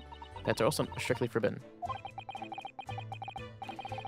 So by bringing her pet on board, Miss Pavlova has broken the rules. She called it her friend, didn't she? Yes, although we don't know what form this friend takes yet. I'm almost certain that whatever it is, it's inside the traveling case in her cabin. A friend. There's more to this than it seems, I think. Oh, is it a snake? Like they talked about in the beginning scene? I think it might be, actually. Was the snake poisonous? It was an adder, right? Aren't adders poisonous? You, where did you go? Sorry, I just went to the next door cabin to investigate. Boy, who gave you permission for this? Well, Inspector, I mean, Seaman Hosonaga did. But new Japanese, was it? Later, I will roll him into a ball and throw him into the cold room. Phew, he's gone back to guarding the door. I hope Inspector Hosonaga doesn't find himself in too much trouble on our account. He'd really gone out of his way to help us, hasn't he? When we get back to Japan, we'll have to take him for a steak at La Carnival. That could be a very long time from now, Naruhodo-san. Yeah, right? Still 2 months to get back to and fro Europe. Like, we're gonna spend a long time in Europe. A lot more than how long we're spending on here.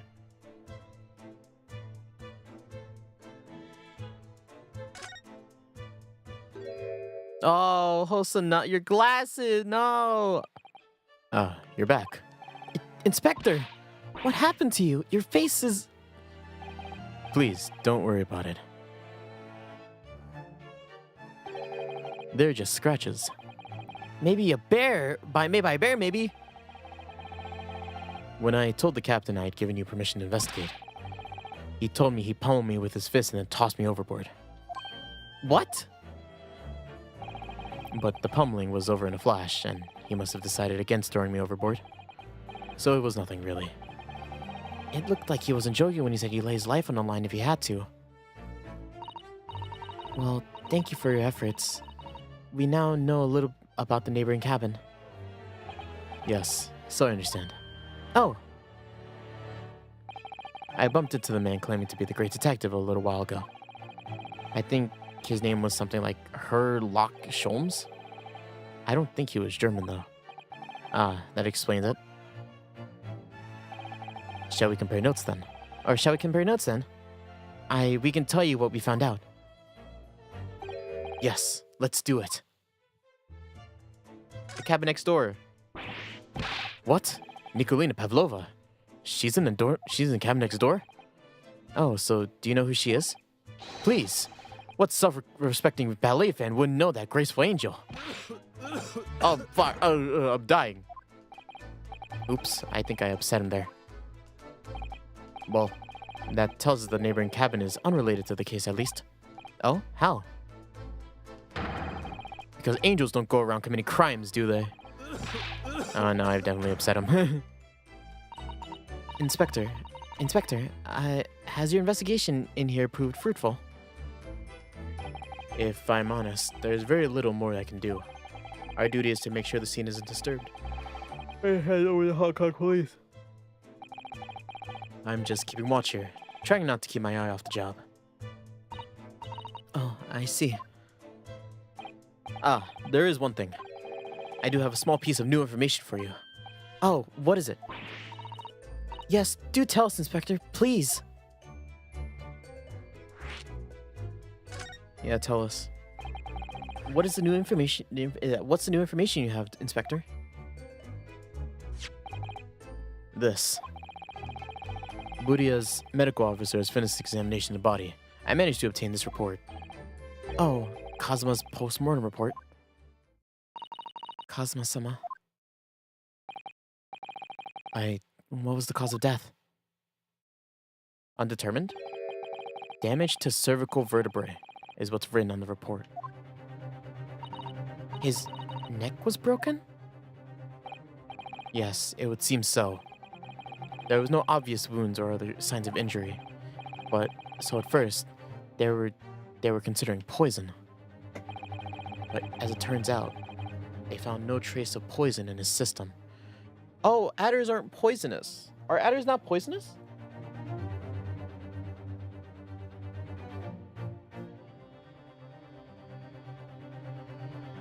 Hold up, let me search this up.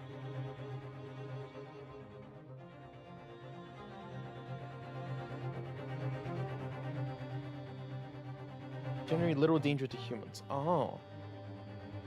He got constricted. It turns out they found no trace of poison in the system at all. Well, what weapon was used then? Nothing has been found as yet, but the fact is that there's no signs of a wound. It suggests that it may have been a blunt object, Something that wouldn't leave a mark. A blunt object would leave a mark, though. Oh, I see. All the body's nerves ran through the spine to the brain. A strong enough impact to the neck could induce death. It's a possibility, and no obvious wound would be left. Poor Cosma. I have a second copy of the report. If it might be useful, you're welcome to have it. Really? Are you sure? Yes, it's fine. I trust you. Oh, after all, if I didn't trust you, I'd never have agreed to you leaving this cabin in the first place, would I? Ah. Postmortem report has been entered to the coursework. Can I look at that actually before we keep talking again? Hosonaga, I'm so sorry, dude. Oh, I can't even. Oh, yes I can. Male, Far Eastern, somewhere between 1 and a little past 2. Instant death. The victim's neck. Dog, if he was instant dead, he couldn't have written the message.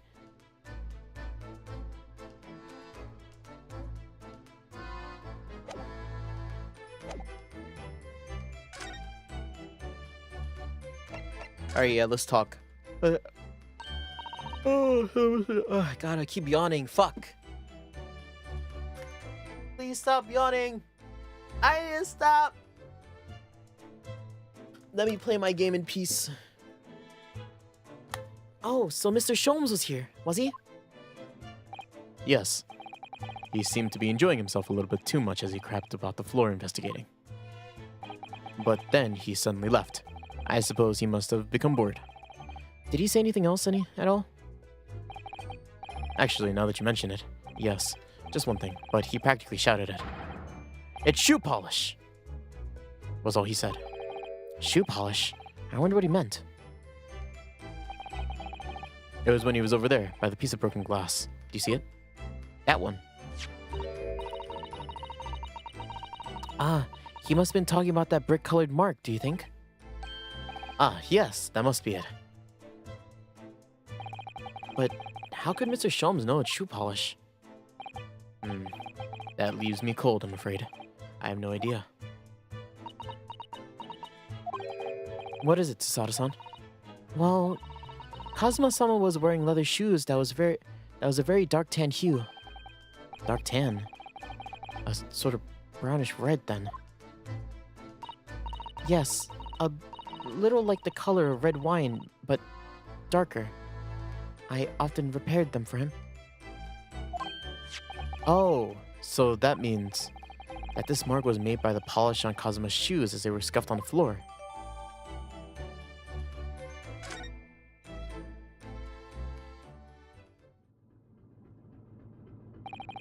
That's really all I can tell you at this stage. I should really return to my post. My fellow crewmen's eyes are boring into the back of my head. Yeah, it might be for the best. Thank you.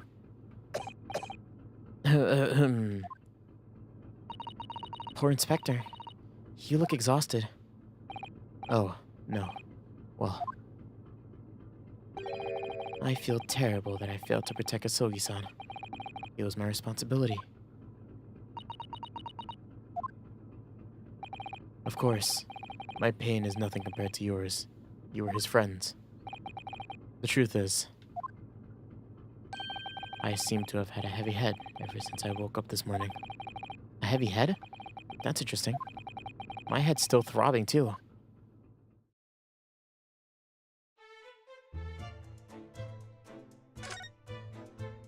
Interesting, really. A throbbing head.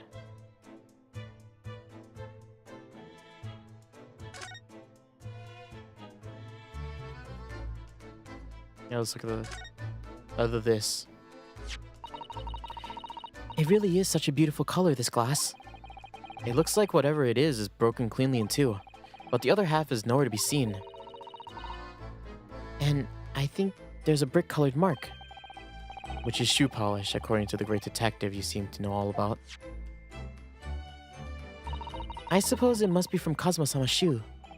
Maybe, but What I'd like to know is, how can a detective be so sure that it's shoe polish and not just something else? Because he's a great detective, of course. That's hardly a reason, is it? Is it a reason?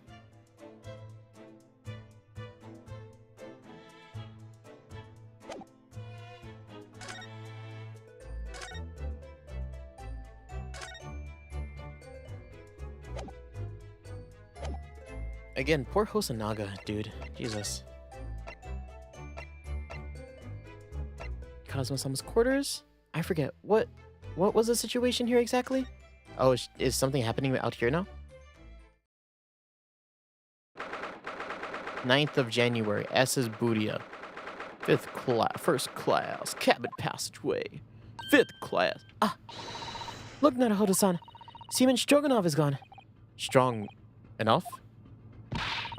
The burly Russian sailor who's always crossing his arm and glaring at us.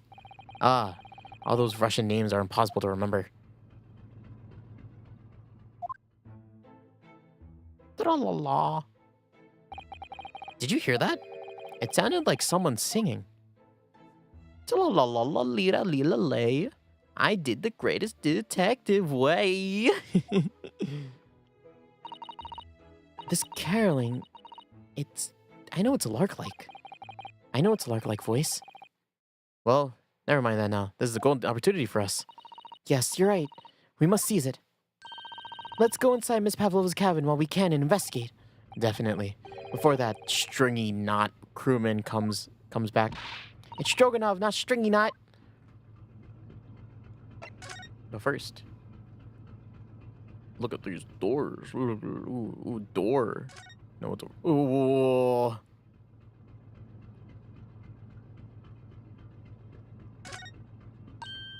Oh, it's Mr. Sholmes, look. Wow, you never know where he's going to turn up next, do you? He seems to be stealing a look at something as he sings to himself. Trolley la la lay. I did the great detective way. He's still singing. Do you think he hasn't noticed us? Or maybe he's simply in extremely high spirits. Yes, there was times, I'm sure you know, when the yard bit up more than it could chew. And through it all, when there was doubt, it was lucky her luck was about. Excuse me. I solved it all and stood tall. I did the great detective way. Mr. Sholmes! Ah, what is it? You want to fight? You square up, bro. Honestly, interrupting a fellow when he's singing, and I was just reaching the climactic finish. Sorry, I thought you were never going to stop, so I figured now was a good time as any. And I nearly dropped you to the floor with one of my famous right hooks. Alright, I get the picture. Now, could you please put those fists away?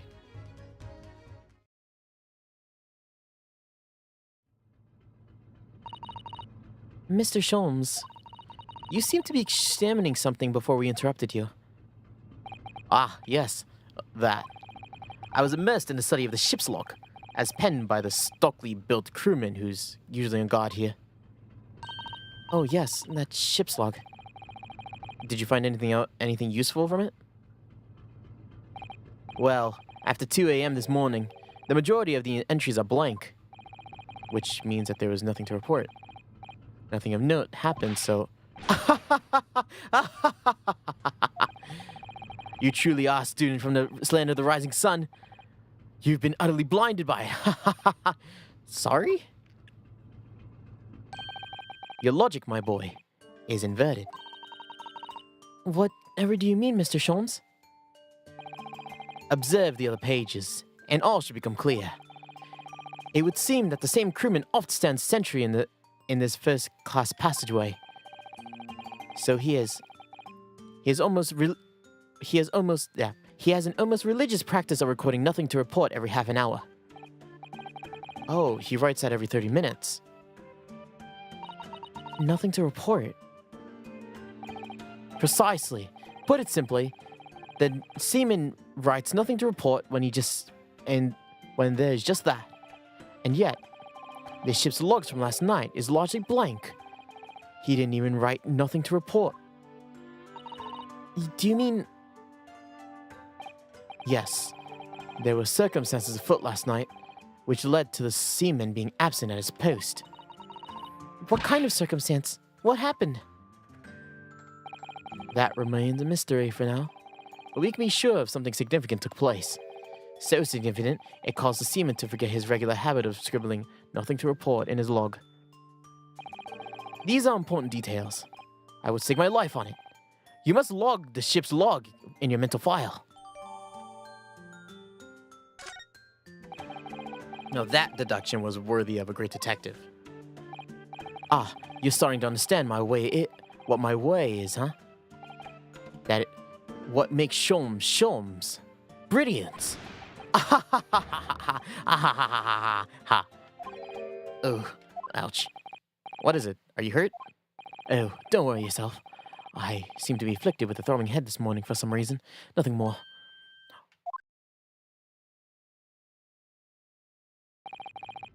Well, my friends, until our next encounter. He's still singing to himself. I can hear it as he wanders down the passageway. Is something wrong, Sasato-san? You seem lost in thought. It's just... Well, I feel the same. Sorry? Ever since I woke up this morning, I have had something of a headache. A sort of continuous throbbing. Oh, you too? Everybody's getting headaches. Weirdly enough. Something's wrong with the ventilation in this place?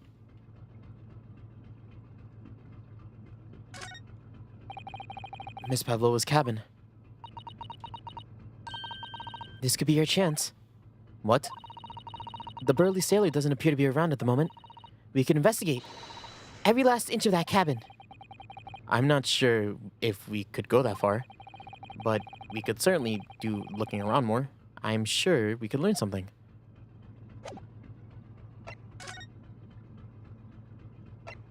The passageway joining the first class cabins is first class as well, it seems. I forget, what exactly was the situation here? Ah. So they say that whenever something's different. Oh shit. It's open.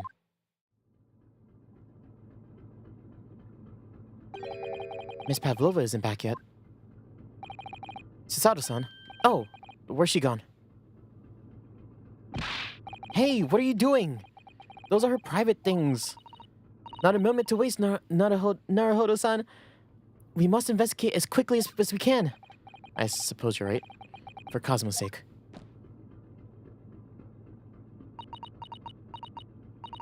Not just for Kazuma-sama. What do you mean? It can't be long before we arrive at port. In Hong Kong. I don't want you to be in those handcuffs when we get there. Really? We must solve this case, Naruhodo-san. By ourselves if we have to. Yes, we will.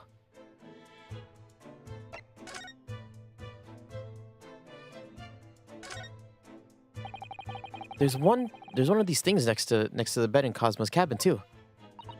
Yes, it's a bell cord. I can't resist. She barely hesitated there, and she gave a good tug too.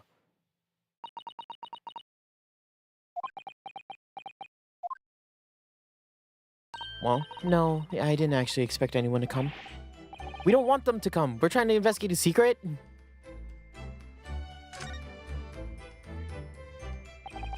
So this ventilator connects to Cosmo's cabin next door. Yes, although what a fool a shipbuilder must be to open the ventilator into another room. Ah, maybe it's so that if there's a gas leak next door, the occupant of this cabin would notice and raise the alarm. Or the occupants of both cabins would die of gas poisoning. That is a possibility. Anyway, last night, Cosmo wrote that he saw some speckled band coming out of the ventilator.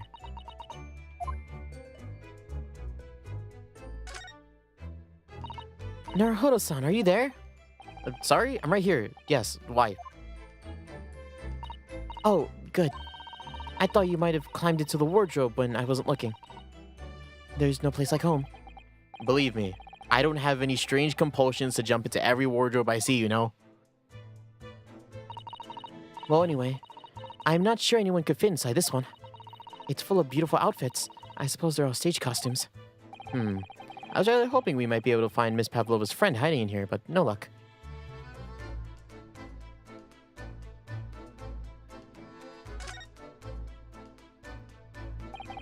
This cabin door has the same simple sort of bolted latch on that our cabin door has. If its bolts drawn across, there's no way anybody could enter the cabin from outside. Yes, it's not a particularly heavy-duty bolt, is it? But still, it wouldn't slide across of its own accord, would it? No. And the door is actually made of metal, so there's no chance of trickery by using magnets to unbolt it from the outside. And it seals up perfectly, too, to stop any seawater from coming in. So, we couldn't use the method you told me of passing a thread through the crack around the closed door either. It seems I know a lot of tricks for opening doors. I'm starting to see why they suspect me. Ah, yes. They're displaying this in the cabin too. Look, the SS Budia's rules of passage. Passengers must keep weapons and other dangerous objects in their cabins. Pets are also strictly forbidden. I suppose Miss Pavlova has realized that she needed to keep the contents of her case a secret if she read this. Her special friend, I mean. I wonder where her friend has disappeared to now. It's probably having fun exploring the ship, I imagine. I just hope Seaman Stroganoff doesn't find it and throw it overboard. Oh, yes. So do I. What, the snake that killed our friend? I'm so sure it's a snake. Now that I said it. Like, I'm almost positive it's a snake. If I don't see... Is it a snake? I'm not sure if it's a snake anymore. All the books are toppled over together. Look, every single one. Do you think that's the god of the sea, perhaps? He's toppled too, though. It's exactly the same as the bookcase next door, in Kazuma's cabin. Perhaps Miss Pavlova was practicing a difficult ballet pose and fell against the bookcase. I don't know. Would she really be practicing ballet on the same night she ran away from her ballet company? Alright then. It must have been you. You lost your temper and knocked them all over in a fit of rage? Not everything bad that happens on the ship is because of me, you know. Well, anyway, I'll set them all straight in here too. I don't like seeing them in disarray.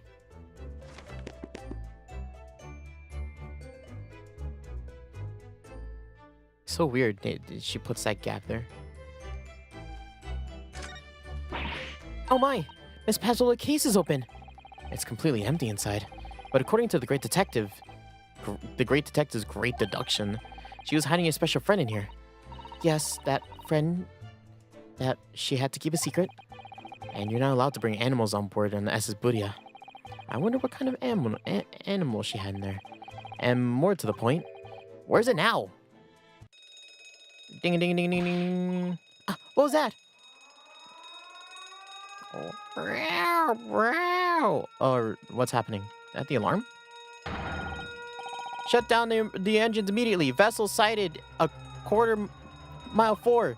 Full stop. Hard to starboard. All hands. Brace for impact. What the? I think we're about to crash into another ship. What? I can't stand. Susaru-san, hold on to me. Wow! Susaru-san, are you alright? Are you injured at all? I think I'm fine. Thank you, Naruhodo-san.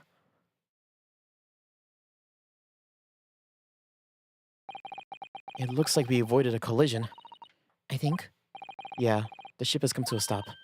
Oh my goodness, what about you, Naruhodo-san? Are you hurt? No, I'm fine. Hello, is anybody in there? Shout if you need assistance. Oh, that sounds like Inspector Hosonaga. Are you in there, Naruhodo-san? Unbolt the door. What is your voice? Unbolt the door. Quickly. What? The bolt? Oh, look at that. The door's bolted. Did you do that, Sasato-san? No, I didn't touch it. Well, that's strange. How did... And... Look at all the books. They're just like they were before again. Naruhodo-san, are you going to open the door and let the inspector in? I'd better tidy up this place first. Our violent emergency stop had solved one mystery at least, in a very vivid way. But I knew that what awaited us on the other side of the cabin door would not be pleasant. I hurried around tidying up the cabin with a new sense of foreboding in my heart.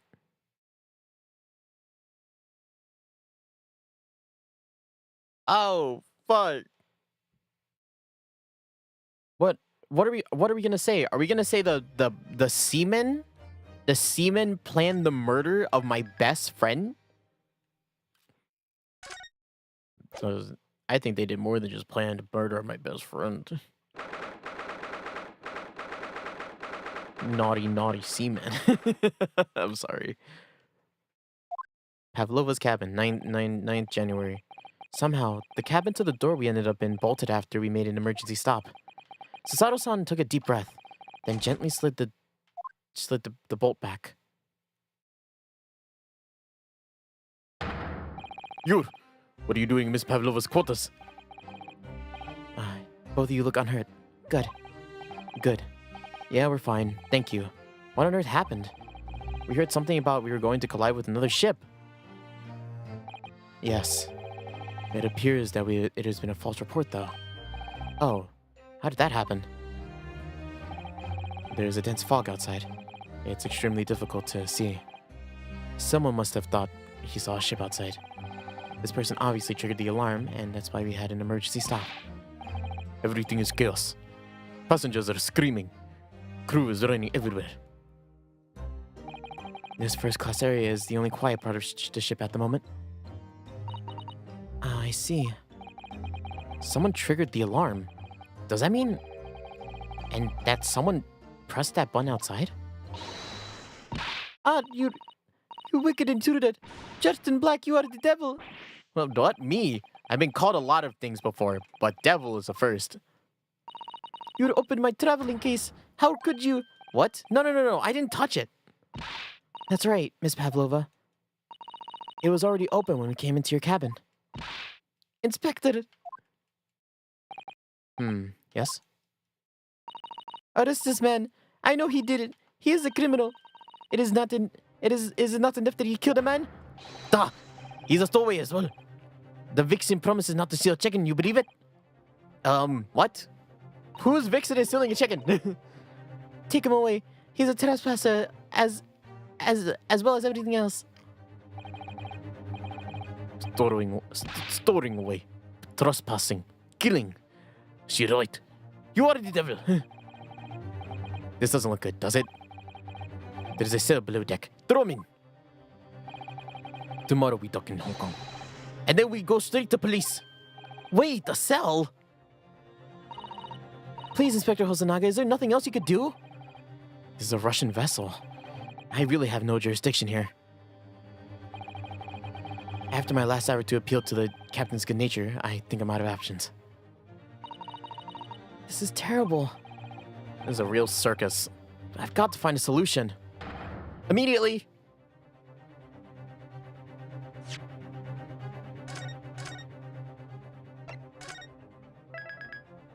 Oh, brother.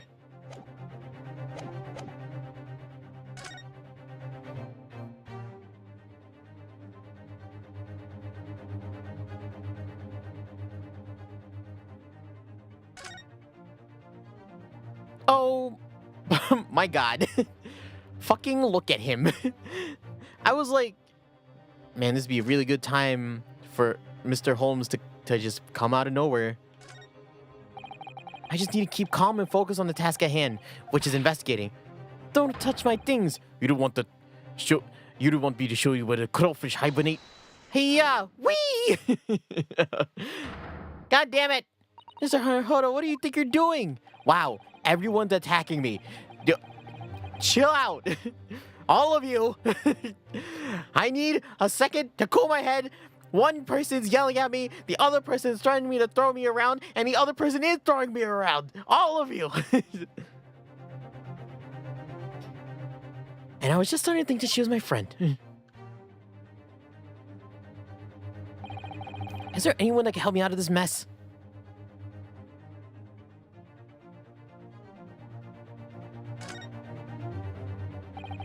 You've got yourself into a difficult situation here. But by entering this cabin uninvited, I mean, sorry, I was just so desperate to find a clue. I'm afraid there's really nothing more I can do to help you. If I push my luck any further, a punch to the face will be the least of my worries. I'm really sorry. I have to take responsibility for giving you the freedom to investigate Miss Pavlova's cabin. Now that this has happened, I have to report to the captain at once. I really need some help here. I need a savior to come to rescue me in this crisis. Please, just give me a little more time. I'll do nothing for you. Except show you the way to the ship's prison cell. Thanks, but no thanks. But I'm innocent. I didn't kill anyone. And trespassing and a stowing way. Well, you know, sometimes life can lead you down unusual avenues, and well, enough. You're all guilty. Ship's cell is the only place fit for you. Come on, there has to be someone. Some savior just to rescue me from this crisis. None of the seamen want to help me.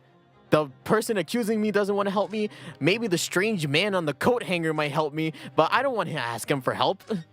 Okay, person that's accusing me. Miss Pavlova, can I get out? Listen, I'm sorry that we snuck in here without your permission, but get out. No. We needed to investigate here in order to understand what happened to...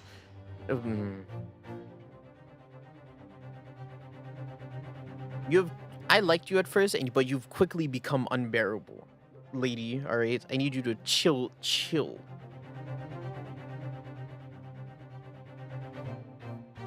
Das Spasiba. Das Vidania.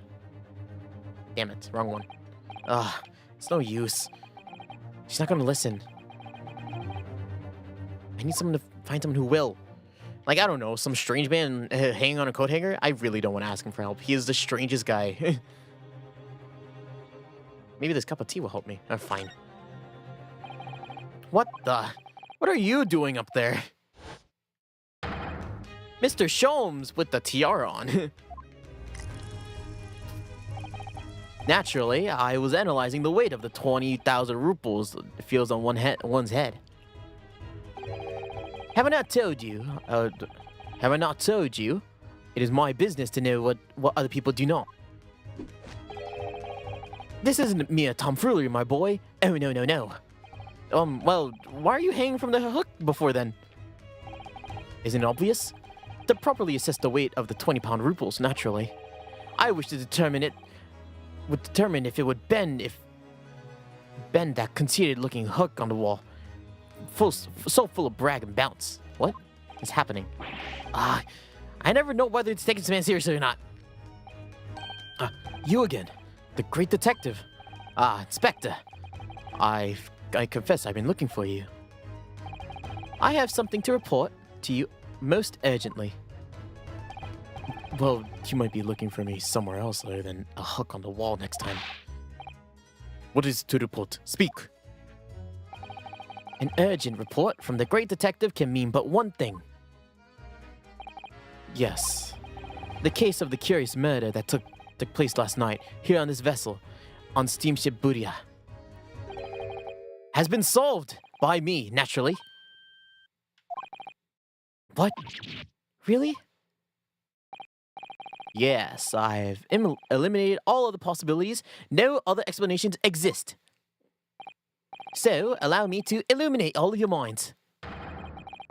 For I am about to reveal my great detective's greatly admired great deduction to the case. Huh. You've solved it. Even hedgehogs understand this case. We don't know who is responsible for killing the student boy this morning. We found the criminal in the wardrobe. It is the stowaway, and he has handcuffs to prove it. I didn't do it! The trouble is, there doesn't appear to be anyone else who could have killed the victim. Because, as everyone knows, the cabin door was bolted shut from the inside. That means the culprit must be someone who was inside the cabin. Yes, that's called a locked room mystery in the detective stories. Ah! Lock the room! That is point! The room was locked. Well, I can't deny that. There's no way the bolt could have been drawn across from the outside. You're all quite mistaken. The cabin next door is not a so-called locked room after all. What? Oh yes, there's another entrance. An entrance used last night by the culprit in order to gain access to the cabin, despite the bolted door. What other entrance? We never discovered one. Why, it gapes open mouth at you even as we speak. The ventilator, man. The ventilator. Gah ha ha ha ha ha. You think this is funny? I could not even, what was your voice? I could not even put my arm through that hole. That's because your arms are as thick as tree trunks. You're suggesting that the culprit entered and left the victim's cabin through the tiny opening? That's not possible. Ah, but it is. And last night, the victim even witnessed the intruder in the passing act of through the ventilator.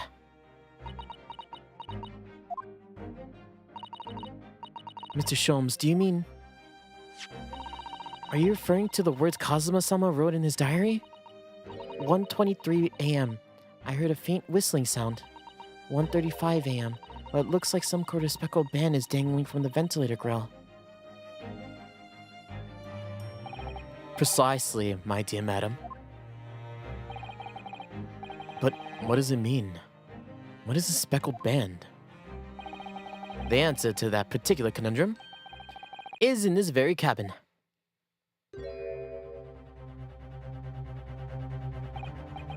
Mr. Sholmes? What are you doing? There's a distinct element of danger, but fear not, I'm ready. What I'm about to expose to you all to see will shock you to your cause. Behold! Kya! Ah! What the?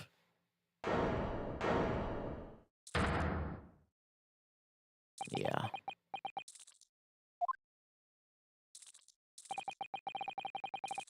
Allow me to introduce you all to the band. The Speckled Band. A snake? Indubitably. That's your friend. That's your friend. Pavlova. Oh gosh, look at that guy. Really cool animation. Also, he's gonna kill him. No matter how strong the guy is, that snake's gonna kill him. Mr. Sholmes, just one thing. Pray, what troubles you? Well, that snake isn't really speckled, is it? It looks more stripy, wouldn't you say?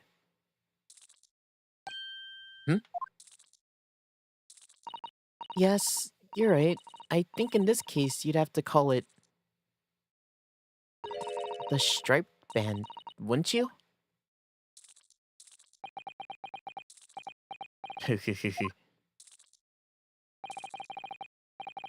You both see and observe, with distinction, however. Do you not think that is precisely the trap into which the culprit wishes you to fall into? Oh my goodness, really? It's a trap? How exactly? I think perhaps it is time I explain the intricacies of my train of thought. Are you ready, Miss Pavlova? I'm sorry for the young man who died, but that is all. His death has nothing to do with me. This whole thing has nothing to do with me. There is two conclusions I have drawn from the facts. Number one. Last night, your friend infiltrated the victim's cabin. And number two, that same friend was responsible for the victim losing his life. No. She's turned white as as a bowl of rice. Sholmes was he right? He's hit the nail on the head. This young woman's friend killed Mr. Asogi.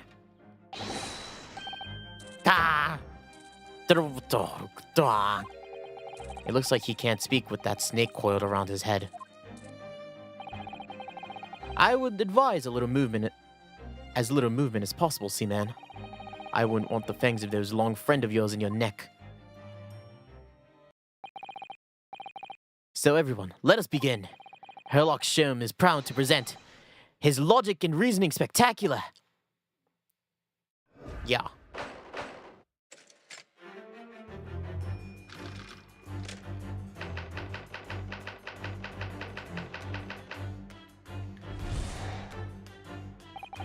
Miss Pavlova, moments ago you claimed the following. His death has nothing to do with me. This whole thing has nothing to do with me. Yet you cannot deceive yourself. I cannot deceive myself. Did you see her hand like slowly fade away? Yes. When you recall those horrid events, your aching heart smarts with pain. And it is that very pain that evidences your extricable link to the victim's death. So, we ask, what was the nature of this intruder that stole into the victim's cabin on that portentous night? Why, naturally, it was the friend with which you boarded this vessel with, was it not? As I suspected, another telltale glance. Without a doubt, your friend was the writhing serpent we see before us. And yet, that fact leaves us in a quandary.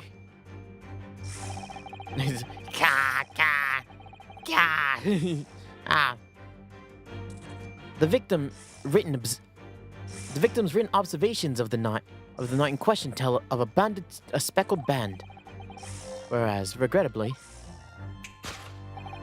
this specimen's markings do not fit the subscription in any way. What explanation can we give then? That can we then give, pray? Whoa. What was this sight that fell upon our victim's eyes last night? No. Don't look at me. This has nothing to do with any of this. Oh, but it does. You have the answer for this quandary even now, hidden behind your back. Yes, that which you are trying to, but failing to conceal, can only be the snake's slough skin. Evidently, after the subtle, horrible crime, this most deadly friend of yours shed its original skin. No, I don't know what you're talking about.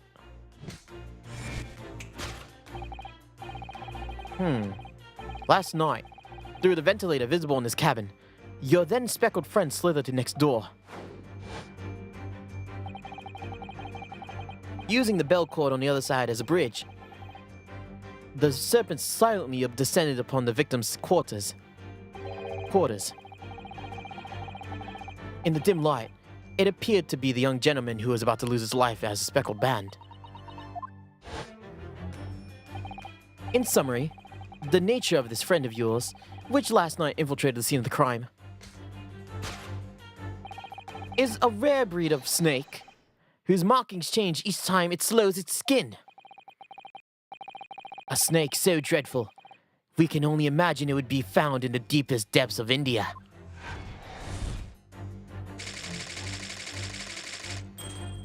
Talking about snakes now is bringing out the real, true, Steve Irwin. You know what I mean?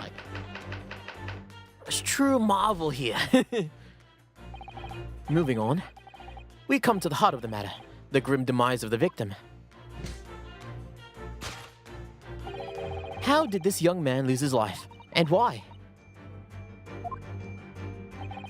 According to the data of which I have been appraised, it would appear that there were no visible signs of injury.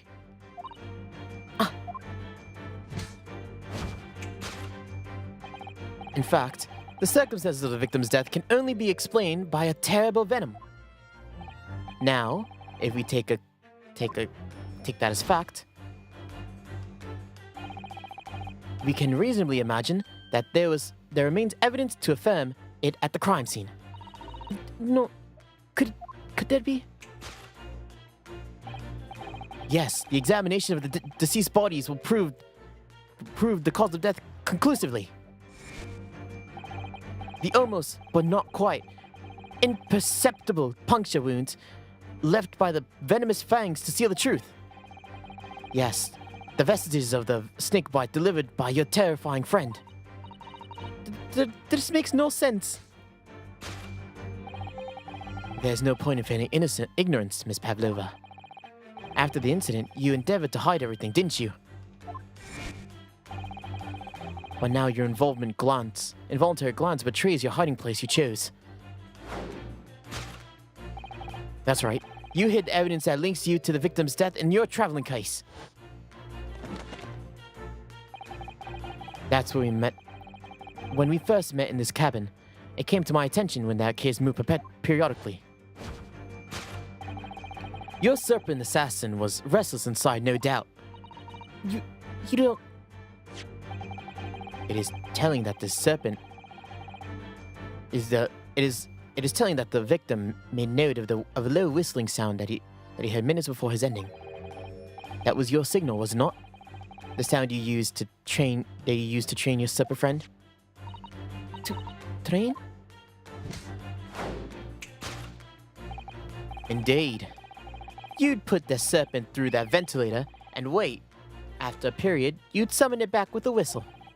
You couldn't know if the animal had done its duty, so you would listen for signs of life next door. The victim appeared to not have been dispatched. You'd release the snake once more. Do you deny the snake has undergone such training? That's not true. Having slithered away through the ventilator and down the bell cord, the creature only need to sink its fangs in once. And its venom would course through the victim's veins, ending his existence forever. That is the true nature of the speckled band that took the poor man's life. There can be no doubt. My logic is infallible. Sure, it sure is. Sherlock.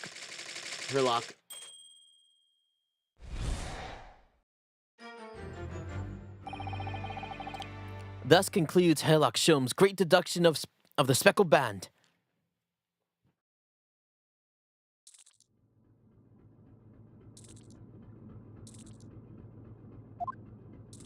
No, it makes no sense. Miss Pavlova has trained her pet snake as a killing machine. The thing is, if it is a killing machine, why isn't it killing the guy right now?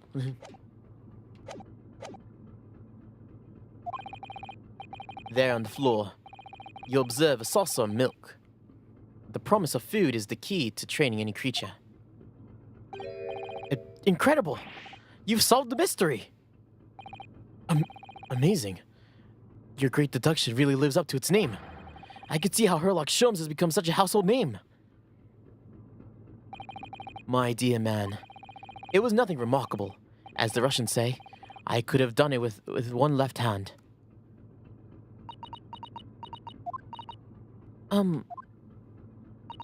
Could I venture an opinion, Mr. Sholmes? But of course. What's on your mind?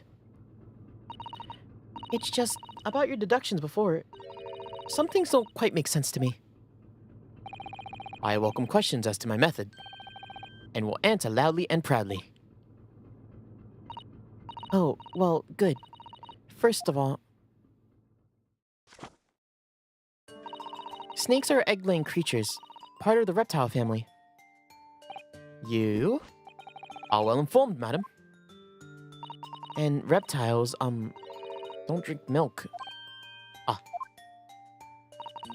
It's really only mammals that need to drink milk, you see. So, I'm not sure what it would possibly... I'm not sure it would be possible to train a snake using milk as a reward. No matter. I doubt Miss Pavlova used some other trick to encourage her pet to do her bidding. Milk is merely an example. The logic holds. Well, there is something else.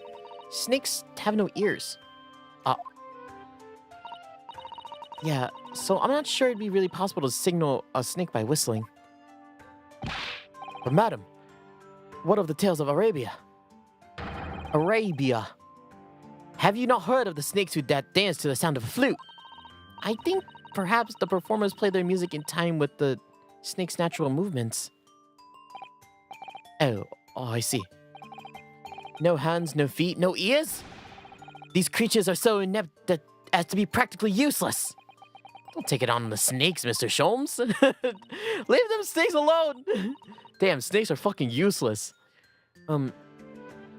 There is one thing. You have more? Snakes use their scales on their bellies to propel themselves. So, I'm not really sure if a snake could manage to climb up a flat-bellied bell cord like the one in the cabins. Then it should try harder. Please, don't be angry with me, Mr. Sholmes.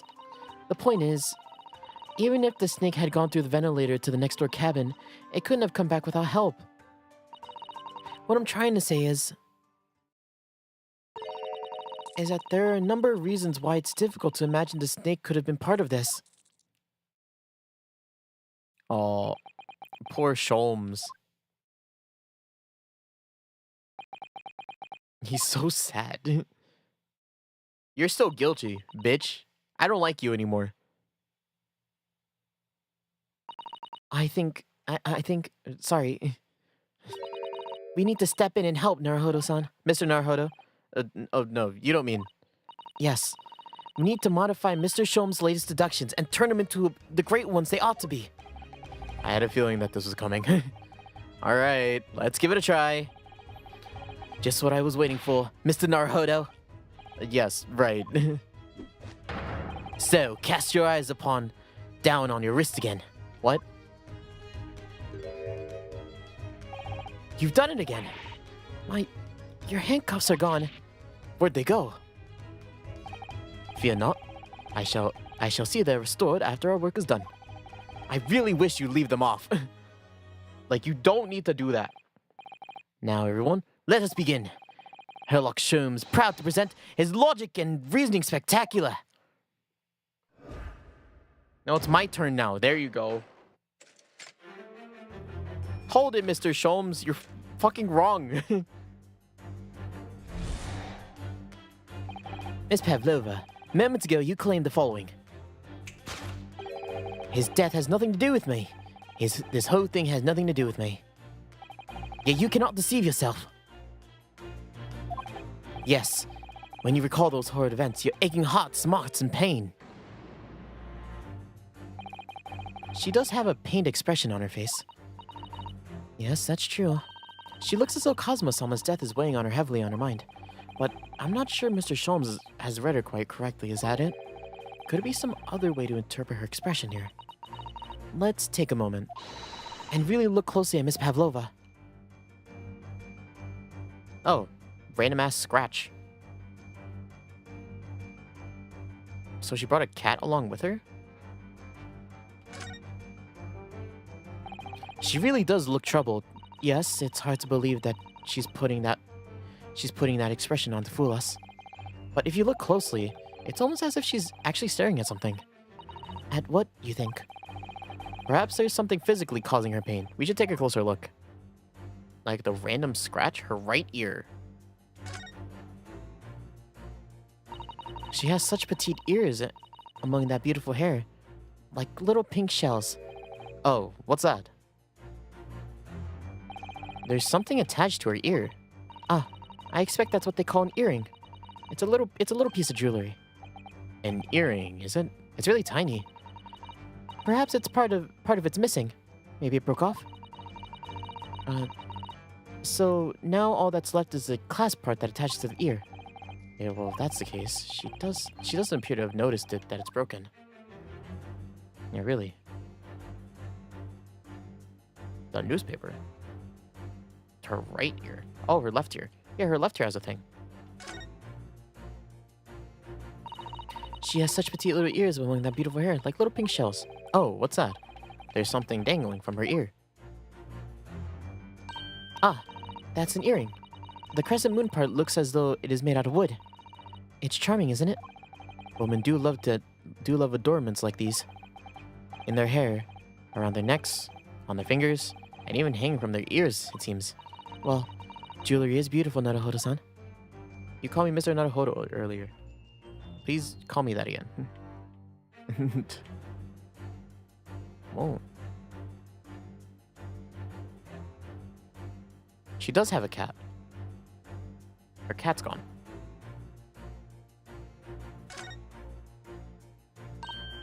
Oh, Naruhodo-san, look! It looks like a very painful wound. It looks like a scratch mark made by some kind of small animal. And fairly recent, too. Ah, whatever scratched her doesn't appear to be around here. Yes! Yes! She got scratched! It's not because of her aching heart and mental health. It's her physical body. Yes. When you recall your horrid events, the claw scratch smarts that pain. Indeed. And a small observation reveals that wound is fresh. Miss Pavlova, did you in fact receive that scratch? Sometime last night? Sorry, I was doing my really good Holmes impression. Did you like it? Yes. Ah.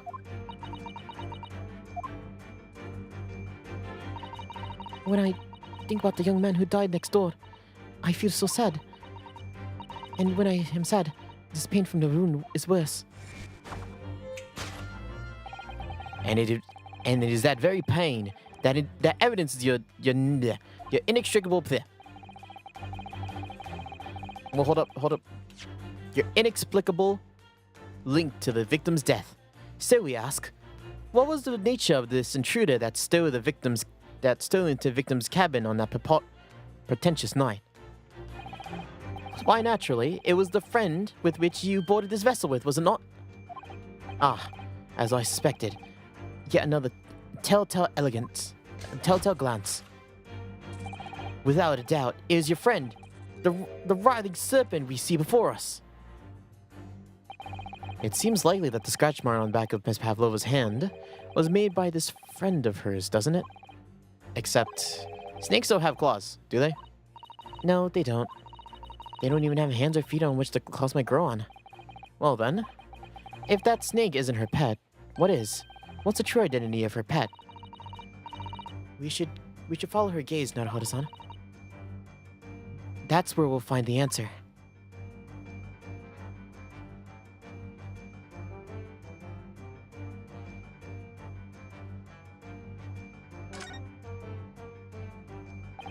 The more I look at this creature, the more its stripes stand out. It's a very impressive snake, isn't it? Yes, it is. And it seems to be doing its best to squeeze the poor sailor's head until it bursts. Yes, it's a terrifying sight, and slightly heartwarming at the same time. Anyway, it'd probably be a good idea not to get too close.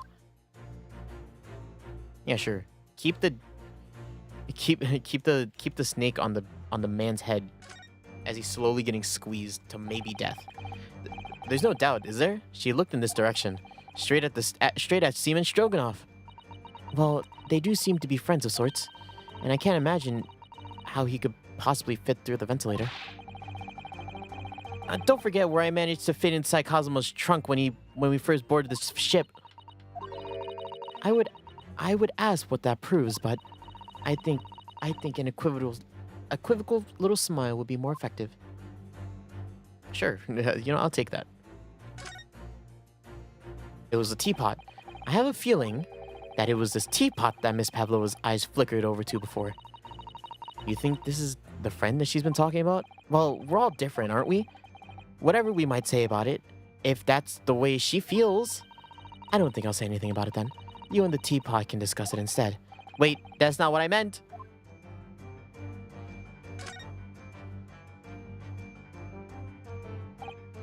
Ah, look at the photograph in the frame. This must be something Miss Pavlova brought in with her when she ran away. She's exceptionally beautiful, isn't she? Yeah, that's true. But personally, it's the little black creature she's holding onto that's caught my eye. Maybe we better take a closer look at this. That must be the stage costume she was wearing. It's quite stunning. I'd like to have something like that. And she's wearing the 20,000 ruples on her head as well. Look, it's called a tiara, Naruhodo-san. And you shouldn't think of it as purely in terms of its value. She must be a strong-willed woman to turn her back on the world stage and run away all on her own. Look at that little cat Miss Pavlova's cuddling here. Oh, what a cute little kitten. It could vie with you, couldn't it, Naruhodo-san? For the blackest outfit. A black kitten. From the look of the picture, at least, Miss Pavlova seems very attached to it. Yes!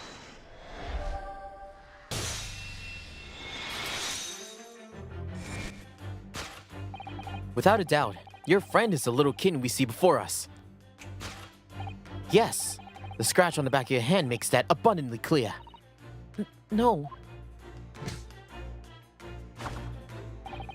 The whereabouts of this black kitten isn't clear, but what is clear is that you brought this animal with you when you ran away, didn't you? Ow! Darika's my best friend. I couldn't leave her behind. So Darka appears to be a Russian blue. And yet, the fact leaves us in a quandary. The victim's written observations last night in question tell of a speckled band. Whereas, regrettably,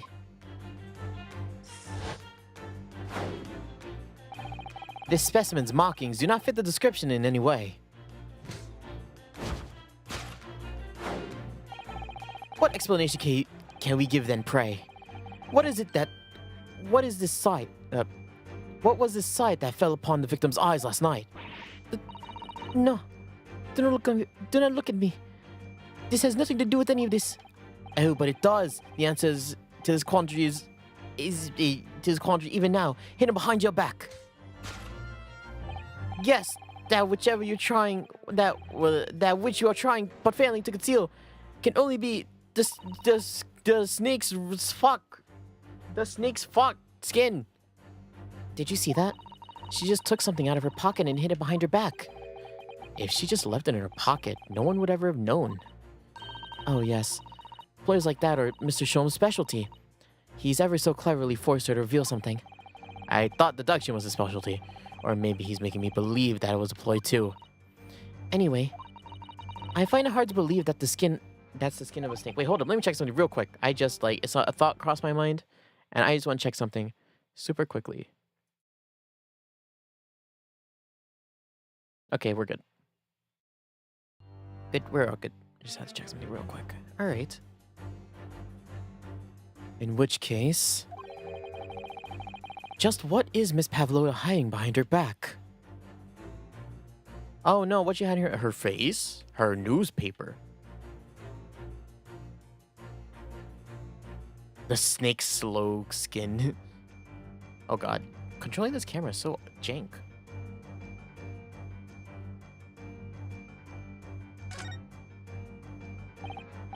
Well, it is speckled, and it is a band, but what is it?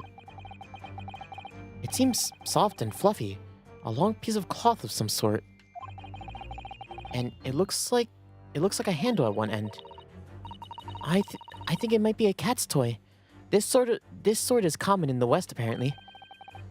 How is this a toy for cats? Cats like to chase the band around and paw at it. Kittens in particular love this sort of play. You only need to wave it in front of them and they will pounce and catch it. Ah, that sounds absolutely adorable.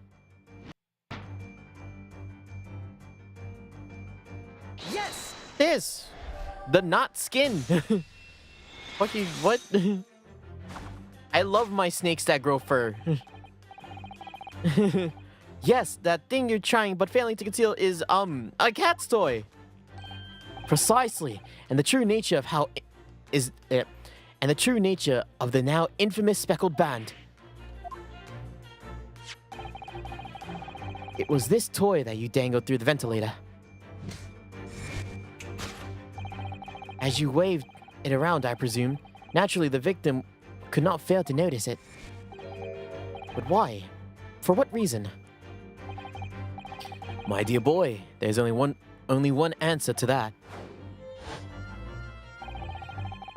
After her feline friend disappeared through the ventilator into the neighboring cabin, Miss Pavlova attempted to use the speckled cat's toy to incite the creature to return.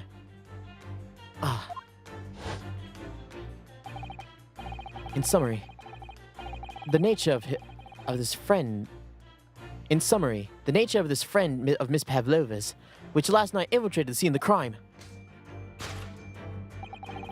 is a blithesome Russian blue breed of cat by the name of Daka. Kya indeed. A truly troublesome feline, young Daka is proving to be. She must be caged once found. You'll forgive us for borrowing the photograph of your pet, Miss Pavlova. The photograph of Miss Pavlova's Darka and Miss Pavlova and Darka have been added to the court record.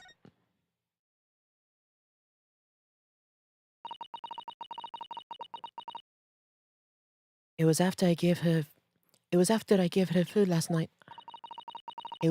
That's when it happened. She scratched the back of my hand and then ran up the bed cord. And before I could do anything, she disappeared through the ventilator. Darka. She's so naughty. A beloved kitten. You have a cat. Okay, so how'd the cat kill my boy? Moving on, we come to the heart of the matter, the grim demise of the victim. How did this young man lose his life, and why? According to the data of which I've apprised it would appear that there are no visible signs of injury.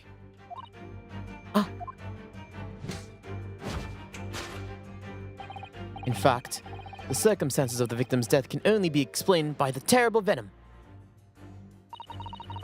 What Mr. Shom says is true. There are no signs of a wound anywhere on Kazuma-sama's body. That's right. But Mr. Shom seems to be unaware of one very important fact. Kazuma wasn't poisoned. Yes, it would seem so. Let's give him the information he's missing now.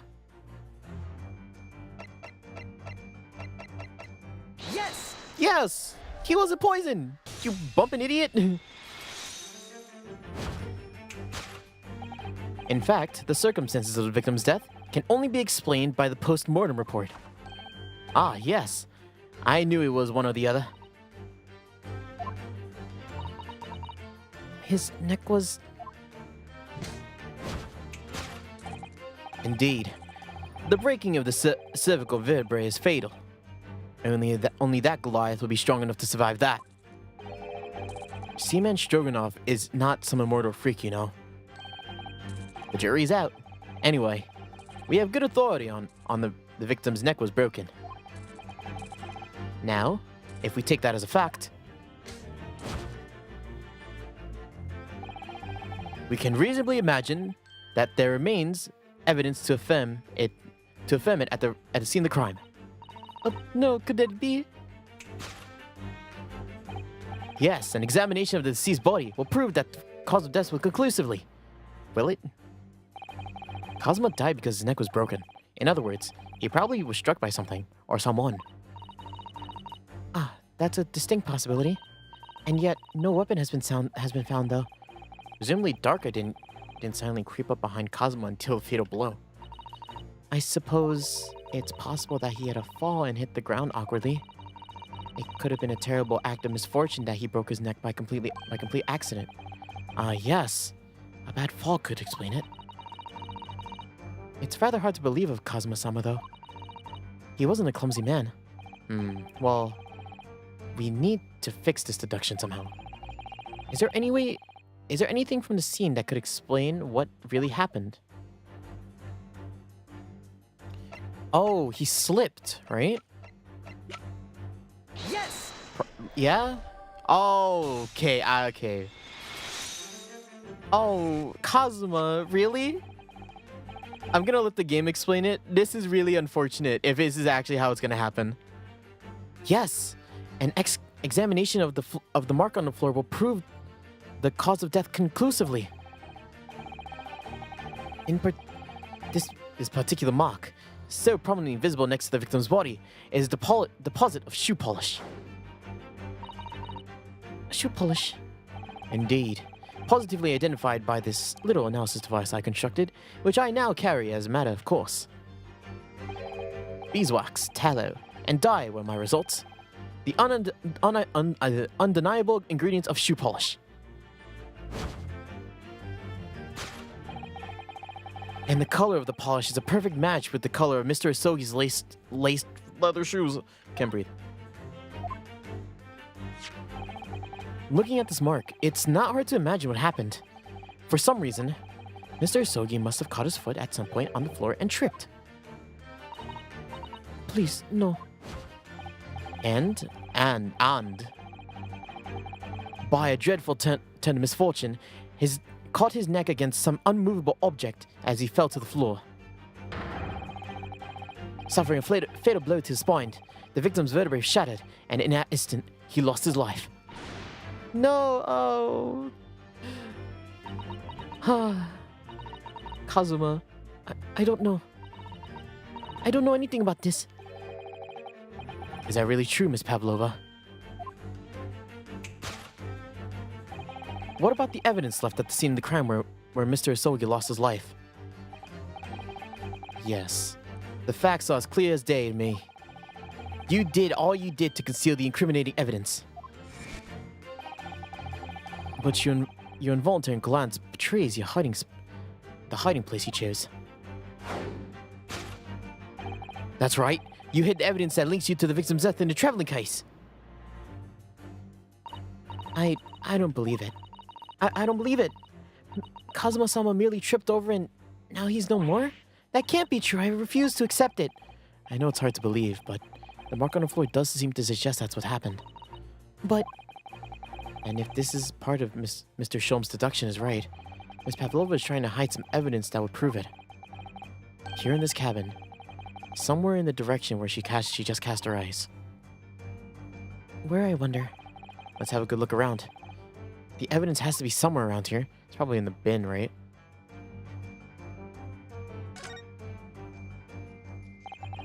This is where Miss Pavlova hit her friend. That's right. And it wasn't a snake after all. No, it was that little kitten she calls Darka. Not that it's anywhere to be seen now. It seems to have let itself out from the case and gone exploring. I expect it's wrapped itself around someone's head somewhere, trying to make a new friend. That or either it's scratching their hand to pieces. The point is, where has it got to? Are you hiding your cat in the trash can? Did you kill your cat? Ah. Somebody appears to have dropped their 20,000 rubles here. It hasn't been dropped, Naruhodo-san. It's been placed. I'm starting to sound like Mr. Sholmes. I'm trying to... Stop trying to sound like the great detective.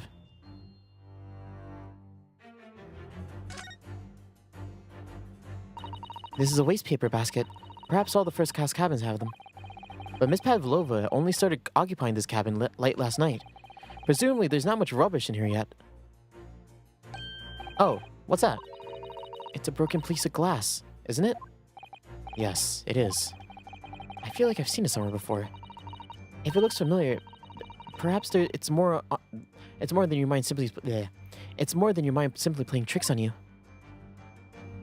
Yes! It's in here! The waste paper basket. That's right. You hid the evidence that links you to the victim's death in that waste paper basket.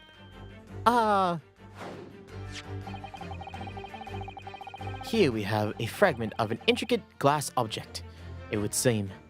One that has a familiar air, in fact. Precisely. We found another piece of broken glass in the floor in Mr. Asogi's cabin. And as you can see, the two pieces fit together perfectly.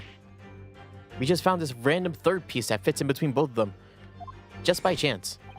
So, Miss Pavlova, shall we consider what this tells us? Why would it be that part of this glass object, which was evidently broken at the scene of the crime of the victim's death, should be found in a waste paper basket in your cabin? Kiao! God damn it, Pavlova. You're well acquainted with this glass bell, are you not? I do not.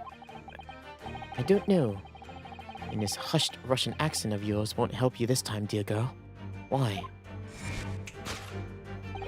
Because we have conclusive evidence linking you to the bell in question. What?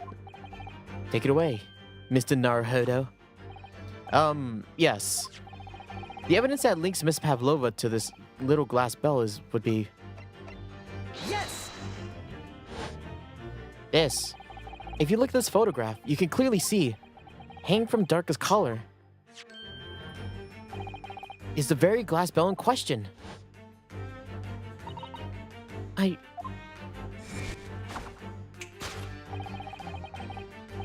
The truth is caught up with you, Miss Pavlova.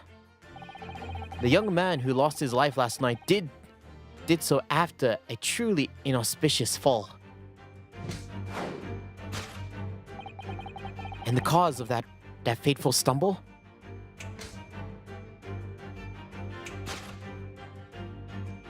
Ah, your absent feline friend, Darka. Your fucking cat did this. Your cat has done so much bad shit. Train him. I couldn't tell anyone. I'm sorry. Death by feline. Tripping over a cat. Oh, fucking Kazuma, man. Are you kidding me? That's how he actually goes out?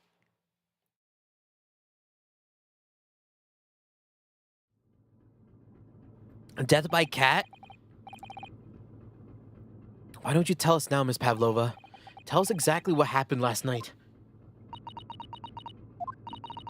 It was a little after 1 in the morning. It was so late, but I hadn't had time to feed Daka, so I gave her some food. And then, all of a sudden, she scratched at me and jumped out of my hand. People do say that cats become anxious and nervous in new environments. She was so fast, so she disappeared through the ventilator before I could stop her. And that's how you acquired the rather nasty wound on the back of your hand, I take it? Yes. I had the bruise on the wall. I knew that I was not allowed to have Daka with me. Yes, modern science suggests that animals can carry infectious diseases. It's a precaution, really. So I listened and listened, trying to hear if there was some noise in the next cabin.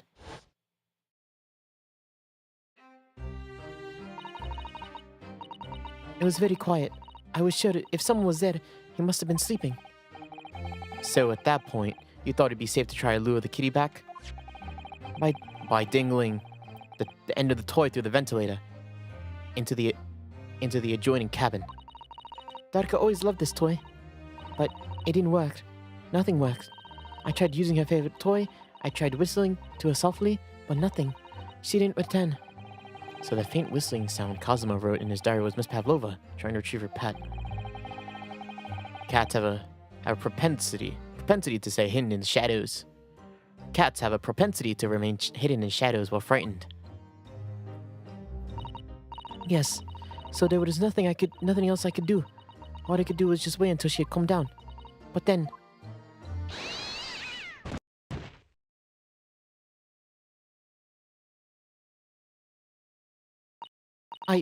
I nearly passed out with that shock. With shock, I heard her cry out and then, it was such a dreadful bang. And then afterwards, nothing. It was total silent. Cosmo was...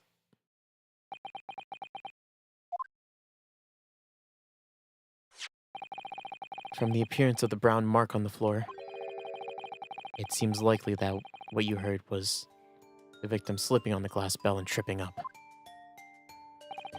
The SS Buddha is a large vessel, but even she can pitch and roll violently without warning. If Mr. Isogi was already off balance as a result of the ship lurching when the kin got under his feet, the combination of the unfortunate factors could have easily caused him to fall over. No. But what became of the kin afterwards? In the end, I managed to get her to come back through the ventilator. Yutaka is nowhere to be seen. I must have forgotten to lock my case. I must have forgotten to lock my case, and now she's disappeared again. Gracious, that cat is as insufferably restless as I am. Well, he knows something about himself at least. When I woke up this morning, I heard the young man at my cabin, and cabin next to mine had died. But I couldn't bring myself to tell anyone what had happened. I was too scared. Scared that they would send me back. Oh, wait, hold on a minute. What about the snake? You're right, where is it? If the snake is your friend, Miss Pavlova, then whose is it? And where did it come from? What on earth is such a dangerous creature doing on board the ship? What are you doing here? Is it your pet? Or didn't I say? Snake is my friend. His name is Prochko. Huh? What? That snake belongs to you. He escaped from the cage when he escaped from the cage when the emergency alarm sounded. I was looking for him. I did not expect him to find him in here. Yes, how did that snake get into this cabin? But animals aren't permitted on board. Ha! We are at sea for 1 year. You want me to be so long with a close friend? Without someone who understands? You couldn't find someone a little more human who understands you better? But my dear burly fellow, a gargantuan venomous snake. Surely you can appreciate the danger you're putting everyone in? No venom. Protsko does not have venom. He is harmless, very long, but very gentle. He is adorable, like Granny. It's venomous. Venomless. Yes, he is now hungry. He is in bad mood. But once I feed him, he will see big smile. And you feed him what? Milk, I suppose? Ha! Like they say milk chickens? Ridiculous. Snakes that drink milk are only in stupid stories. Prochko only eats mouse. Big, fat, round mouse. Ah. Oh, so... Is that what the mouse trap in the passageway out there is for? Of course. Who else did I catch my friend's favorite food? Nothing says on top of the food chain. Nothing says on top of the food chain like the look in their eyes right now. It refuses to drink milk. It can't hear a whistle. It can't climb up a bell cord, and it's not even venomous. What the deuce did something so inept land a starring role? I thought something was gonna happen. I was like, it's not my fault. I did not make up stories. My Prochko is nothing to do with this incident. So that's what's happened. That's the truth behind my best friend's tragic death. No, it isn't. Why is the message there? It isn't the truth. There's still stuff. The bookcase, the lock. There's still stuff to explain. Susaru's not happy. I want to refuse to believe it with her, because I'm almost so sure that it is not the whole thing. Miss Pavlova, I understand the difficult situation you found yourself in, and I do sympathize. But please remember this. A young man lost his life.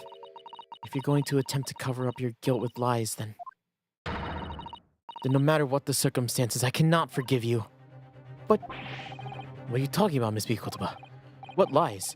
Miss Pavlova just confessed everything.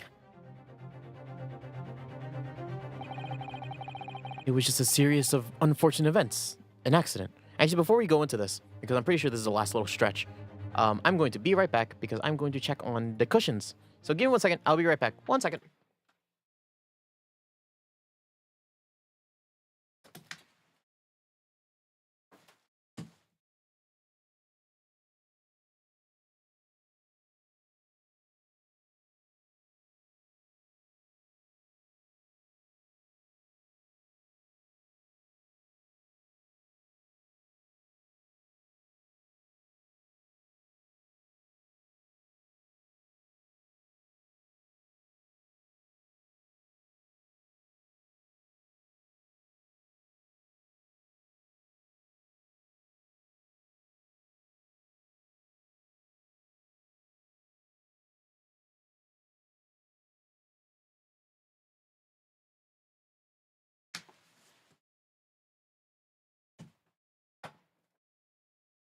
Oh shit, I muted the wrong thing. Whoopsies.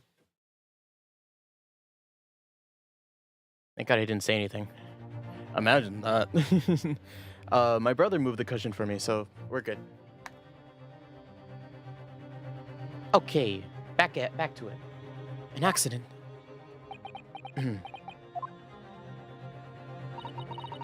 I'm no great detective like Mr. Sholmes. I don't have the gift of knowing the truth. But even I can see, that was not the truth. Don't you agree, Mr. Naruhodo? To be perfectly honest, yes. There's a discrepancy in Miss Pavlova's story. I'm sure of it. But I just can't put my finger on it.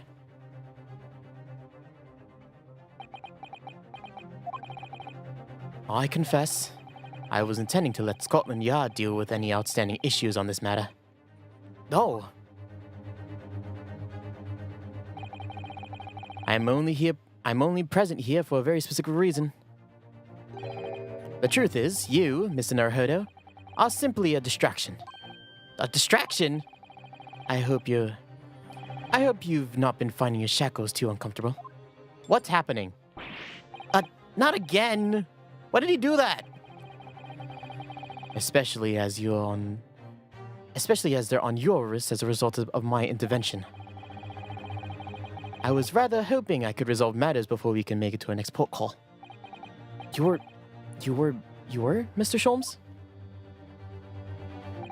Yes, but I overlooked one important detail. The deceased young man was a very close companion of yours. Was he not? Wait, I'm trying to understand this.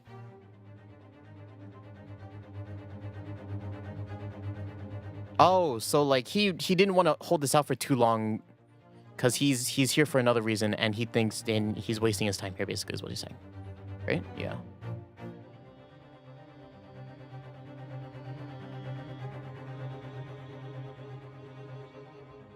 And then he put the cuffs on me because he said the thing.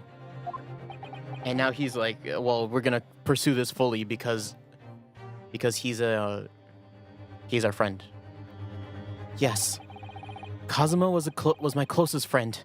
I owed him my freedom even.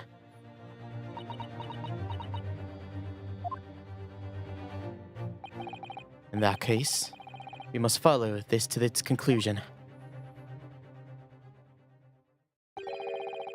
No further distractions. You must uncover the real truth here, Mr. Naruhodo. Naruhodo? Yes. Whatever that may be. The key to this is the discrepancy in Miss Pavlova's story. I'm sure of it. If I can chase that down, maybe the truth will become clear. Oh!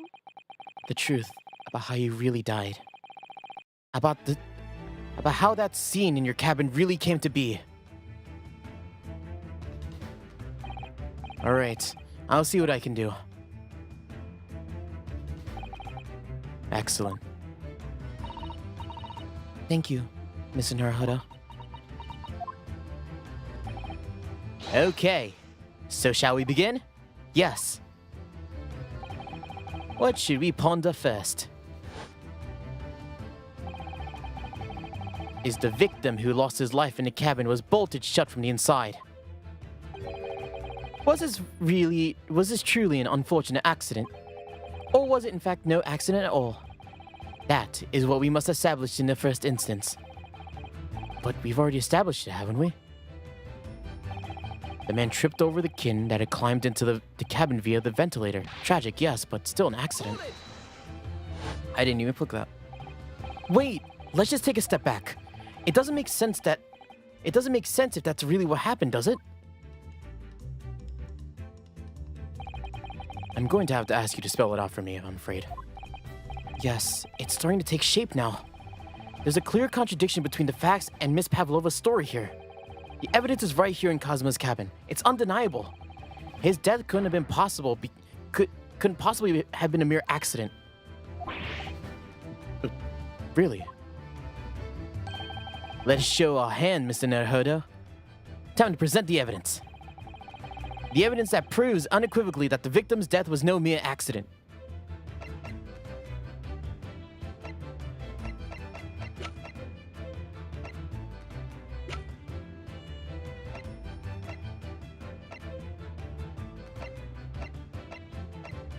Is it the photograph? I do want to save here. I think it's a photograph, right?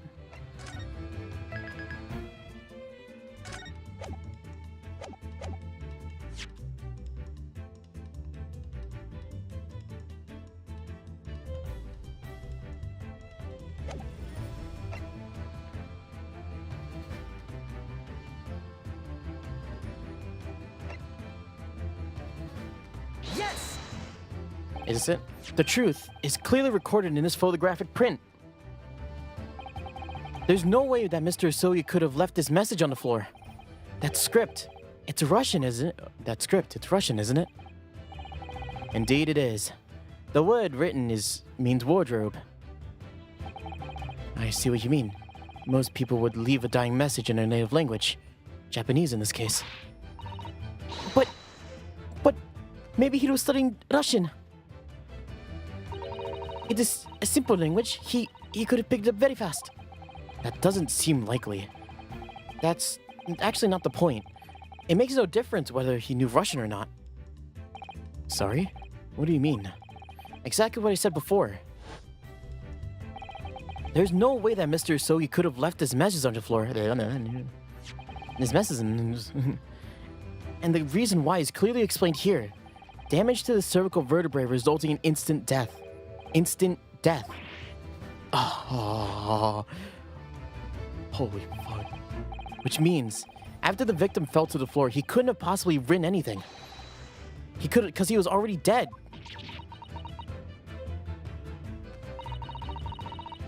That's not the only reason either. There's something else we found in Mr. Asogi's cabin. A remnant of something that couldn't possibly have been there. If what Miss Pavlova told us is true. What? So, Sasato-san has noticed it too then. Putting the message on the floor, there's something else that gives away the truth. Another piece of evidence that proves that there's no accident. In other words,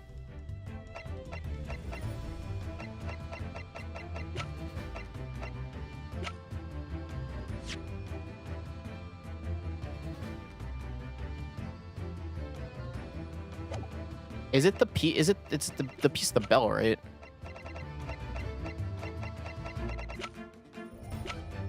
Yes! How could she get the other piece of the bell if she didn't go in there herself? This piece of broken bell next to the mark on the floor. But that's the glass bell that the kin had around its neck. We already knew all about that. It was broken in half when the victim tripped over the cat and fell. But we already had a satisfactory explanation. What's the flaw in that logic? Unfortunately, there's a very big flaw, a fatal flaw. What? If that's really what happened, then how did the other half of the bell end up back here in this cabin? Yes. Remember when we found the other half of the glass bell in the waste paper basket? Would you care to explain that, Miss Pavlova? Oh, no. Both these pieces of evidence clearly point to the same conclusion. When Mr. Asogi died last night in his cabin, there was someone else in the room. And that same person deliberately arranged the scene of the crime to disguise the truth, in order to cover up his or her own guilt.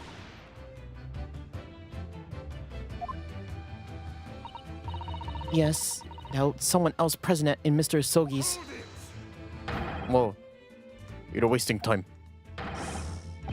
Someone else in there. Duh! Of course! We know this. What are you talking about?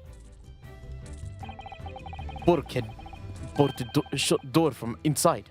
No way in or out. Oh, yes.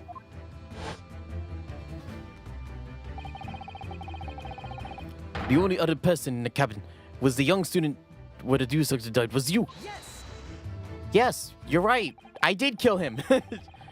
That's true. I was in the cabin when it happened. You were shown inside the cabin wardrobe, to be precise about the details. But I don't know Russian. There's no way I could have left that message. Not would have. There's no way you could have left that message, to be precise in details. Would you mind? Forgive me, my dear fellow. As I was saying, the person in question who wrote the word wardrobe in Russian on the floor, in an attempt to incriminate me for the crime, even though I had already fallen asleep. I had already fallen asleep in there the entire time. And then the same person picked up the broken glass bell that had fallen on the floor, for the fear of becoming evidence that would show how Mr. Asogi really died. But why wouldn't this person have taken all the pieces of the bell away? Leaving half behind was always going to raise questions. Well, yes. It's past 1 o'clock in the early hours of the morning. The cabin would have been quite dark. The single lamp suspended from the ceiling would barely cast any light onto the floor there. Little wonder that the culprit would fail to notice the fragment of tiny item. Would it? Really? They're right next to each other. You don't suspect me, don't you?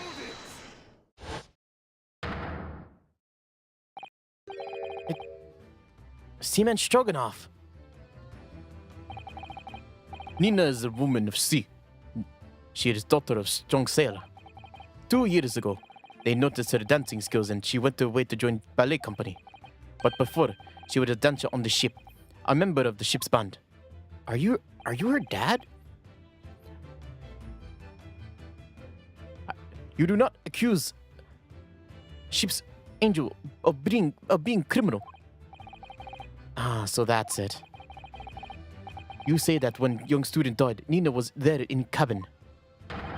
But that's not possible. I give my tooth. Well, this is all the most interesting. And why would you give your tooth, pray? How can you be so sure? You're a great detective. You should know. Look truth in eyes. Cabin bulkhead was bolted shut from inside. No one could go inside cabin. No Nina. Not anyone. Or do you want to tell me that the killer would walk through the locked doors? Niet. It's impossible. He's right. But wait, I read something about this in detective shorts. People often tie together thread around door latches so they can open and close them from the outside. But are you stupid? Fucking idiot. These bulkheads are no barn doors. Certainly not. They're watertight doors, as one would expect to find on any modern steamship. Constructed of heavy steel with not a single gap inside. No threads or needles or magnets could have been used. No, of course not. I thought so too. But Mr. Naruhodo suggested earlier, so... Susato-san, how could you shift this onto me like that? So, Seaman Stroganoff has a valid point. The cabin door couldn't have been bolted shut from the outside. Not necessarily. What? I put it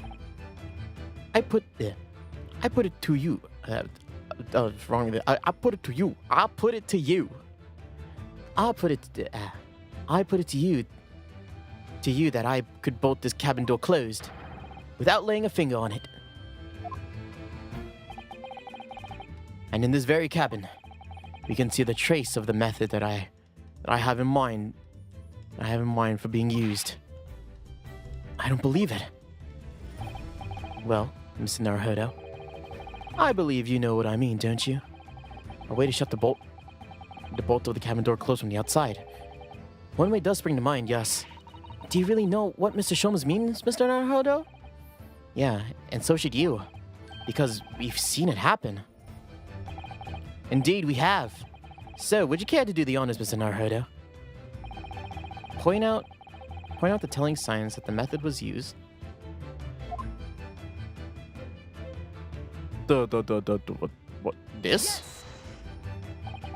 Look at this bookcase here.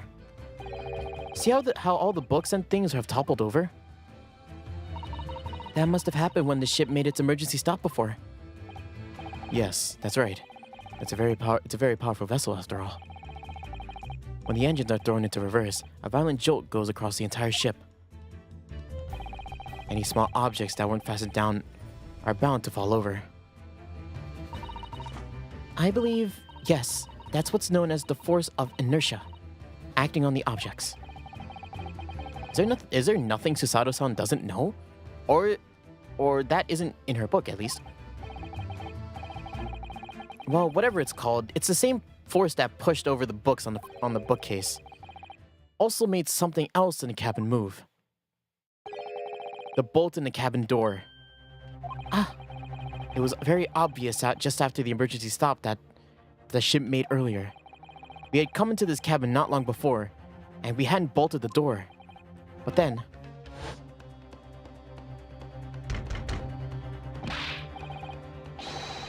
Is anyone in there? Shelter duty. Oh, it's Hosonaga. That sounds like Hosonaga. Inspector Hosonaga. Oh, yeah. That's it. When the ship stopped suddenly, the bolt flew across and locked the door. Yes, it's made of metal, but it's small and light enough to be moved by the ship's sudden change of speed. Or the force of ineptia, if you want to call it. Are you trying to say that last night, after Mr. Soki was killed,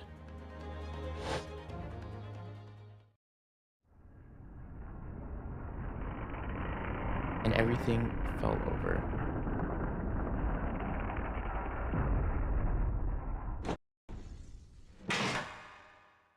Yes. The SS Buria made another emergency stop?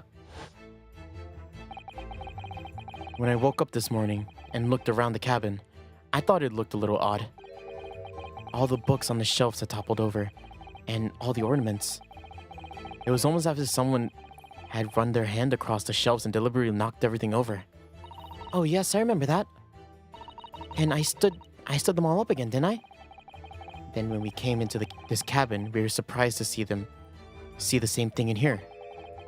All the books and everything had toppled over, just like in Mr. Sogi's cabin. Oh my. Do you have anything to say about this, Miss Pavlova? Are you out of your mind? You say Buria made emergency stop. It does sound a little far-fetched. How could that have possibly happened? Unless you're saying that the culprit is actually someone from the engine room. Oh, it is simple enough. Are you forgetting that button out in the passage hallway? Used to trigger the emergency alarm. Oh yes, of course. There was a notice, wasn't there?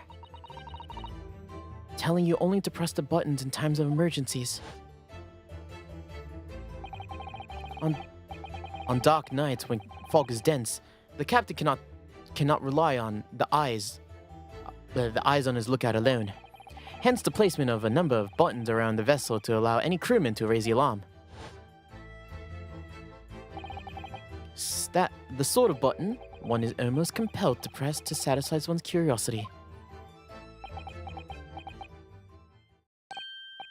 Wait, it was you. When a button is pressed, two things happen in the interest of safety. The emergency alarm bell rings, and the vessel comes to a complete stop. As indeed, it did a little earlier today.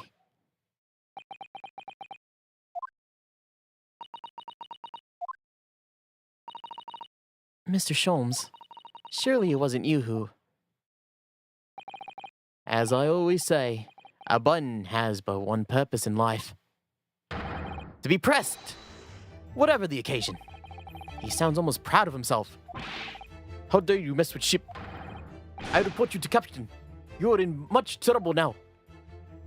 And now, I'm sure that can all wait until later. Let us not overlook the fact that we have now learnt a very valuable lesson. When the vessel makes an emergency stop, the bolts on the cabin door slide closed.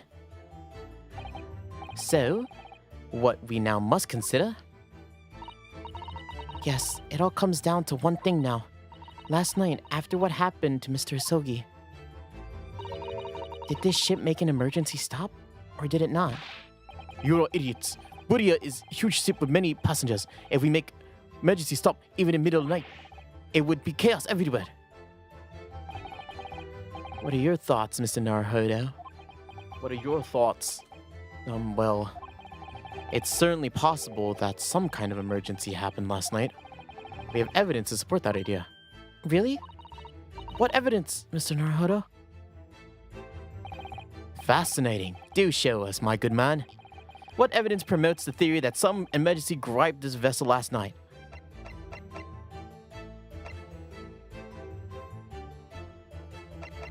I actually don't know. Oh. Yes! This, because you weren't... Seaman Stroganoff, it's your duty to patrol the first class area of the ship, isn't it? Ah, that's correct. Boy. The ship's log here. This would be where you record the details of your duties? What are you doing with that? That is mine! Ah, you are rather carelessly left it atop the little makeshift bureau in the passageway out there. But as responsible passengers, we took it into our care, and with a mind to return it to you later. I left it there on purpose.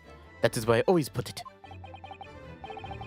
The point is, looking at what you usually record, it's clear that under normal circumstances, you write the phrase "nothing to report" every 30 minutes. But from 2 o'clock last night to the first light of this morning, nothing was recorded at all. Nothing was recorded in the log. That is... because nothing happened. But if nothing happened, you would normally write "nothing to report," wouldn't you? Indeed so. Which tells us that shortly after 2 a.m., something happened here aboard the SS Buda.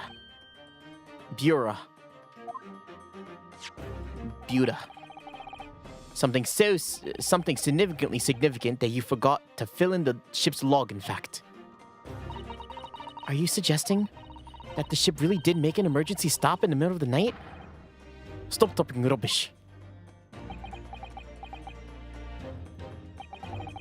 If I'm perfectly honest, I find that a little hard to believe myself. Oh, why?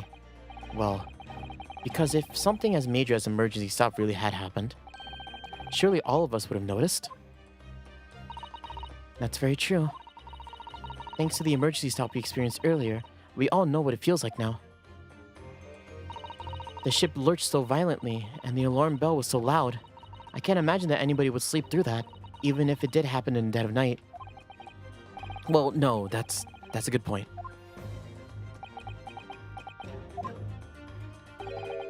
What of the throbbing? I'm sorry? What do you mean? What am I need for?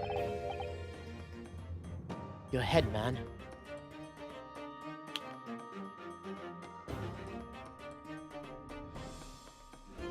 Whoa. Your head, man. The throbbing in your head since this morning. We all suffer from it. We all suffered with it. Oh, yes. I have had a headache. You're right. In fact, I haven't been really feeling myself since I woke up this morning. Nor have I. My head has been feeling heavy ever since dawn. Yes, you've all been afflicted, have you not? Just as I suspected. He's right. My head's been throbbing today, too. And since eating dinner yesterday evening, everything has felt sort of hazy. I can't really remember anything that happened after I climbed back into the inside of that wardrobe. Then the first thing I noticed this morning was the throbbing pain in my head. I had already been dragged out of the wardrobe and had those handcuffs put on me by that point. Why didn't I wake up when all of that was happening to me? Tell me, Mr. Naruhodo. You boarded this vessel as a stowaway, did you not? Well, yes. I'm sorry. The stowaway class of accommodation usually isn't included meals. What did you survive on? Well, Kazuma looked after me. He was always happy to share his meals. So you enjoyed some of the whole roast chicken dish that was served yesterday evening, I take it? Yes, in fact, I had all of it. Kazuma wasn't fond of chicken. Really? So the victim didn't eat any of the chicken at all? That's right. He didn't even touch it. Is that relevant? The food was drugged? My dear fellow, does that not strike you? Oh, Mr. Sholmes, do you mean to say that there was something wrong with the chicken? I do. No, really? Is that really true? The meal prepared for the passengers last night had been tampered with. Tampered with the addition of a Sephorik, designed to induce a very deep slumber in those who've consumed it. A sleeping drug. Do you mean whoever did this laced every meal with a sleeping drug so no one would notice the ship's emergency stop? Mr. Naruhodo, of course that's not what Mr. Sholmes means. What a far-fetched idea. Precisely. Lacing every meal of every passenger on board with a Sephorik drug would certainly be impossible. Unless that is, every single member of the crew was a conspirator. What? Mr. Sholmes! Well, seaman.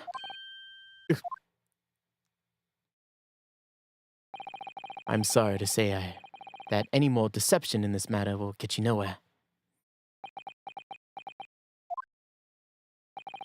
If you refuse to talk, there would have to be an inquiry made through the shipping company, of course. And were that to happen, every member of the crew and the captain himself will be hauled over the coals for aiding and abetting a renegade. Whoa, really?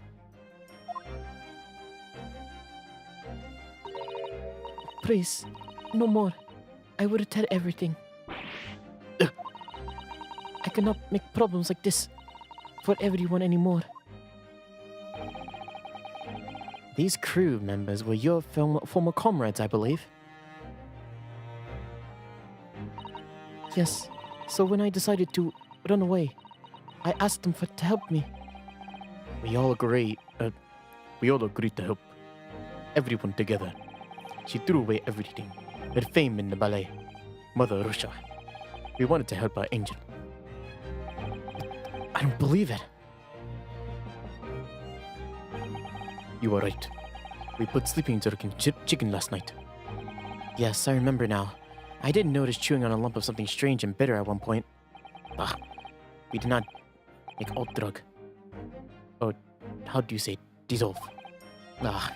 Talk about heavy seasoning. At midnight, in waters near Shanghai, we brought our angel on board. She was helped by comrade on shore with small fishing boat. All while the passengers of the SS Buda slept soundly. Thanks to the almost magical effects of the sleeping-induced potion in their evening meals that had contained. So, if that's what happened, the only person awake on the ship last night were the crew, the people who dislike chicken, and the newly boarded passenger, Mrs. Pavlova. And that means it would have been possible for you. You could have used the emergency stop trick to lock Kazuma's cabin door. You didn't even need to use the trick. Well, you didn't even need to use the emergency stop. Everyone was on board, right? Just fucking stop the ship. But how does that make any sense? Surely every cabin door would have ended up locking in that case, and there would have been a complete chaos. Oh, I wouldn't say so. What? Of course. Just like us, all the other passengers who would have eaten their evening meals of chicken in their cabins. After which they would have been overwhelmed by tiredness because of the sleeping drug. Quiet. And accordingly, all passengers were already in their cabins for the night. Yes. The overwhelming majority of passengers would habitually sleep in their cabin doors bolted anyway. So not a one of them would have found it remarkable to find their door locked in the morning. In summary, in order to fasten the bolt of a single cabin door on the ship, the culprit brought the entire vessel to emergency stop in the early hours of the morning.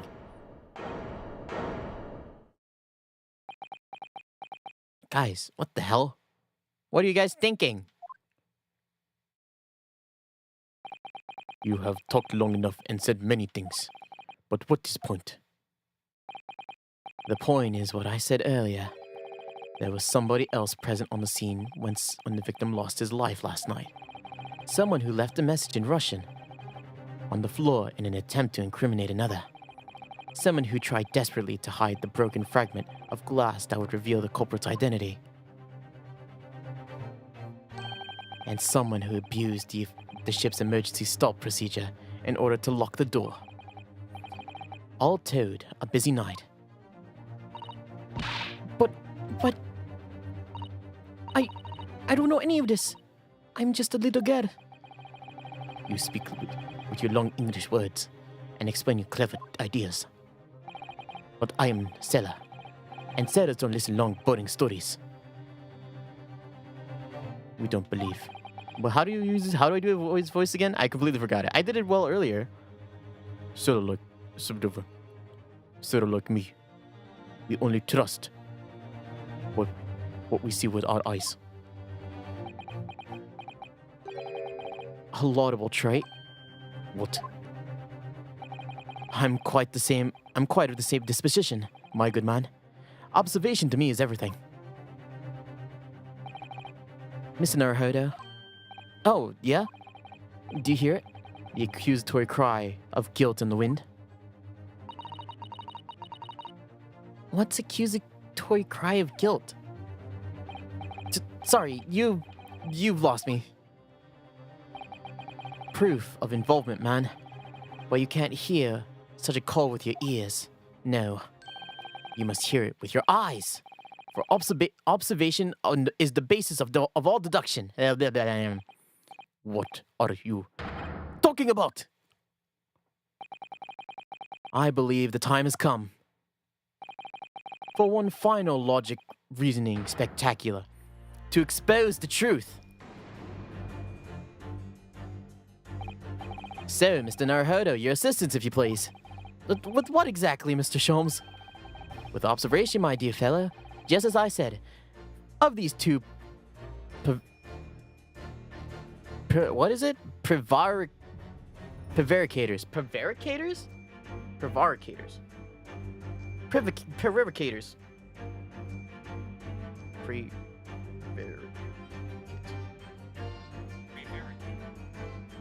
Of these two prevaricators. What does that mean? To speak or act in an envious way. Observation? Prevaricators? If you remember, Mr. Naruhodo, we know that someone tried to fabricate evidence, don't we? By tampering with the scene of Mr. Asogi's death. What we're looking for is some trace evidence that one of these two was there when it happened. Precisely. You are delightfully quick to grasp to my meaning. Alright, I'll see what I can see. So we're looking for a trace of evidence that shows someone else was there last night when Kazuma died.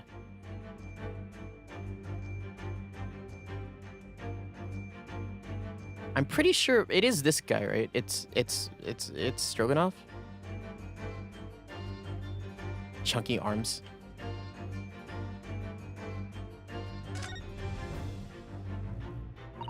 She has such petite ears among the... Oh, this is the same. There's something attached to her ear. Ah, I expect that's what's called an earring. It's a little piece of jewelry. An earring, is it? It seems really tiny. Perhaps a part of it is missing. Maybe it broke off. Or maybe it's... Or all this is class... That's the case. She doesn't appear to have noticed it. It's broken.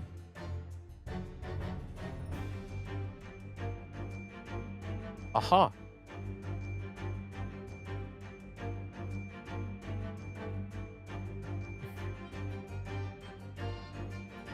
Oh, I looked at everything on her already. It's not her. And, well, we already seen it. Look.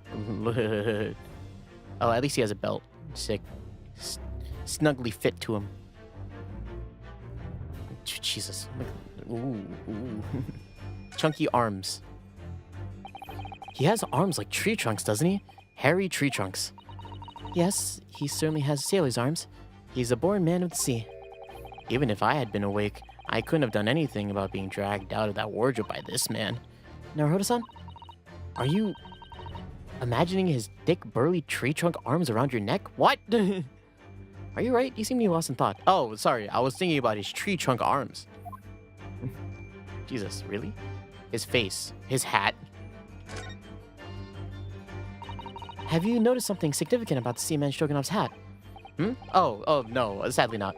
I was just thinking about if we had found it in Kazuma's cabin, it'd be so easy. True. A hat dropped at the scene would have been very conclusive evidence. Ah, that's a point. I'm sure I saw your university uniform hat at the scene somewhere. That is not a point. At least, not one I'd like you to make.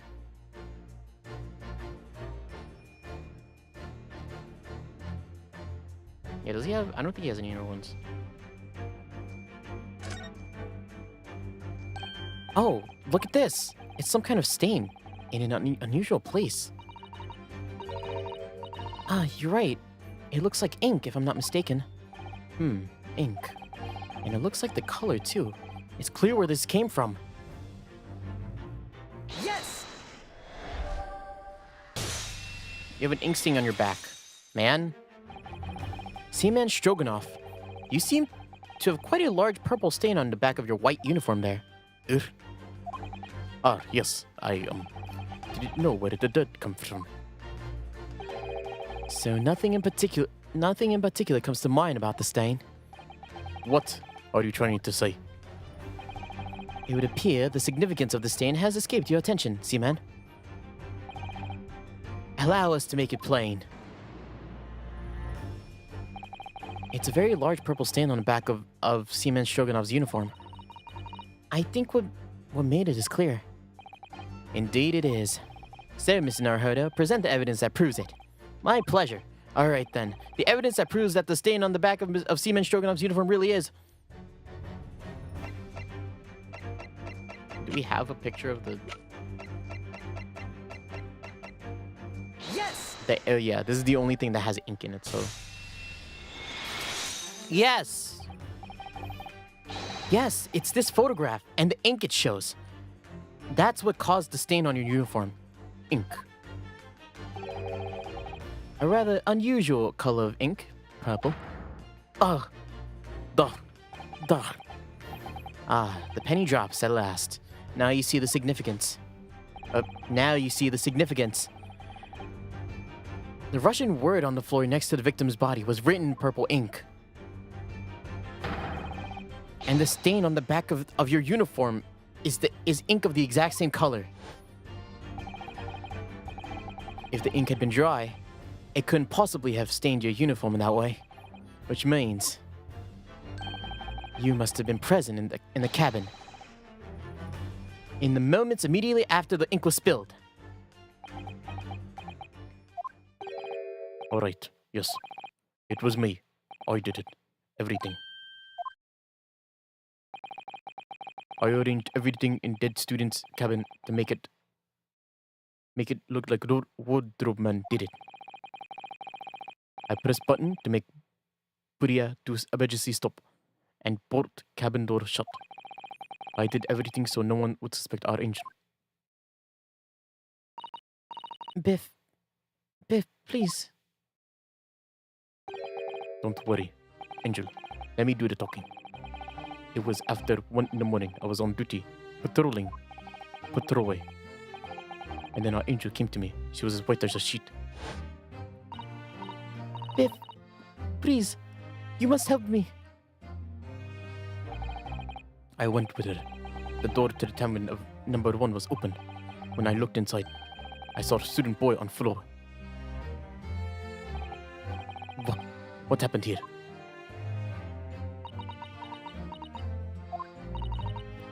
Please, don't tell anyone. My little one. My little furry friend. Everything happened in cabin, like Angel told you. Just- the kin escaped through the ventilator into Mr. Isogi's cabin, and then he tripped over it and broke his neck when he fell onto the floor? Yes, that is right. So after the incident, when the cat ran away, Miss Pavlova then visited the cabin next to hers, only to find its occupant lying lifeless on the floor. She said she was worried that she heard the sound of something falling on the floor. That's when she went to look. No, Angel?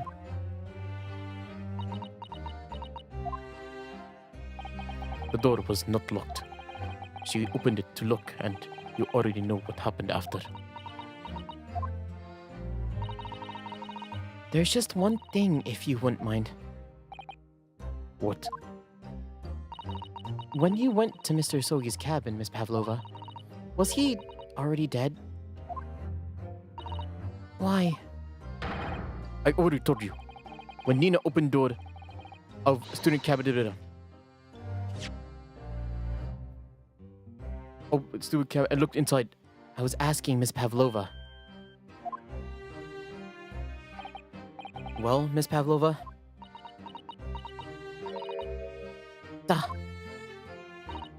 Oh. I find it... I almost want to make it...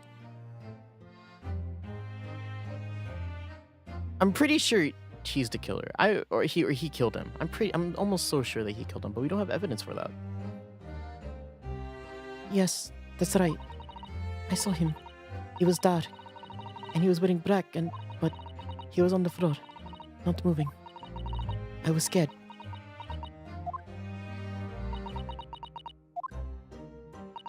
I understand, and I believe you. So this is finally it now. Have we discovered the real truth about Kazuma's death at last? No, I'm pretty sure he used his snake to kill him. Because I don't want to believe that Mr. Man just fell over and died. Just because he fell weird. He's fucking Kazuma, man. Like, come on. You're going to tell me you're going to make my boy go out in... What? With a dumb accident? Are you bumping kidding me? Ah, something nearly slipped my mind. Oh, Mr. Sholmes. This photograph? Yes, I took it myself, you know. The cause of death was a broken neck. Therefore, the victim died instantly. The unfortunate incident that precipitated these events, a kitten, on which the victim stumbled. However, if those are the facts, then there's one particular area of this photograph that seems to be somewhat unnatural. Really? What do you mean unnatural? What are your thoughts on the matter, Mr. Naruhodo? Well... If Kazuma tripped and fell, and by some terrible... Hold up, give me 1 second. My father's calling me. Why is that? 1 second, please.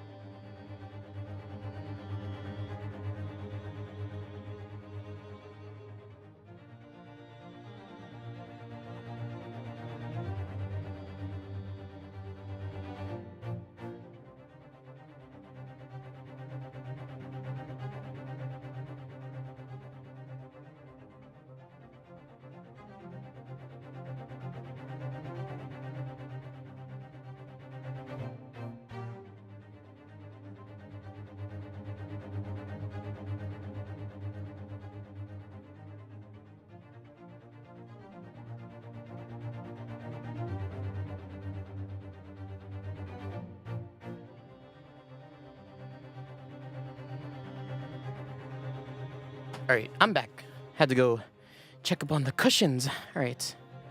Make sure everything's okay. Cool. Alright, we're good. If Kazuma tripped and fell, and by some terrible stroke of bad luck broke his neck, which part of this photographic print seems unnatural?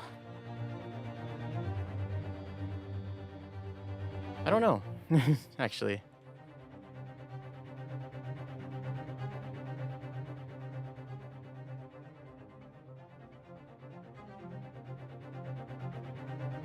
Yeah, what is it? Like his bandana?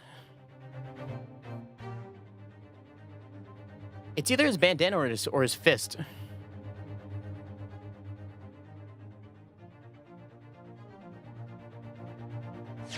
I actually have no idea. His bandana.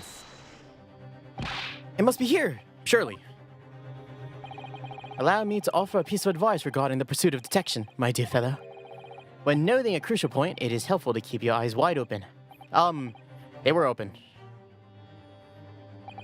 And it can be equally helpful to use them. Fuck. Sorry. I'll try that. I think it's plain what means by I think it's plain what Mr. Sholmes means by unnatural, isn't it? The word written in the foreign language underneath his fingerprint, surely. That particular crass detail was orchestrated by the culprit. No.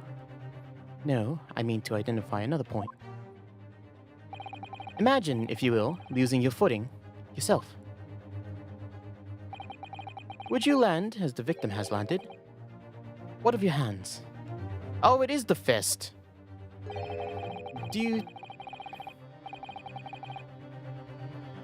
look like the rather fellow to... Ah.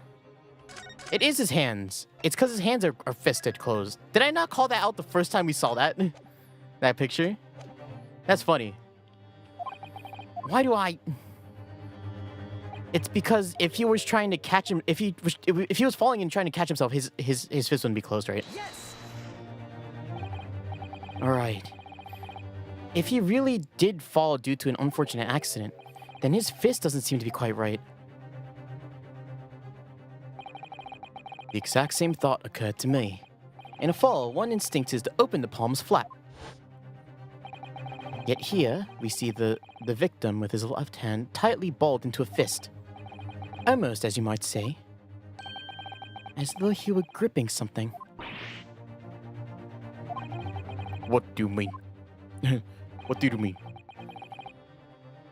Simply, I took the liberty of investigating the victim's fist a short while ago. You did? And what, pray, do you imagine I found there, dear fellow? Mr. Sholmes, show us, please! Why, of course, my dear madam. Why would I keep you in suspense? This is what I found. Oh, shit! A crescent moon with a little gemstone in the middle. Yes, you're right, a crescent moon. It's very pretty, but what does it tell us? It tells nothing.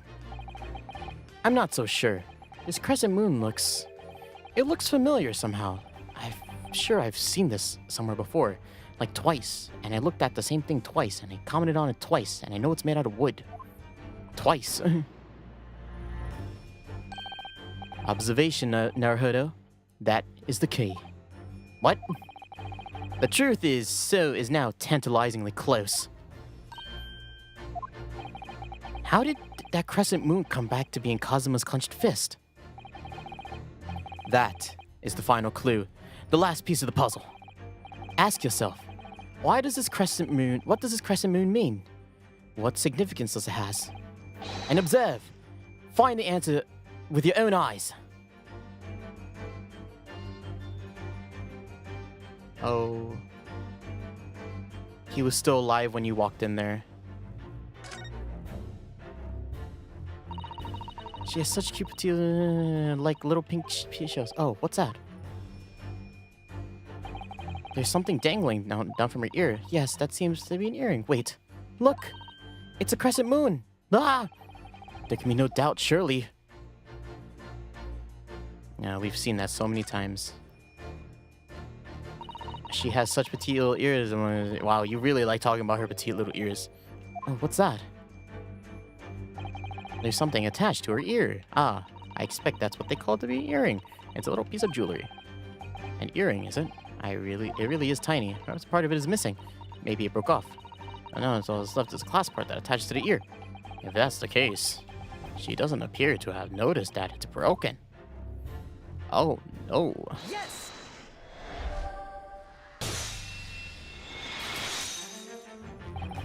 Miss Pavlova, you noticed that on your ear. Even though you have a metal earring, the decorative part of it seems to be missing. The link holding onto it must have broken, I suppose. What? But looking at your other ear, I noticed a crescent moon. I don't believe it. Now, the missing crescent moon was found in the victim's clenched fist. Clearly, there's only one logical conclusion. Wouldn't you agree, Miss Naruhodo? Yes. Miss Pavlova, Mr. Isogi must have grasped that crescent moon and pulled it from your ear. Perhaps the moments before he fell to the floor.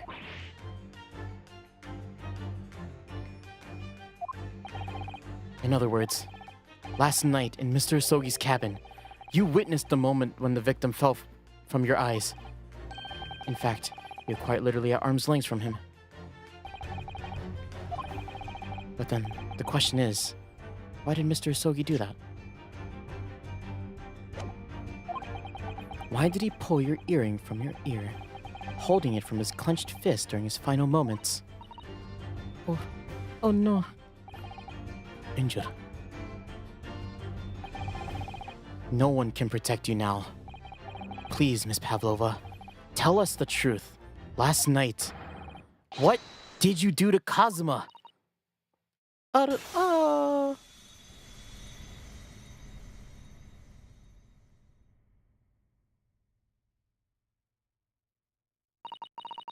When I think about everything that's happened yesterday, it was too much.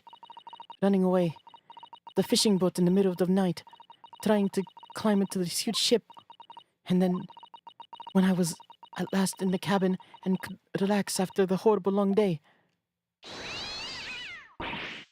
Darka, wait!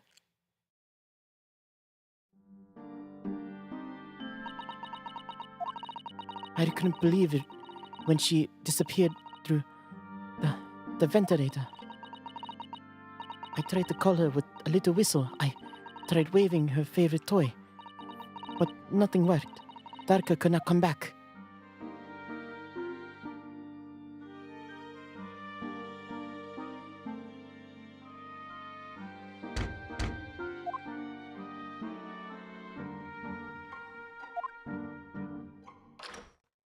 Clunk. What are you doing at this time of night, Inspector?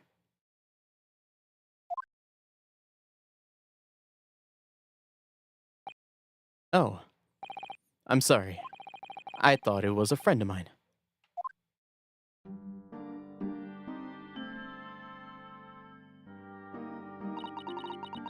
The young man from your country, he was very polite and kind. He helped me find Darka, and he promised not to tell anyone. But then, when I had my friend in my arms again, I was going to leave that man's cabin. Just a moment. Sorry, but... Oh, yes? I'm sure I know your face. I've seen you somewhere before. Of course. You're Nikolina Pavlova, aren't you? The Russian ballerina. Huh?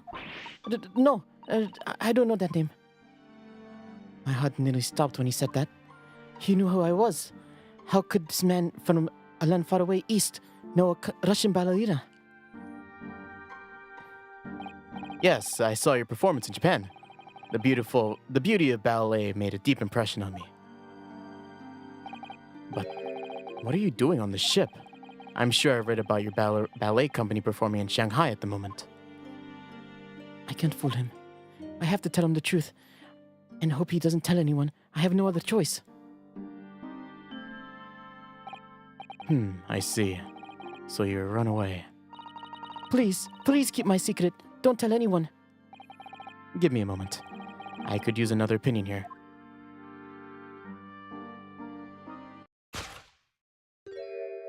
He's going to pull the code. He's going to tell the captain. Why did I think I could trust him? Then it happened. Everything at once. It was only a second, but it felt like forever. Wait! I shouted, and then Darka jumped out of my arms and down on the young man's feet. And as he turned around and looked at me,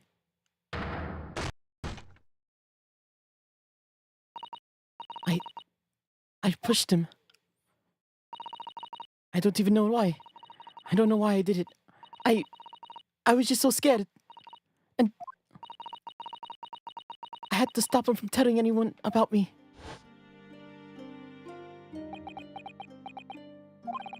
And that's when you went to fetch help from Seaman Stroganoff, who was out on duty in the passageway. I heard Nina cry out, "Thud on floor," so I ran out to her. She was standing at the cabin door, shaking like a reef.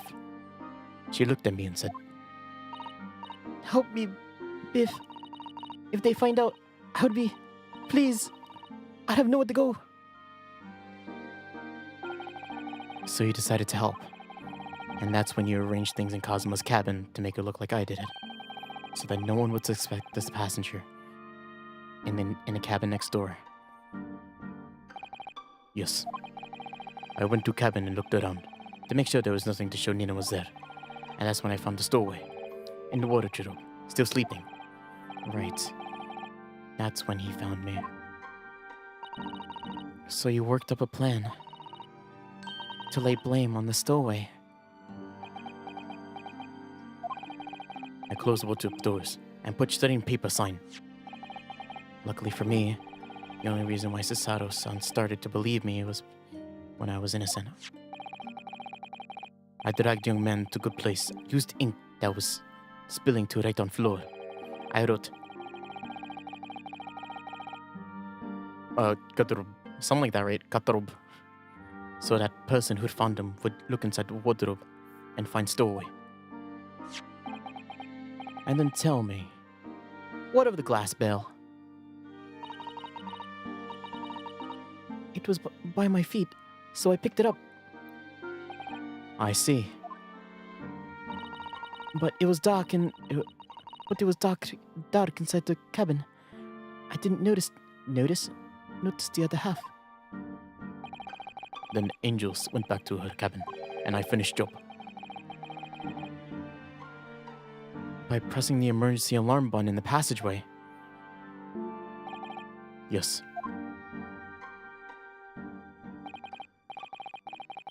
Accordingly, the SS Bureau did come to an emergency halt a little after 2 a.m., thus enticing the boat in the cabin door to slide shut, creating the locked room mystery.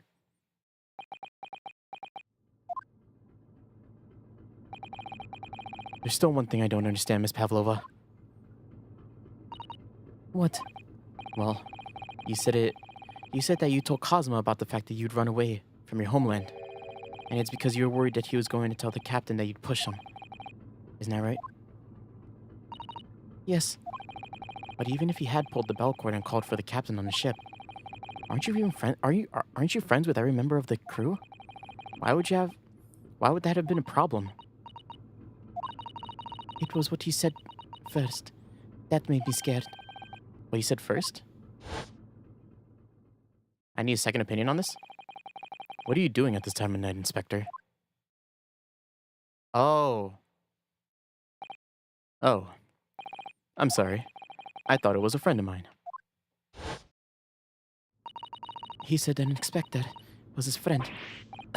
Yes, meaning me. Who was supposed to be acting as his bodyguard. I thought if police knew about me, they would have arrested me. Before I could pull the bell cord, I... May I stop you for a moment, Miss Pavlova? just doesn't seem to make sense. I mean, was Mr. Asogi really going to pull the bell cord? I don't know. What? He wasn't. He was going. I thought this was obvious. He's gonna keep me. What? What do you think, Mr. Naruhodo? Well, I'm not Kazuma, so I can't know for certain, but he was a man of his word. If he told you he wasn't gonna give your secret away, then he wouldn't have done it. No, he was walking over to it. He was going to pull the cord. He was going to make them send me back. Well, Mr. Naruhodo, the day's work is not done yet, it seems. There's one more deduction to make. What? Another deduction? Yes. What actions was the victim really about to make in that moment?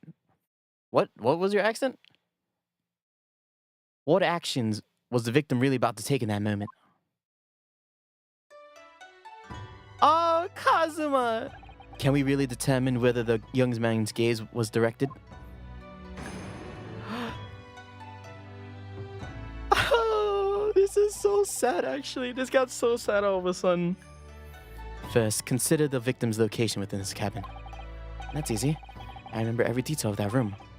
I mean, yes, I spent quite a lot of time in the wardrobe, but still. The cabin has been my home for this entire voyage.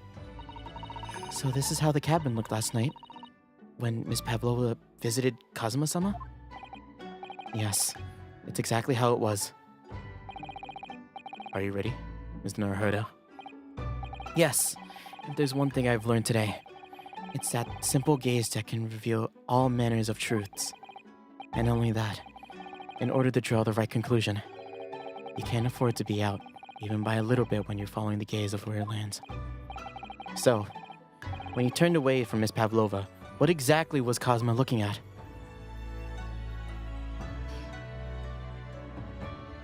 Oh, Kazuma! Fight! This actually got so sad so quick. His bed, obviously. He was really tired. His bed. I remember him being annoyed about the pillow. He said it was too thin. Didn't he put a big, thick boot of Japanese law underneath it, in fact? Perhaps he was thinking about looking something up. Either way. Either that or talking to Miss Pavlova made him acutely tired.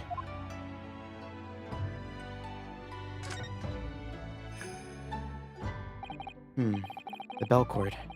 So Miss Pavlova thought that he was just coldly ignoring her request and was going to pull the cord.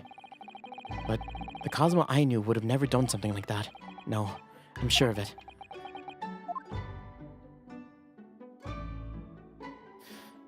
Oh.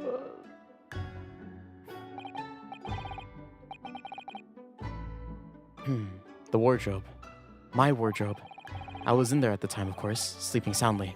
Too soundly. If only I hadn't eaten that chicken that was laced with the sleeping drug. If only he had woken me up. Then maybe this tragedy would have never happened. Take that!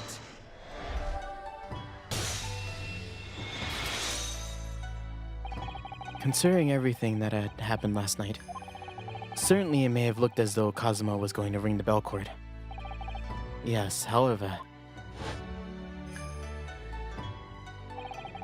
What is directly beside the bell cord? The wardrobe.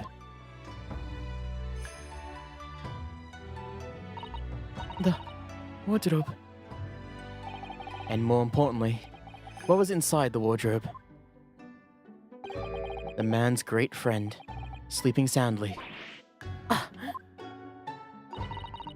Miss Pavlova, please, think back very carefully. What were Mr. Asogi's exact words that night? Give me a moment. I could use another opinion here. Another opinion? Yes. And not that from a member of a crew. No.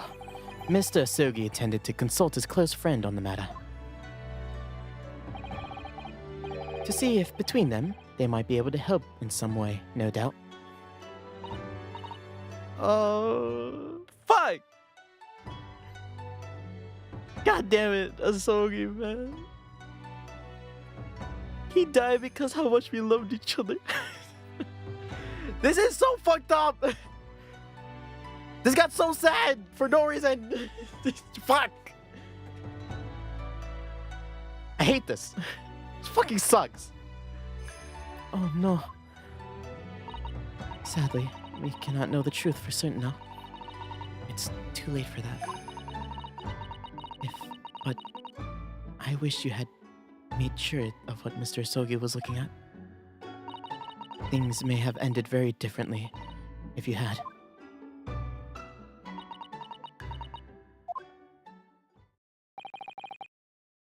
Miss Pavlova,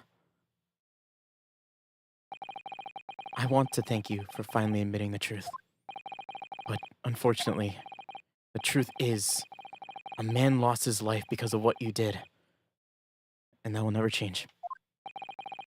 I hope you never forget that. I'm sorry.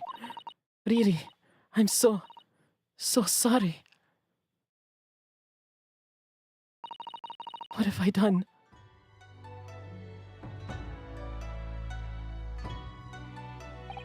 And so, at long last, the mystery surrounding the tragic accident of the SS Buria was finally laid to rest.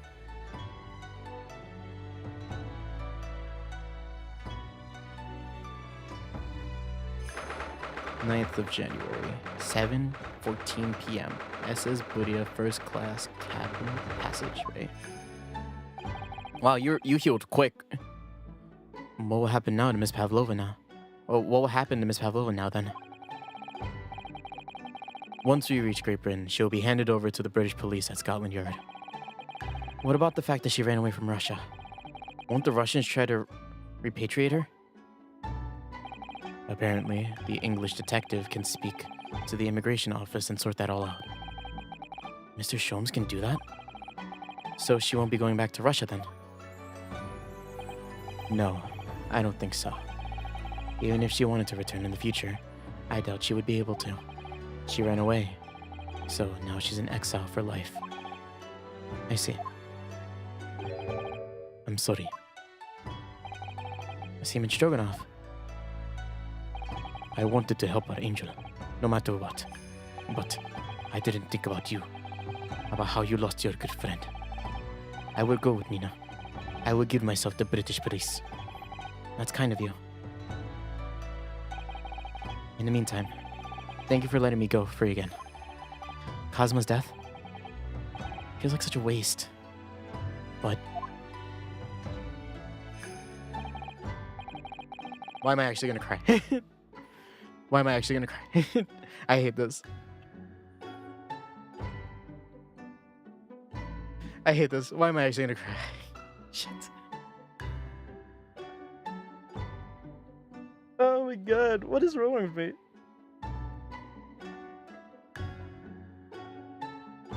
I'm not gonna cry.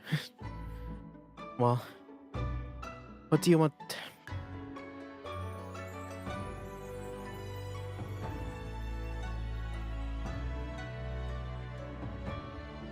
Is that kind of crazy how I'm about to cry? Like, actually. What the fuck? What's happening with me? Oh, I'm a big, strong man who doesn't cry at no story. Shit. Oh, why am I crying? Well, do what you can for Miss Pavlova, won't you?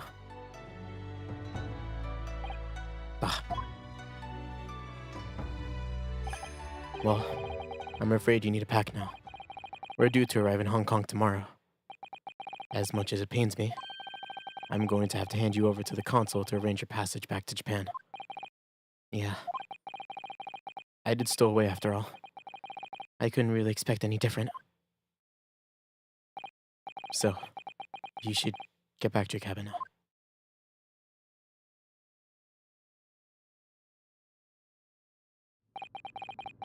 It looks like my study tour to Great Britain is over before it even begun, then.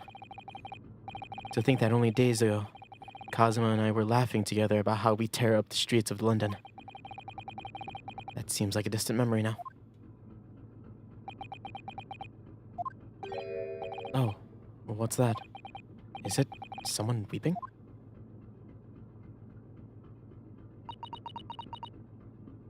Ah, I'm the crying one, not you, Susato. Actually, no, you can cry in my place. I can't believe how close I was to crying just earlier. And I don't even know why. I was just like, what's happening to me? Susato-san? I'll kill you.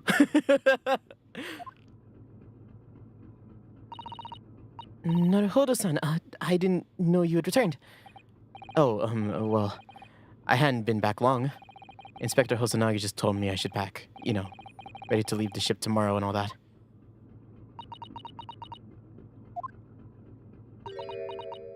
Oh, don't start crying on me now. If it plays that song, I'm actually gonna cry again. I still can't believe this happened.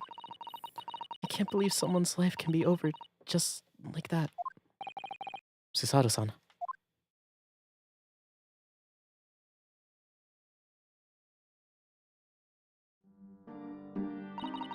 He had such grand ideas for his visit to Great Britain. So many dreams. And now they've been cruelly taken away. Just as he has. I thought I could never forgive the person responsible.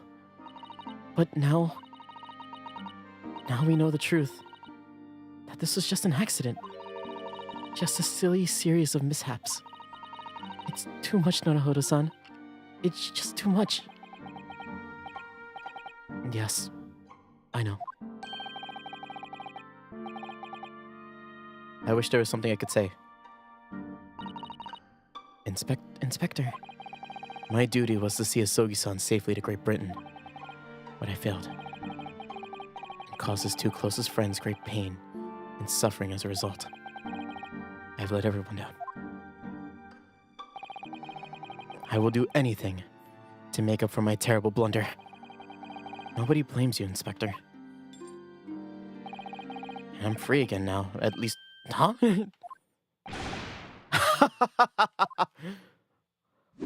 Oh, surprise, Mr. Naruhodo? What is the meaning of this? Oh, a trifling matter. Simply that in my head, I think I shall always picture you wearing those shackles. Without them, the balance seems all off. It's distracting. Sorry? I decided to restore them, for old time's sake, shall we say. You are a stowaway, after all. He thinks this is funny.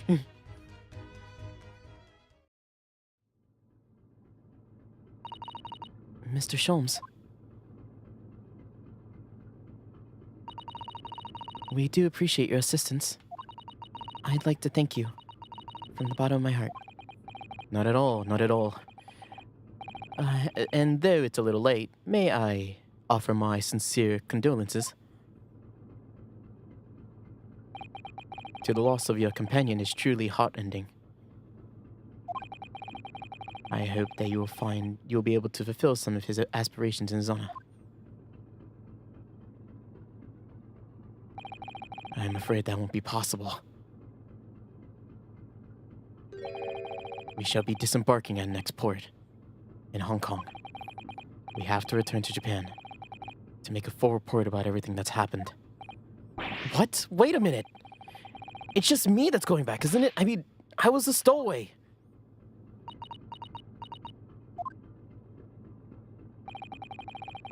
The terms of the study were negotiated by the Department of Justice in both Great Britain and Japan.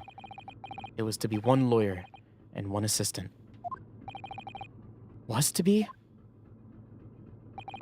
In the light of Mr. Isogi's unfortunate death, I'm afraid the study tour can no longer go ahead. Oh no, I don't care for me, but... Poor Susato-san. My dear fellows, the majority of your problems have an extremely simple solution, you know? All you require is one lawyer, and the study tour can continue, surely. But there's no one else with the necessary qualifications, Mr. Shom.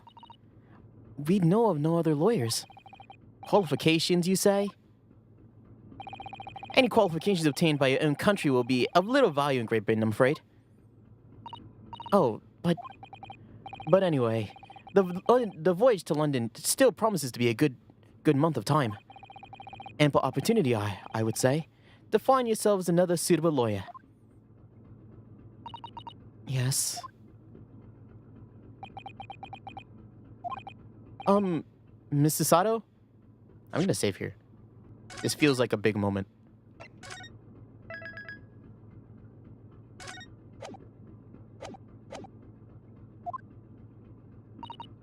Yes? Do you think perhaps I might be able to do it? But you're not a lawyer, Mr. Naruhodo. Oh, unless... Are you studying law? Whoopsies. No, I'm not, but... I'm sorry, but in that case, I don't think there's even a chance that it could even work. But as I said, there is more than a month before we reach England's shores. Isn't that right, Mr. Naruhodo? Yes, I have a month in which to study, to learn what I must to become a lawyer in Great Britain. Mr. Naruhodo. That's ridiculous. Are you seriously suggesting anybody could learn all of that in just 40 days? There's only one way to find out. I would work my fingers to the bone, Inspector. Every single day. Will you let me try? And if, by the time we reach Great Britain, I haven't learned enough to be recognized as a lawyer, I'll take whatever punishment is deemed appropriate. But why put yourself in such a difficult position? For Kazuma. He said that there was something he had to do in Great Britain, and that he would sacrifice anything to make it happen. He was passionate about it. I can't let all that passion just come to nothing. And anyway, it's for my own benefit too.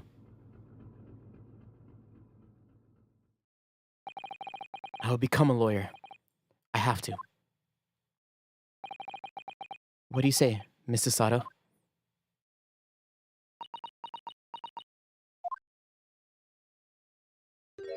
Aww. I think it's a wonderful idea. Thank you. Did you just say that in British? So, what do our bespectacled inspector friend says? Are you serious? One lawyer and one assistant. The numbers are indisputable. No, it's madness.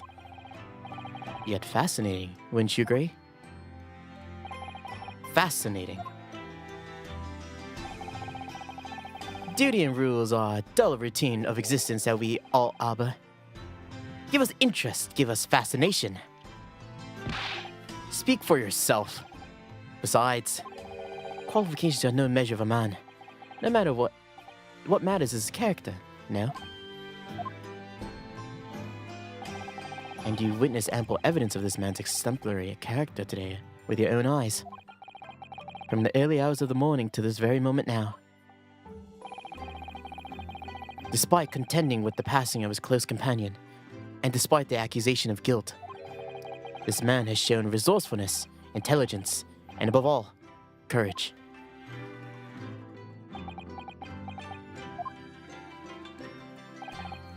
Very well. I'll think of a clever way to reward my report to the Department of Justice. Inspector! After all, I did just make a promise, didn't I?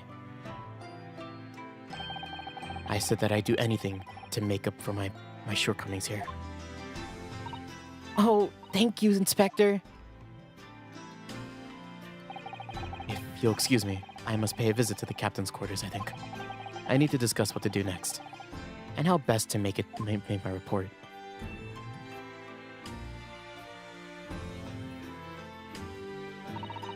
Are you really prepared to attempt this, Mr. Naruhodo? Yes. I'm gonna try. I wonder. would you consider teaching me what I need to know? Everything about being a lawyer?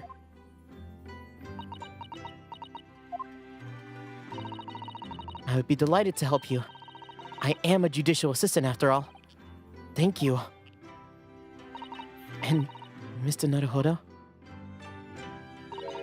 I'd like you to take charge of this. Oh, it's his headband! His headband's on the sword! That wasn't always on there. His sword just was black, was a black sheath. Oh, Kazuma! Fuck! Fuck this game. Ah! I hate it. I hate it. I'm not gonna cry again. That moment has passed. But I hate it. I hate this game so much. I'd like you to take charge of this. What? Me? Are you sure? I'm sure it's what Kazuma-sama would have wanted. Its name is Karuma. It's a great sword, and it's been in the Asogi clan for generations. Very well. I accept. I'll treasure it. Always.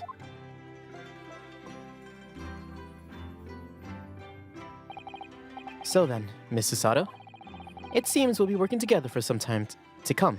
To come yet.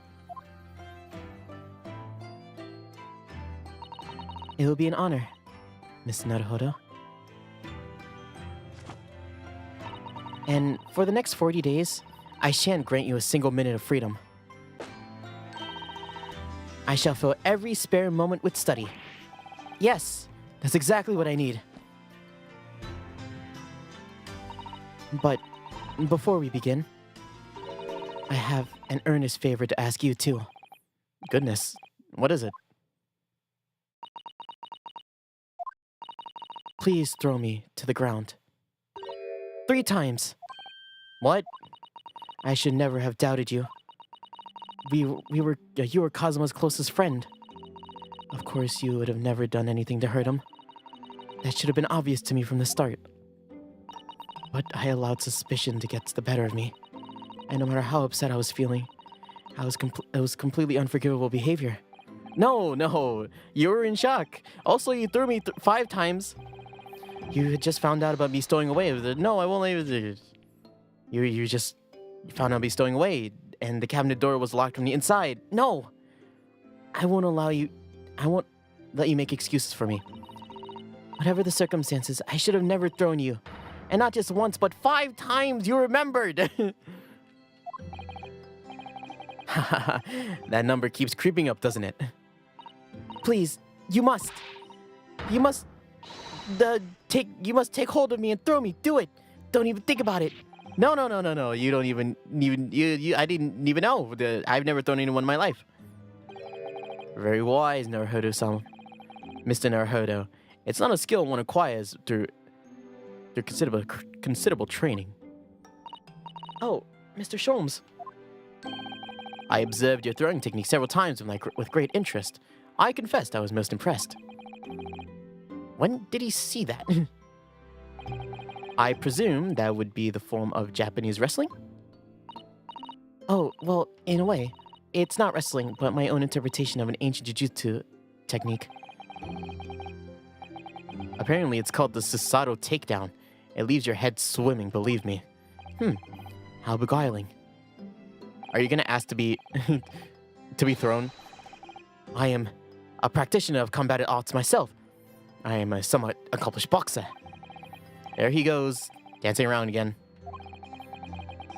I wonder if you'd be so kind as to instruct me on the technique of your resting throw. Yes, I'd be honored. Then let us not dally. Demonstrate, my dear madam. Don't demonstrate on me, though. Oh, of course. Don't do it! Don't do it! Are you ready, Mr. Naruhodo? Sorry? Hey, woo!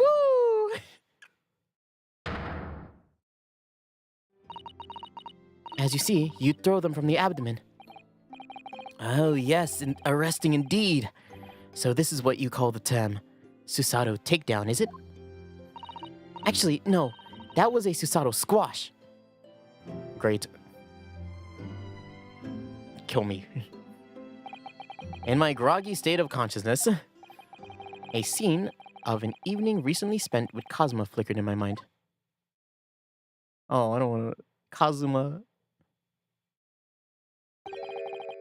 Karuma. That's right. It's a prized sword that's been passed down through generations of the Asogi clan. I can't believe you managed to get permission to bring it with you. I mean, taking a katana on a study tour is more than a little irregular, surely.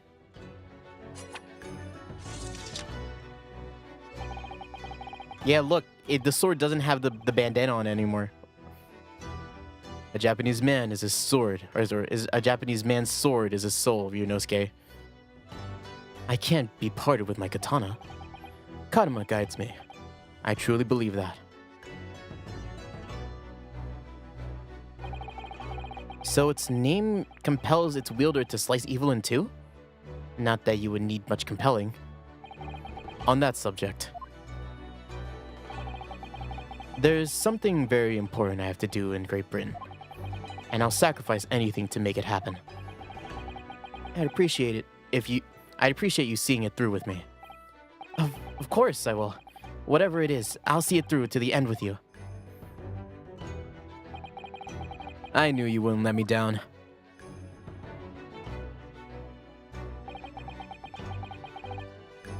That important thing he had to do. I still don't know what that was. But I'm going to see the place for myself and work it out. In Great Britain's capital, London.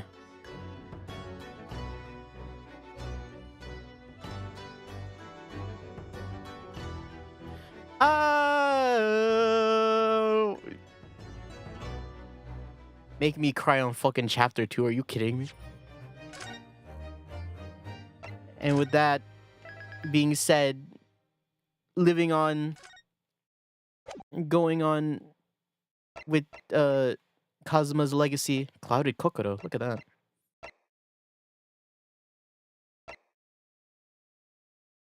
I don't know anything about these next few cases, so I'm so excited for those. Oh, so this game is gonna be the death of me. It's gonna be the death of me. Seriously, I didn't expect that out of me. I really and truly didn't. I start bawling my eyes out, man.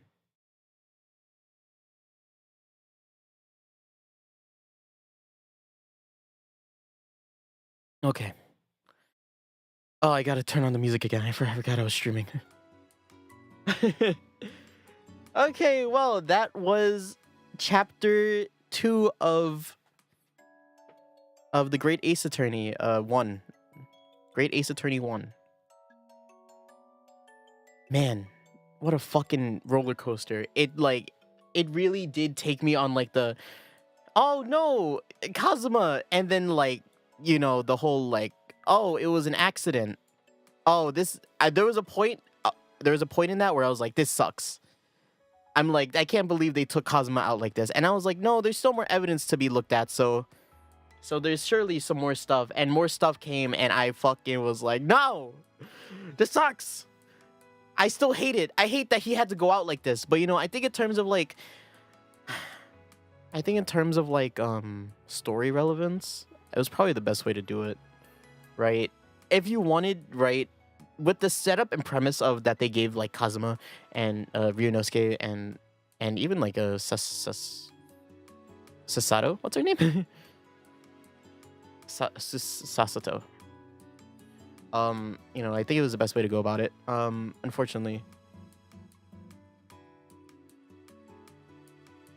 I don't know why I almost cried there. I honestly, you know what it was? You know what? It was the music. The music started getting to me during that scene. I was like, oh no, this is really sad. And then the music is just like, oh no, this is making me even sadder.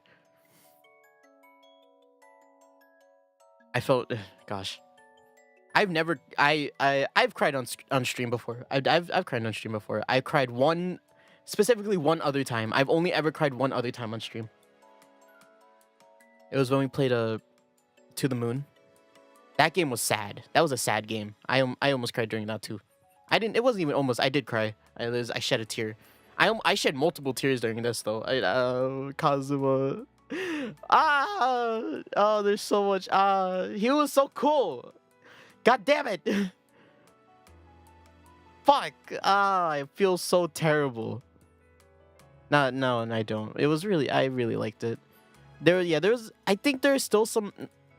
If I'm being honest, I think there's still some things that they do in this game that I'm not a giant fan of.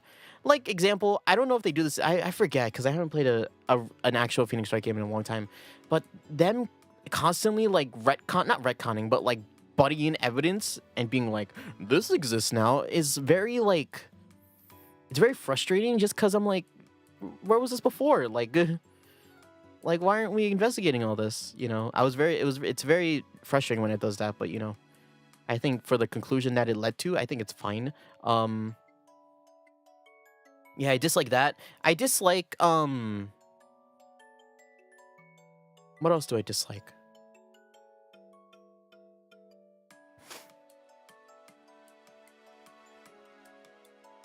Yeah, it's mainly just the whole the mystery as a whole. Like, there's a lot of, like, perception things. Also, I really don't... I like the gameplay. I like the gameplay. Don't get me wrong. I like playing, you know, the detective things that we did today was really fun. I don't like the reasoning they gives for it, like the observation. You can only see, you know, oh, what's this? You only see the ink stain by turning him around. While I understand it as a gameplay, from a gameplay's perspective, from a narrative perspective, it's not amazing. You know what I mean? Like, we've been looking at this guy forever. Like, are you telling me we're only seeing this ink stain on his back now? And well, I think this time it was just a very specific case. There was a good time that they did it during this case, which was actually the earring. The earring I think was good, just because you could actually look at it and see it. Like, oh, she's missing one. Is it stylistic? It's probably stylistic. There's doubt there. There's, like, doubt. And then you see it. You see that the other one exists, and you're like, oh, shit, it broke off of her. So I'm like, it's great. I love that. That was fun. But yeah. And then there's some, like, perspective things that I don't really like. Mainly, it was a main perpetrator in the first case, because I'm like, how did no one see this lady, like, shoot the guy in the middle of the restaurant? Like, is no one paying attention? But this one, it's like, I think the biggest thing that didn't really make sense to me was why didn't Stroganov, like, call out to Palova when she walked over to the other guy's room? To Cosmo's room, right? That's like the only thing that I'm like, I don't know about this. The rest of it you can explain, and it happens, and you can explain it happening, you know. But yeah, oh, what a fun game, and that makes it so I can't wait for the next one. I cannot wait for the next stream, which, oh man, today's stream was 7 hours long. To be fair, I did spend the first hour like talking about Shadowcraft or Shadowverse, yeah. But yeah, fun times. So let me talk about the rest of the stream, or the rest of the week stream, and then move on to what's next. So today was Thursday. We played some Great Ace Attorney. We'll be playing some more Great Ace Attorney next week, on Thursday. But the actual next stream will be on Saturday. I actually don't know what I'm doing. It might be Postgenomics. It might be something else. I was thinking about doing something else just because it was an idea that popped into my head, and I was like, maybe. Who knows? Who knows? But yeah, it's free day Saturday, whether it be Postgenomics or whatever I want to do that day. And then the stream after that will be on Tuesday, and it'll be Kingdom Hearts again, which I think we'll be like close to finishing the game. Kingdom Hearts, which means I have to find a new game to play. Great. But yeah. And then the stream after that will be Phoenix Wright. So, or not Phoenix Wright. Great Ace Attorney. I keep calling Phoenix Wright. But yeah, I'm not going to cry anymore, but I will head out of here. So, thank you everybody for watching. I'm so tired. I'm a tired man, but that's okay. Loud music at 3, 2, 1. Thank you everybody for watching. See you guys next week. In 2 days. Saturday, Tuesday, Thursday, whatever day. Not any other day. Those days specifically. I have to limit myself when it comes to streaming. But yeah, I hope everybody enjoyed today's stream like I did. Well, at least I enjoyed it. So, but you guys do whatever you guys gotta do. I'll be chilling. Bye bye, everybody. Bye bye.